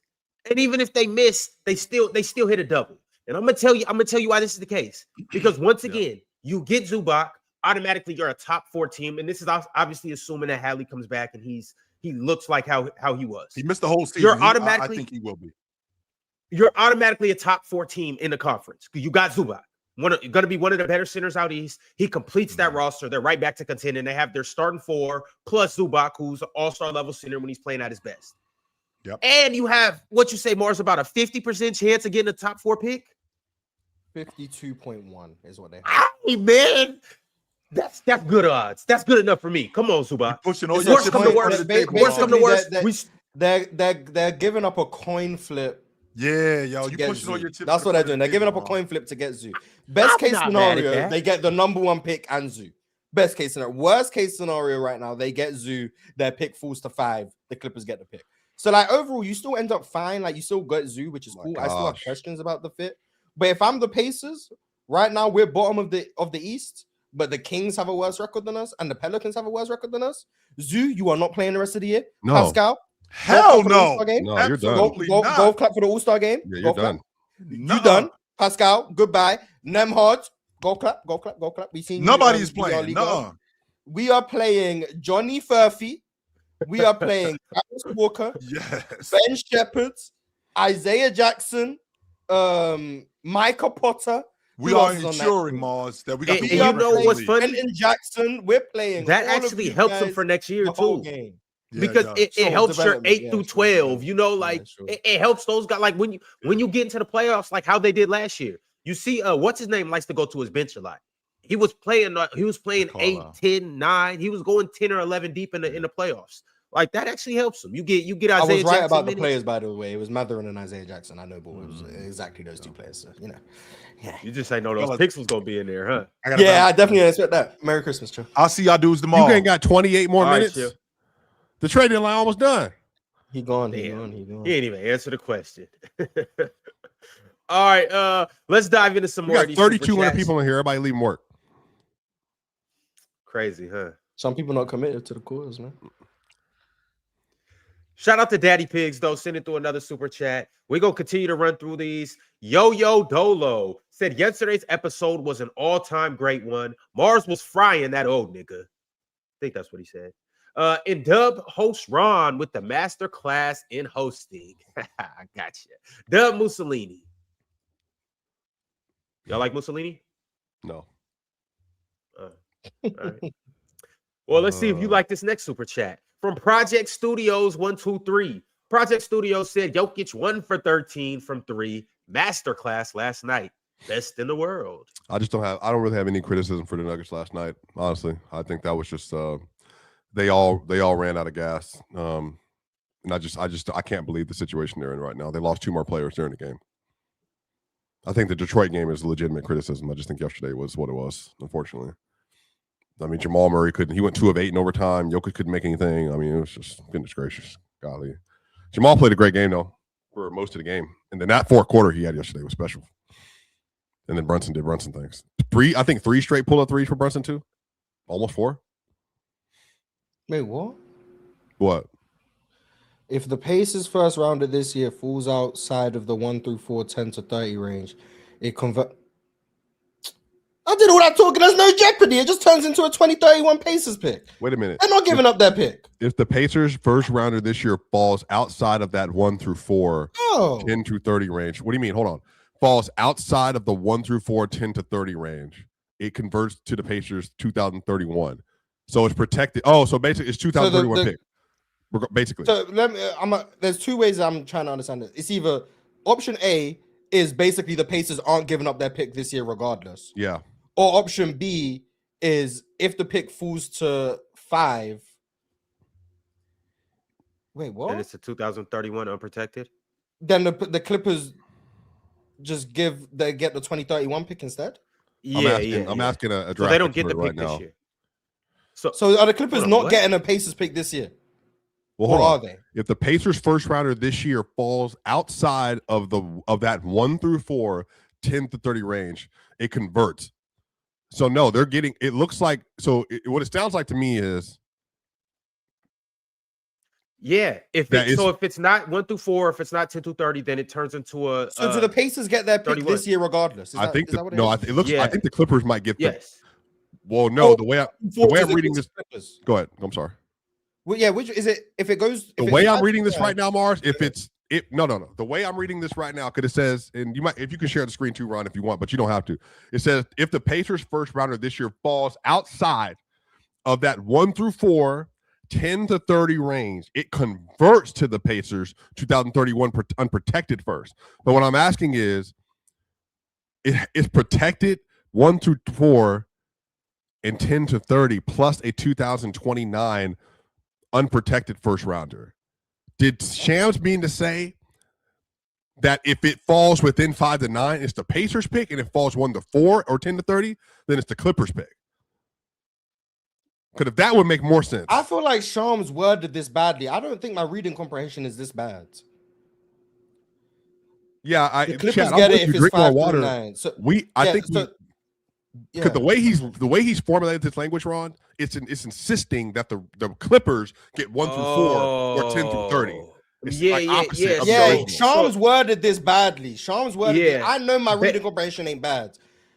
I understand if the Pacers get what you just said, but that he didn't write that correctly.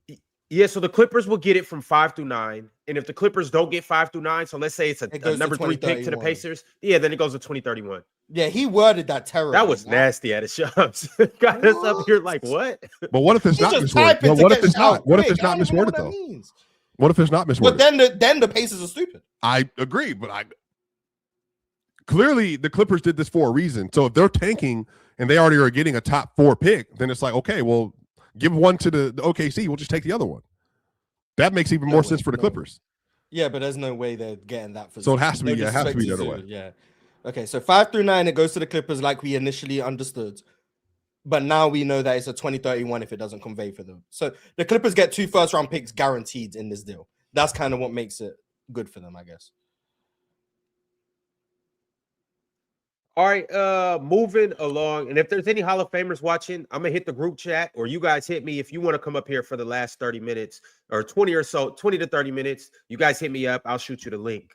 However, the next super chat is from Darth Bigman. Darth Bigman said Paris syndrome is a real thing. Look it up. What's Paris syndrome? Paris syndrome. Let's see. Is a rare, severe form of culture shock and psychological temporary breakdown experienced by tourists, predominantly from Japan, who find that the reality of Paris does not match their highly romanticized expectations. Oh, yeah. It stinks. Yeah. I've heard that. I'm not Japanese. Well, a little bit Japanese. Shout out to my Japanese lineage, but maybe that's why I have it. The Charlotte Hornets are trading Tyus Jones to the Dallas Mavericks for Malachi Brahman. No. Where'd you see this at? Shams 13 seconds just tweeted it. No, Tyus. Oh no. Tyus got flipped twice in 24 hours. Damn. I don't know how he's still in the league. Man, that man Tyus. I wonder how NBA players who get flipped literally just to for salary dumps. I wonder how they Hey, by the way, Windhorse just said on the show, he said Zubac just kind of went for more than Anthony Davis went for. Yeah. That's interesting. He just went for potentially a top 5 pick. That's very interesting. Or at least 2 first rounders. And Benedict Mathurin, who's a better prospect than everyone AD was traded for. Wait a minute, bro. So you're telling me there's a world where the Clippers end up getting Darius Aka and Benny on the same roster? Yeah. Yeah. And they got John Collins? Well, you think Darius goes 5 through 9? Yeah. I'm at that point now. Hey, Mars, I'm with you on Buddy for Houston. Oh, Kingston? Yeah. Oh yeah, I'm all the way with you on That's the best point guard in the draft. I'm trying to tell people. Darren ain't a point guard. Kingston the best point guard. God damn. Kingston the best point guard in the draft. Hey. I'm trying to tell people, man. He is the truth. All right, well, what's good, Jean-Mar? What's good, Drago? What up? Are you surprised about this Pacers pick situation as I am? We've just tried to understand it. I'm definitely surprised. I think gambling this heavily with what potentially could be a really, really good 5th pick, 6th pick, 7th pick is risky, but scared money don't make money. I think that's by the way, Mars and Drago, or Yalmar, I don't call you Drago. I call you by name. The sources say Indiana Pacers for Chris Haynes made a run at Utah Jazz center Walker Kessler and offered a package highlighted by 2 unprotected first-round picks. It was declined, and they pivoted. It's not this pick. It can't have been this year's pick. It wouldn't have been this year's pick. No, why not? They wouldn't have given up this year's pick for Walker Kessler. There's no way. Well, maybe unprotected. There's no way. We were thinking that they wouldn't have, but yeah, probably that 2031. Probably. So that Usman Jeng to Milwaukee. Is it Usman Jeng to Milwaukee? Who is the 5th guy in this pick in this class, right? Because the top 4 is pretty clear, as I understand. For me, it's Kingston Flemings. Some people have different people, but for me, it's Kingston Flemings, who I think is really, really good. How close is he to the top 4 in your opinion? Hey, who? How what? How close is he to the top 4? I mean, I think there probably is like a gap between the top 4 and him, but I think Kingston Flemings would have been my number 1 pick if he was in the 2024 draft. I'll say that. That's the Ricochet draft. Yeah, he would have been my number 1 pick in that draft. Swiper might not like this. I like Kingston more than I like VJ as a prospect. So I would have probably taken Kingston 3rd last year. Kingston's like a top 3 pick in most drafts for me. Okay. Looking at him. So he's around VJ type prospect, maybe a little better, we could say. Yeah, in and around that territory. So they're basically gambling. At the time, I agree with you. It's just hard to say that right now, seeing what VJ. Yeah, seeing what VJ does in the league. Yeah, but you know what, Mars? Watching Kingston, I think he's gonna look so much better in the NBA because the speed and athleticism that he has, and just that midi too. When he gets into the NBA and he has all that space, he's gonna look completely different. He's gonna look so much better. And I think he's the best passer in the draft too. Like he can pass the hell out of the ball. And just a quick note on that: if Indiana ends with the worst record in the league and the best lottery odds, there's a 50% chance that picks goes to the Clippers. There's a 50% chance of maybe VJ. Y'all are still doing this thing. It does what you're talking about right now. All due respect, it's great.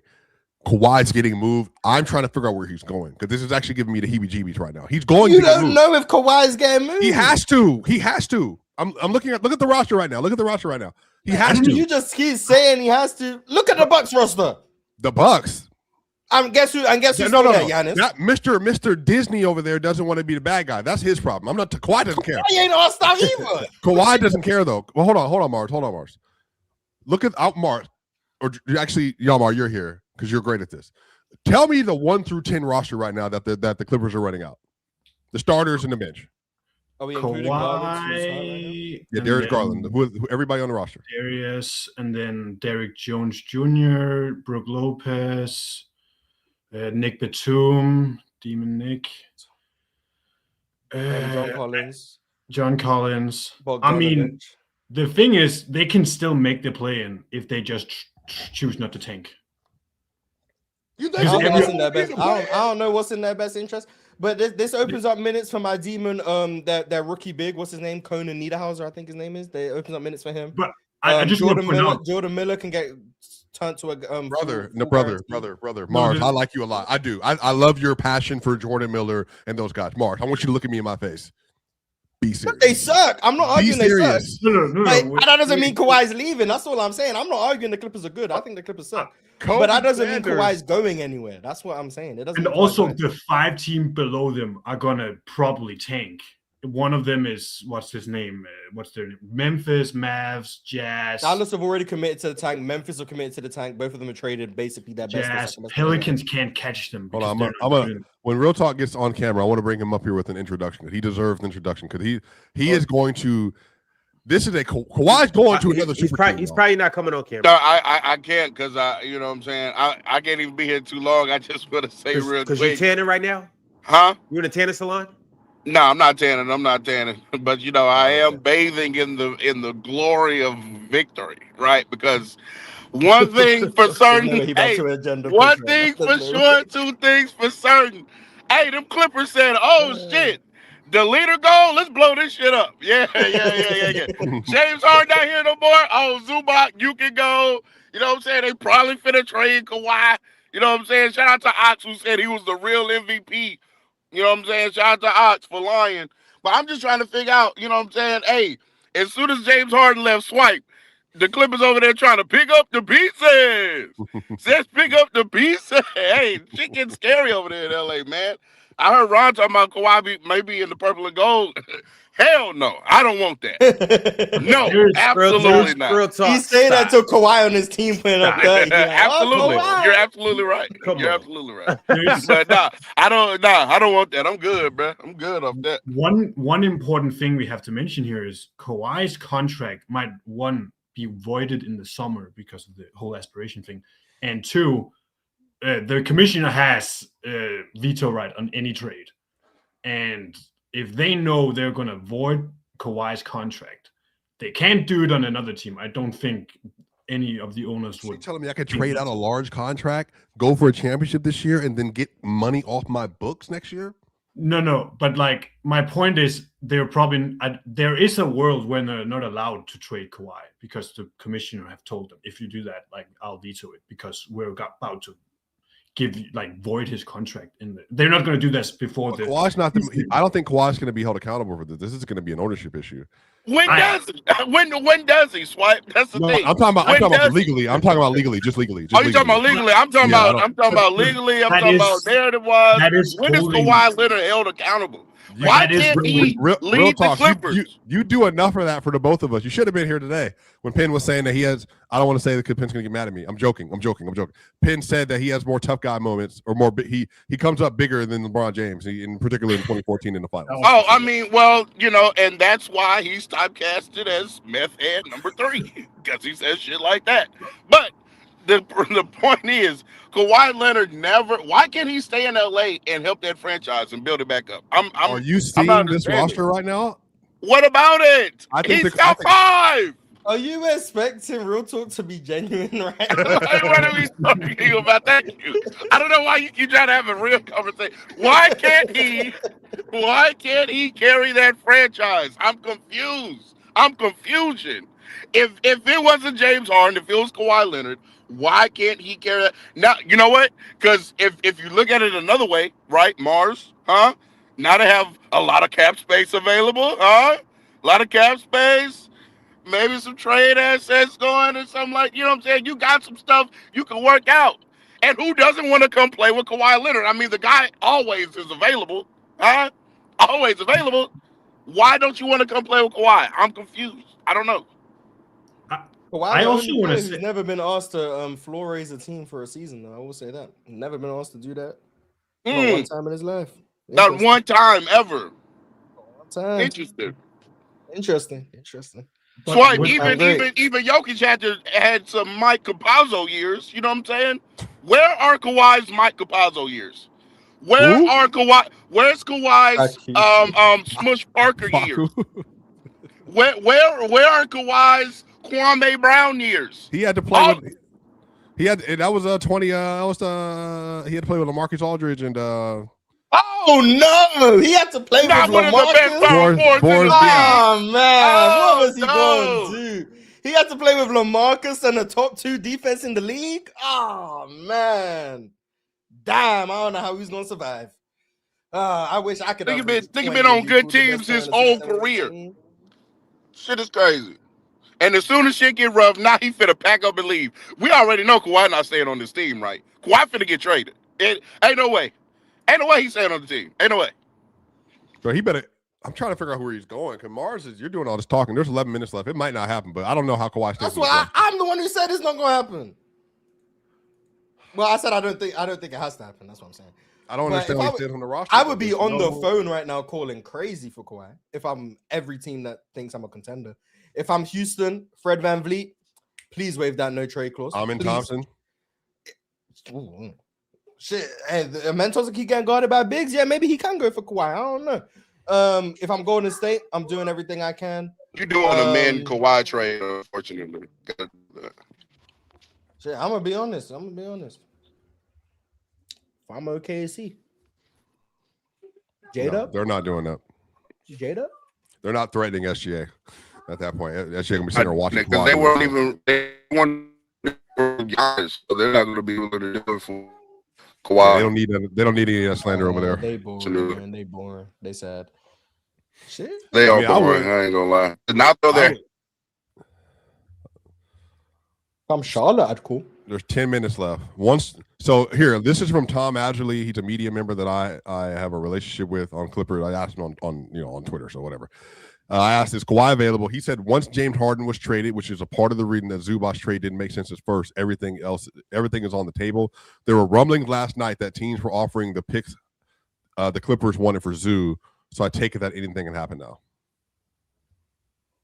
That would be hilarious if he got traded. I mean, it does kind of build up their draft capital again. And the funny thing is, because the 5 teams below them are tanking, they can still make the play-in this year with no players, just off, not tanking. Bro, if you're the Pelicans, would you trade for Kawhi? No. I mean, they want to compete right now. They can trade Joe another. Dumars believes they can compete right now. They can trade another unprotected pick. I have 13 wins. What you mean? People are going too hard on Shams. Shams has been good. Go ahead. Hello. Please tell me how many games Kawhi Leonard has played this year. Oh my 37. God. He's played 37 games. 37 games. I am here to report right now. If these 10 minutes pass and Kawhi Leonard has not been traded from the Clippers, Kawhi Leonard will not be playing more than 45 games this season. But mark it down right now. He will not be playing more than 45 games this year if he still remains on the Clippers in 9 minutes. I'm telling you right now. He gonna have knee soreness. That's what he's saying. Yeah. All of a sudden, his knee's gonna be hurting again. I promise. He's not playing. I promise. Yo, fellas. Well, while we're waiting over this 10 minutes, we do got to get through these super chats. I got 40 of them, and we have a limited amount of time. So let's go ahead and make it happen. Dre Knows Ball said, panel looking past Lakers. If Giannis says, give me Luka, they can offer 3 unprotected first-round picks plus 3 swaps. That's a real package if Giannis directs traffic.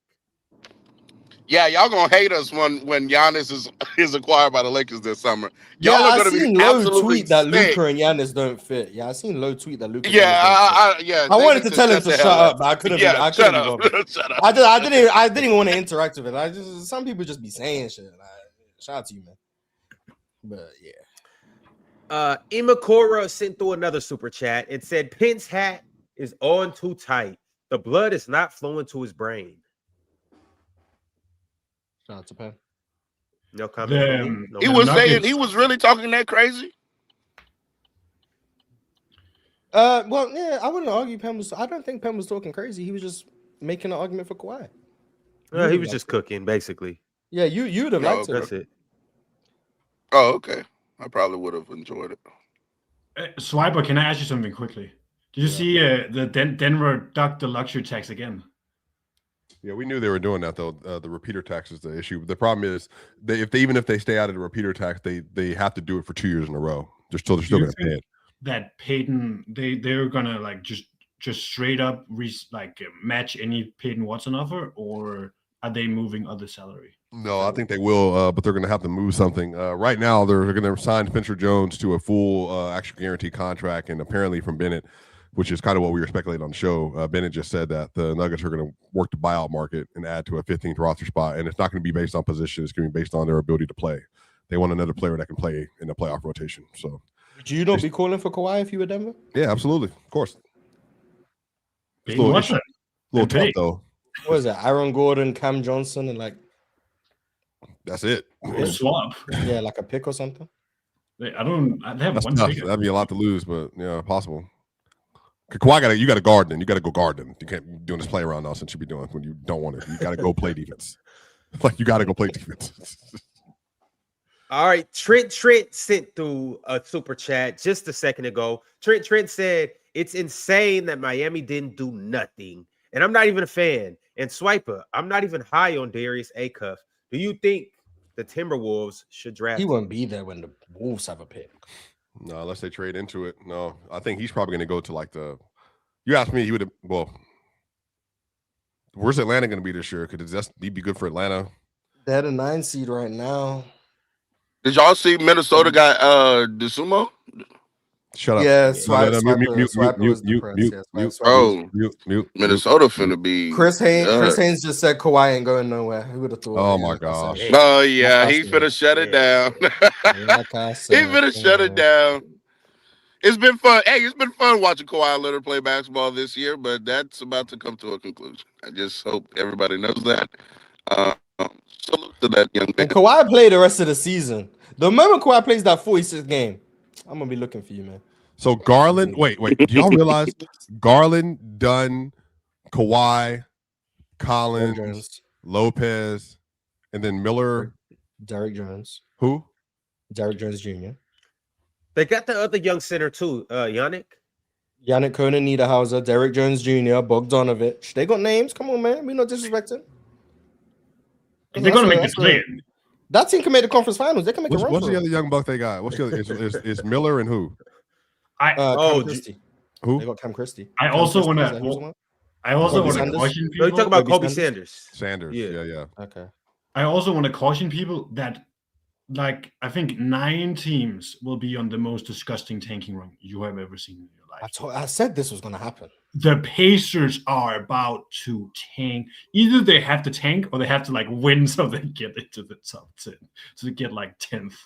The issue, the Pacers are playing a very risky game, man. I don't know what to tell you. They're playing a very That's got to be risky their game. board. Like their board got to be okay. We really like these 4 guys, and then everyone else is kind of. Yeah, they got they're probably looking at it like, okay, the top 4 is the top 4. We would love all of them. We're not that. To be fair, if Kingston is 5 on their boards and they have Hallie, they don't need a point guard. So maybe they're looking at it like after the top 4, the next like best players are kind of all guards, and we don't need a guard. So we're probably just gonna be looking late lottery anyway. We'd probably rather that. But I still think it's risky. Like right now, I think the Kings have the best odds for the number 1 pick. Well, like Kings, Pelicans, and Pacers. But when you have the best odds for number 1, you still have like a 50% chance of the 5th pick anyway. Yeah. So like no matter what, the Pacers have basically left this to a coin toss. And that's where that's shaky for me. And the Pelicans are obviously going to rise above. Oh, duh. At least my bad. I forgot to add Benny. Mars, you suck. I just asked you who's on the roster for the Clippers, and you didn't. I forgot about Matherin, man. Calm down, man. He just got moved. I forgot about Matherin. All right, is he starting over Dunn then? I'd assume they start Garland, Matherin, Derrick Jones, John Collins. We can probably talk Yannick or Brooke. I don't know. One of them.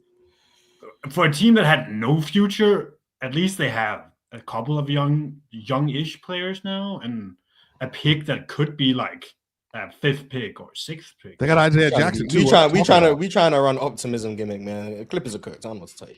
I know they're cooked, but like they had no future like a week ago, and now they have a little. Yeah, hey, if Darius Garland turns into Steve Nash, decent trade. It's not about that. Like they can maybe they rehab Garland and then trade him for more picks.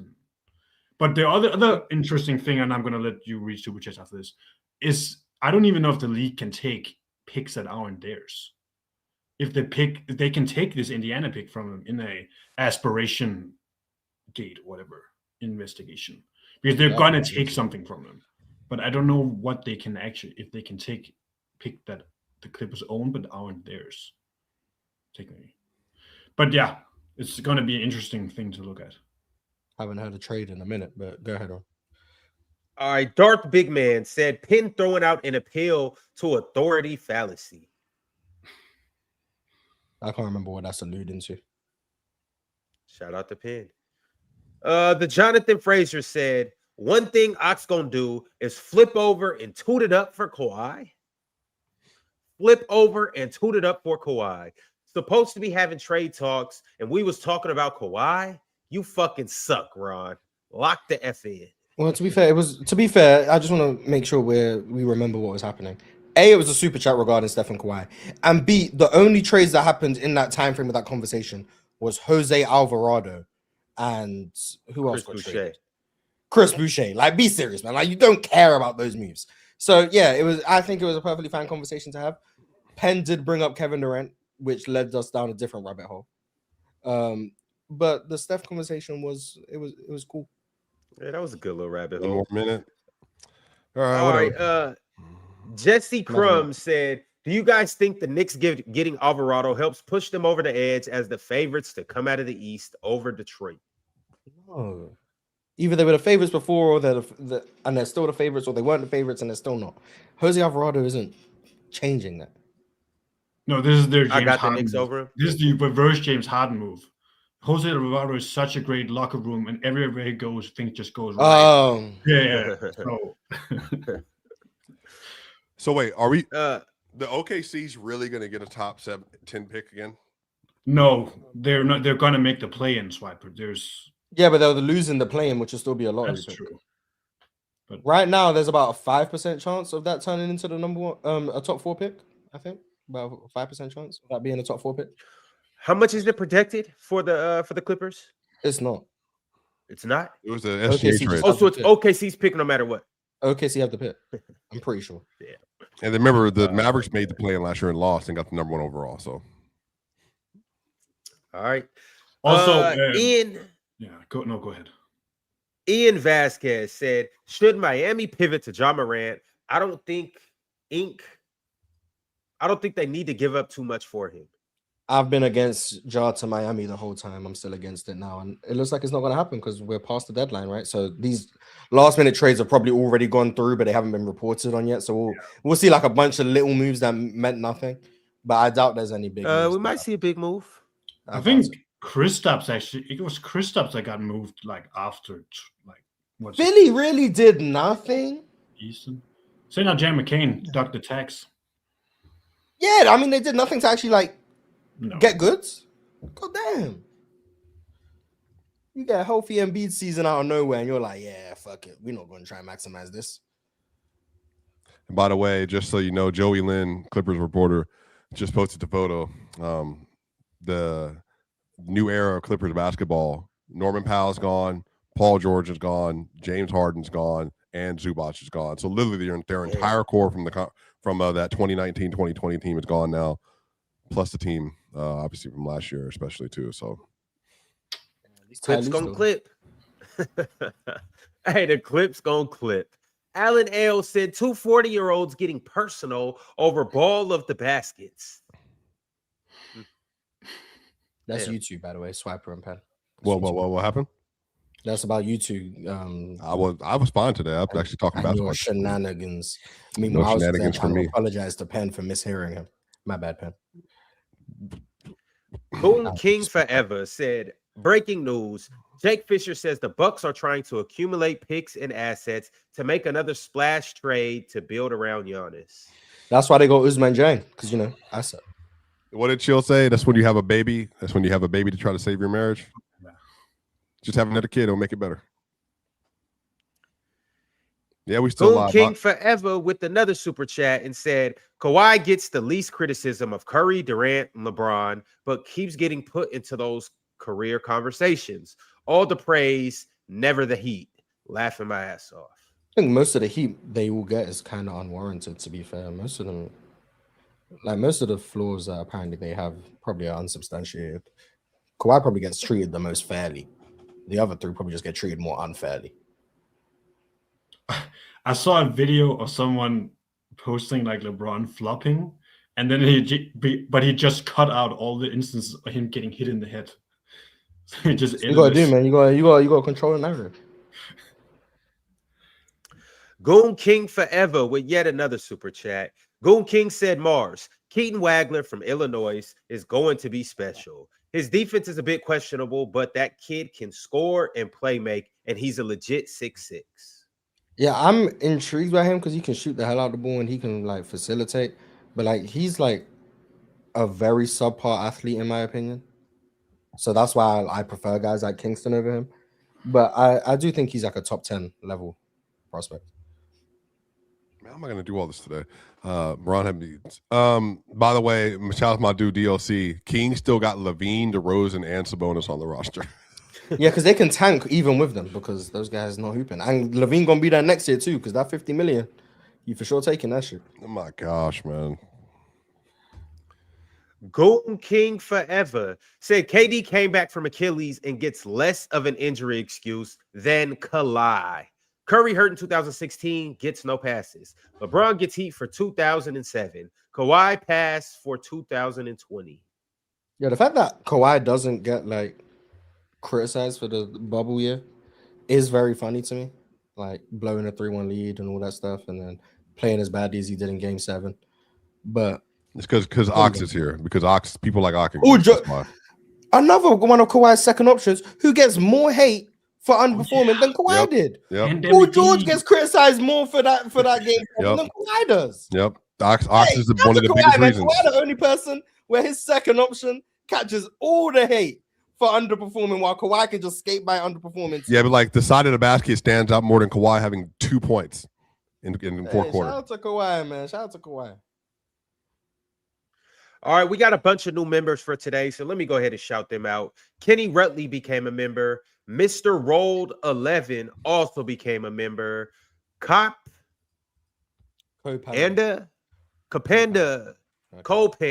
became a new YouTube member. Shout out to Copanda. Mr. Smooth 06 became a YouTube member. Darth Big Man also became a new YouTube member. Shout out to them. Jesse Crumb 4361 became a YouTube member.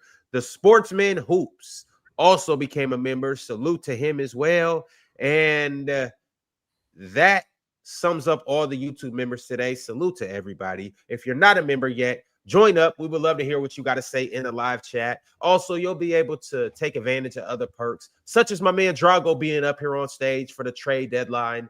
You get little things like that, as well as our Hall of Fame group chat. Other things will be on the way as well. Salute to all of our members. We got another super chat from Hadan. The Nets are waiving Cam Thomas. Waving? Where? The Nets are waiving Cam Thomas. Yeah, they are. Yep. They sure are. I seen that they left him home for personal reasons for their last game, but I ain't expecting him to get waived. That's tough. Whoa. Wait a minute. Remember I said Mars? I would love to have him come off the bench. Hey, Cam, you want to come? No. Well, Cam, I don't know if he'll fit in Denver. I actually don't know if he'll fit in Denver, but he want to be a 15th man somewhere? It's going to be hard, man. Cam Thomas is someone who's been quite rigid in the way in which he plays. Yeah, never mind. I lied.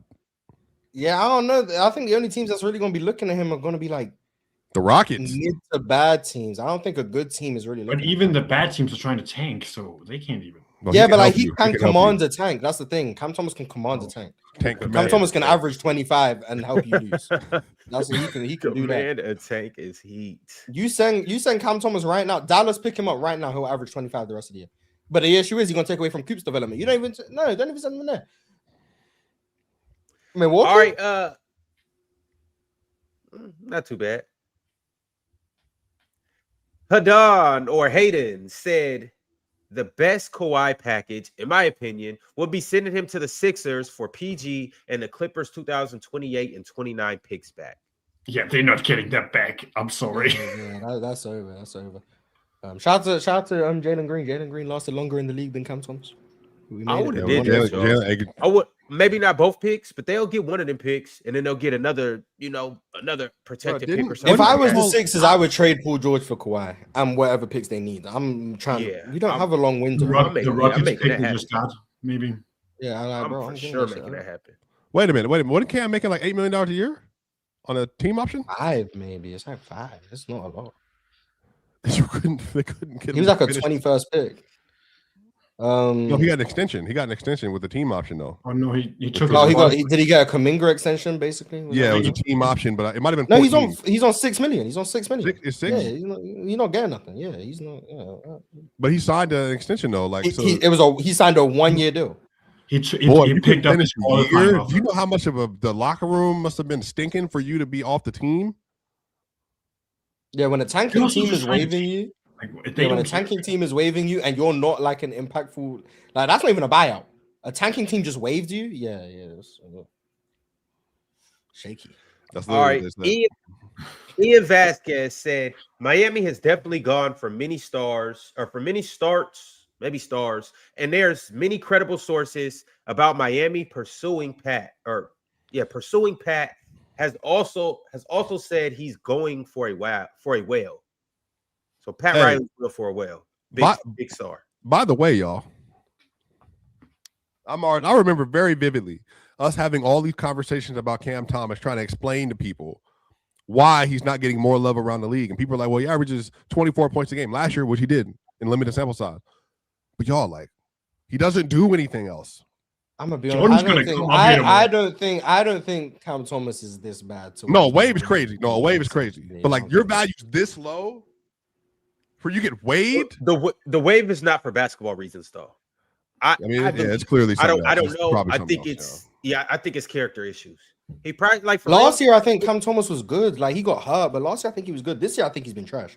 But last year I think Cam Thomas was good. Ron, a wave is crazy. No. He probably got too big for his britches. Like Cam Thomas is a bucket getter, and he probably got that main character syndrome by just the way he hoops, the way he acts on the court. And I don't know. I'm just throwing this out there. He probably has that type of character. I've been around a lot of bucket getters, and they typically are those type of guys. Well, you need to have some irrational confidence to be a scorer the way Cam Thomas is. The shots he shoots, it makes you need to. He probably said something or did something where he was paid like a max player would, and it's like, bro, you're not a max player. You can't do that type of stuff or say those type of things. And so they probably were like, $6 million. We don't care about this. We'll write this off. Go home. Asked to get waived. Is that true? Or did you just say that? What's going to happen tomorrow? What's going to happen tomorrow is Jordan's going to come up here because he's always been a Cam Thomas guy, and then he's going to be like, "They ain't rave, trash ass Ben Sheriff." Yeah. I know Jordan thinking about Ben Sheriff right now. I know he's thinking about Ben Sheriff right now. Score? What the fuck? I forgot about the Ben Sheriff. Yeah, Ben Sheriff about to catch some strays when we see Jordan, man. Oh boy. All right. The next super chat is from Goon King Forever. Yet another one. Goon King said ticket was 100% right. That ruling is coming out. That ruling is coming out soon for the Clippers. Everyone jumping ship and they rebuilding. Damn, bruh. When did he say that? Talking about Kawhi. Oh yeah, he do be hating on Kawhi. Hey, hush up, love. There could be a ruling on the aspiration thing. I actually don't know. Like what I know, it's gonna be. It should be more than the Timberwolves got for Joe Smith, because this is worse. And everywhere I've heard talking about it is this is not Joe Smith. This is way worse.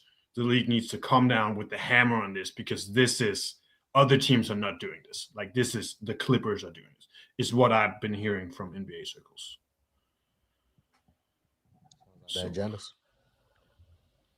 All right, the next super chat is from Reginald Deborah. Reginald said, "I had to misspell L.A.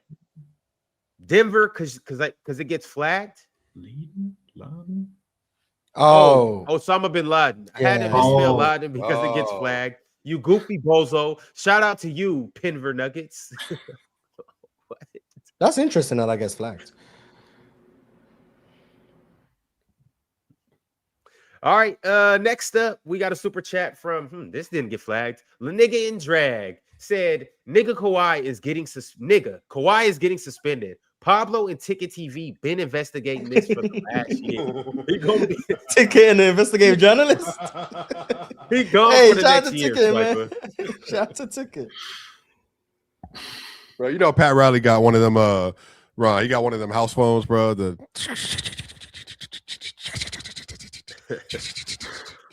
I used to let him. He probably just missed the deadline because he was trying to make it cool, but he just couldn't get the digits together. Yamar, did y'all have those in your house growing up? No, I'm not old enough for that. I mean, I was born. This is like 1995. It ain't even like nothing crazy. Yeah, I'm from 1999. That's 31 years ago. Hey man, that's not that long ago though. Like, that's 31 years ago. Classic phones, man. I miss those. The next we the super same chat age, is from Ox. We the same age, Ox. You know this. Dookie Baylocks said, "Can we admit now that Kawhi is overrated and is not what people wanted him to be? And people really fell for the degenerative knees bullshit." Bro, he's only overrated because of people like this. He's not actually overrated. It's just Ox overrates him. Ox literally said, to be fair, I think Penn overrates Kawhi more than Ox does. Well, Ox has never said he's peaked higher than Shaq. Penn says. Okay, but Penn, this a Raptors thing. Ox is free glaze. It's free glaze. Kawhi made Penn scream and moan at the top of his lungs. So when he hit that shot, Penn was oh my god, he made Penn hit heights that he's never hit before. So Ox thinks he's better. He thinks he's better than Jokic. Like now, today, like Ox is a delusional bat when it comes. Chris Webber is better than Jokic. Yeah, but that's more so he just doesn't think Jokic is as good. But he's also he's delusional. I know he's the Delulu. This is a prognosis. Kawhi today is better than Chris Webber was at his best, and he thinks Chris Webber's better than Jokic. Yeah, delusional. I know. I'm saying there's the forest through the trees. He gets stuck on a tree. Who's closer, Jokic and Chris Webber, or Shaq and Kawhi peak? Shaq and Kawhi peak for sure. Okay. Shaq and Kawhi peak, absolutely. Driver, you never saw C-word play. Stay out of this. It was a $50 super chat from Daddy Pigs. We read it earlier, but it's $50, so we're gonna read it one more time. Daddy Pigs said, "That's why I said Steph needs to take a back seat to Kawhi. Kawhi to Golden State, please." Yeah, it's too late now. Unlucky. Yo, this buyout deadline about to be. Who's getting bought out? I enjoy Porzingis for 2 games. Those 2 games of Porzingis gonna go well though. I remember I wanted Porzingis in Golden State before he went to Boston. So 2 years and 1 diagnosis later, he's it. Just for the buyout, actually, just a little note: the Cavs, the Knicks, and Golden State can't sign any buyouts that made above $15 million. Just FYI, because they're in the first splash second apron. Cam Thomas next to Steph Curry, new Splash Bros. So he can sign because he made below that. But I'm not gonna lie, the Warriors actually do kind of make, not because they make sense for Cam Thomas, because Cam Thomas doesn't play Warriors basketball. But if you need someone to try and keep the non-Steph minutes alive, Cam Thomas can shoot his way through that. All right. If I'm Cam, they call me, I'm ignoring it. Hey, the last brother that was over there shooting irrationally. He ain't been the same ever since. However, we got another super chat, a members chat from Drink More Water. Shout out to Drink More Water. He has been a member for 35 golden months. Drink More Water said, "When Giannis is inevitably not traded, I wonder what Shams will conjure up this offseason to keep all of the sheep entertained." How many times does someone have to be wrong to stop believing in them? Damn, y'all don't believe Drink more water. I keep saying the same thing. No, Mars, stop it. Drink more I've been water. right for 7 years. No. This is not the result and process are not the same, and you know this. You're too smart to not know this. Drink more water. You are a determined fan. I actually like Drink More Water. He is determined to back his guys. He is a Bucks fan, Giannis fan, LeBron. We know the only reason Giannis isn't gone is because Giannis is doing that thing where he's like, I don't want to let everybody know I'm trying to get out of here. But we have too much. There's too much smoke. Ron, you've been in relationships before. If your friend's been telling you your girl been at the club with old boy 6 times in the last 12 weeks, and we done seen her necking in the backwood, but she don't want to they tell want you. your goal. That's the No. Because but she doesn't want to tell you neck up in the front. backwood? Yeah, she doesn't want to tell you up front, Ron, that she wants to break up with you. But she back here with Joe Johnson doing what she do.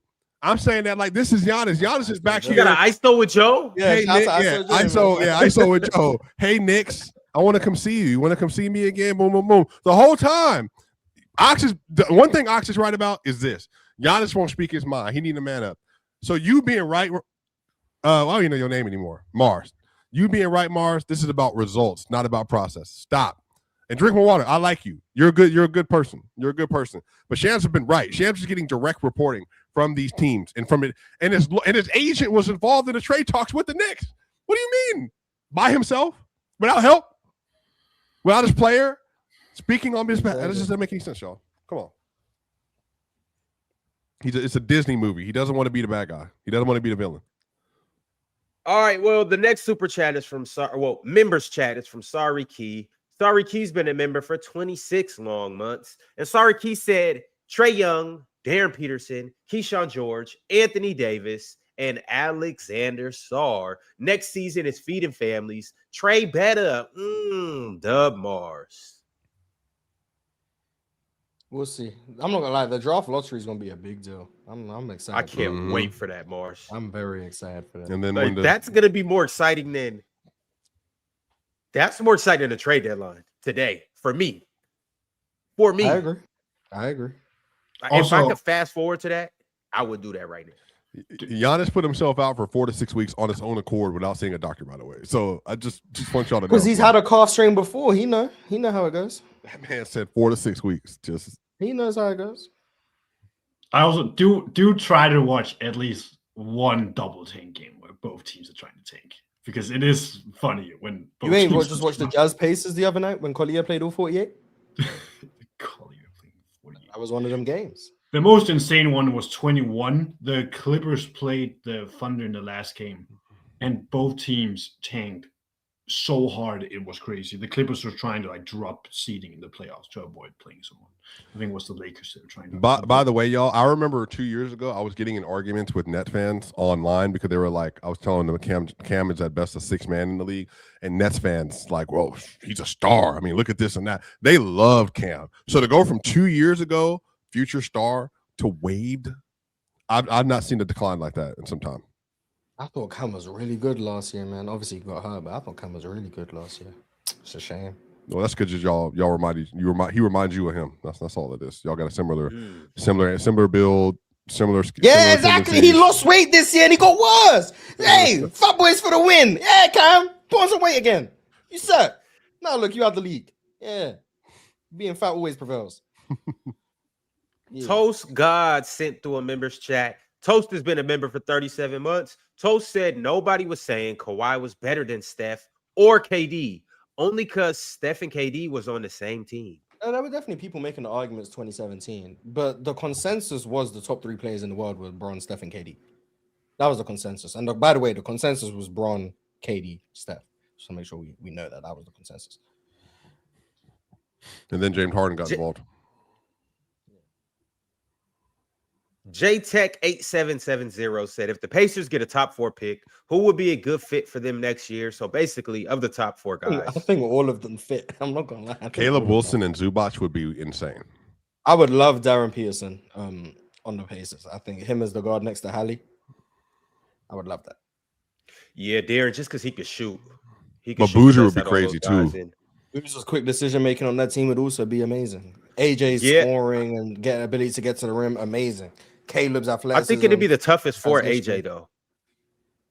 Yeah. Just because how you said about Cam's, like Indiana, they moved the ball with Hallie, they moved the ball quickly and stuff like that. They play that style of offense. I think you highlighting Cam Boozer, he fits in seamlessly. But also the same thing with Darren. Darren can catch and make a quick decision. 2 dribble pull up, catch and shoot, catch and rip through, get out in transition. I say either, and then obviously Caleb Wilson, just his ability to play off the ball and all of that stuff. I think AJ will be the worst pick for right now, but moving forward, obviously, you have the potential and the ceiling.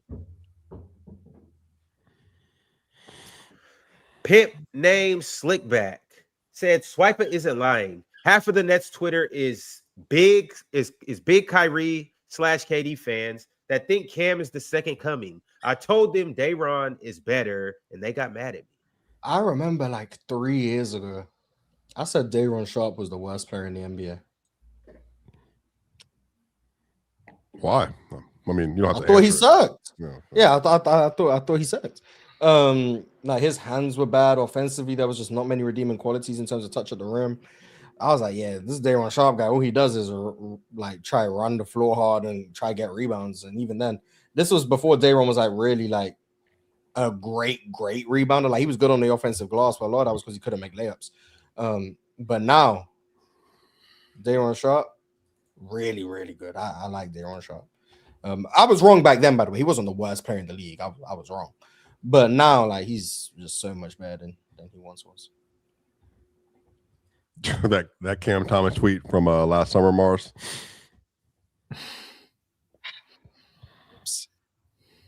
It's tough. It's tough. All right. The next members chat is from It's Chris Jones. It's Chris Jones said, can we talk about the double OT Knicks versus Nuggets? It's too late for that now. Yeah, man. way too late. I gotta go. I gotta go get ready for the show. I had to go like 25 minutes ago, but I decided to be dedicated to. Yeah, we were dedicated. We helped you out. Matter of fact, Ron, you should be thanking us. We stayed here with you. You're welcome. Yeah. And he was like, he's about to troll me instead. I appreciate that. Well, I mean, we could talk about that BTA, but I understand, you know, I don't know if now it was you have BTA. now It was a you good have game. places to be. So It was a good basketball. Yeah, we've been on for 4.5 hours. that's good streaming. WPC. Pip named Slickback with another super chat said, also, Cam's agent is dumb. He was offered a 2-year, $30 million deal with a team option. I don't see how he's going to make that money back. I think I was saying at the time, take the money, or was I saying bet on yourself? I think I was saying bet on yourself. I think I was saying bet on yourself. Ox was saying take the money. Yeah, buddy. You shouldn't have listened to me. You probably didn't listen to me because I probably didn't come across your timeline, but buddy, you probably should have took that money. Put it all on black. No, go home and save up. Put it all on black. Go home and save up. Yeah, hey, you should have took your ass home. I mean, it's probably he probably did that himself. It's just the agent didn't make that decision. I mean, he asked Cam, "What do you want?" Damn, okay, Cam. I'm gonna ball out this year because he has irrational confidence, like most great athletes do. Didn't work out. If he's getting waived, how much of that money is he getting? It's all guaranteed, right? He's It's all going. Yeah, so he's getting all of it. Hey, he still got $6 million. Or was it 8? Well, he's still getting 7. Well, most of that's already been paid out by this point. He's probably got about what, 2 mil the rest of the way. That's tough. You're gonna get 1.2 next year from somebody. There should be a lot of cap space in the EuroLeague will play. The EuroLeague might pay a lot for a guy like Cam Thomas. EuroLeague max contracts would be like $2 million a year. So it's like, what's the best team in Europe right now, Ron? It's either Oli or Barcelona. No, not Barca. Real Madrid. Panathinaikos is very good. Hapoel in Israel. He'd be the best player in the EuroLeague pretty easily, wouldn't he be? They got good players in the EuroLeague. My instinct is he'll lead the EuroLeague in scoring. He would lead the EuroLeague in scoring, but it just all depends on which team he went to and which program he's playing for. Because very similar in the league. If the coach doesn't let you hijack the offense, then what good are you worth if you can't play defense, if you're not going to play the right way? So it all depends on really the program. Like, are you going to give him the ball and let him go, or he might not be? Are you going to play him? In Shanghai, they'll let him do what he wants. He's going to average 50. That's a fact, and he'll get a bag over there. He Yeah, can and he'll damn be near get loved paid over more there over there too. than the EuroLeague. How much you get paid in China in the Chinese league? China, you could get bag in China, but it's only like you can go over there. Players. Yeah, you can go over there. He'll be the best. I don't know who's in China right now, but he'll be up. I don't know who's going to be scoring more than him in China. Stephon Marbury, how long was he over there? He's Didn't he make over like? He's still playing? Yeah, he a legend. Nah, he's not playing, but he's just an icon. He's like 50. All right, we got a couple more, then we're gonna get up out of here.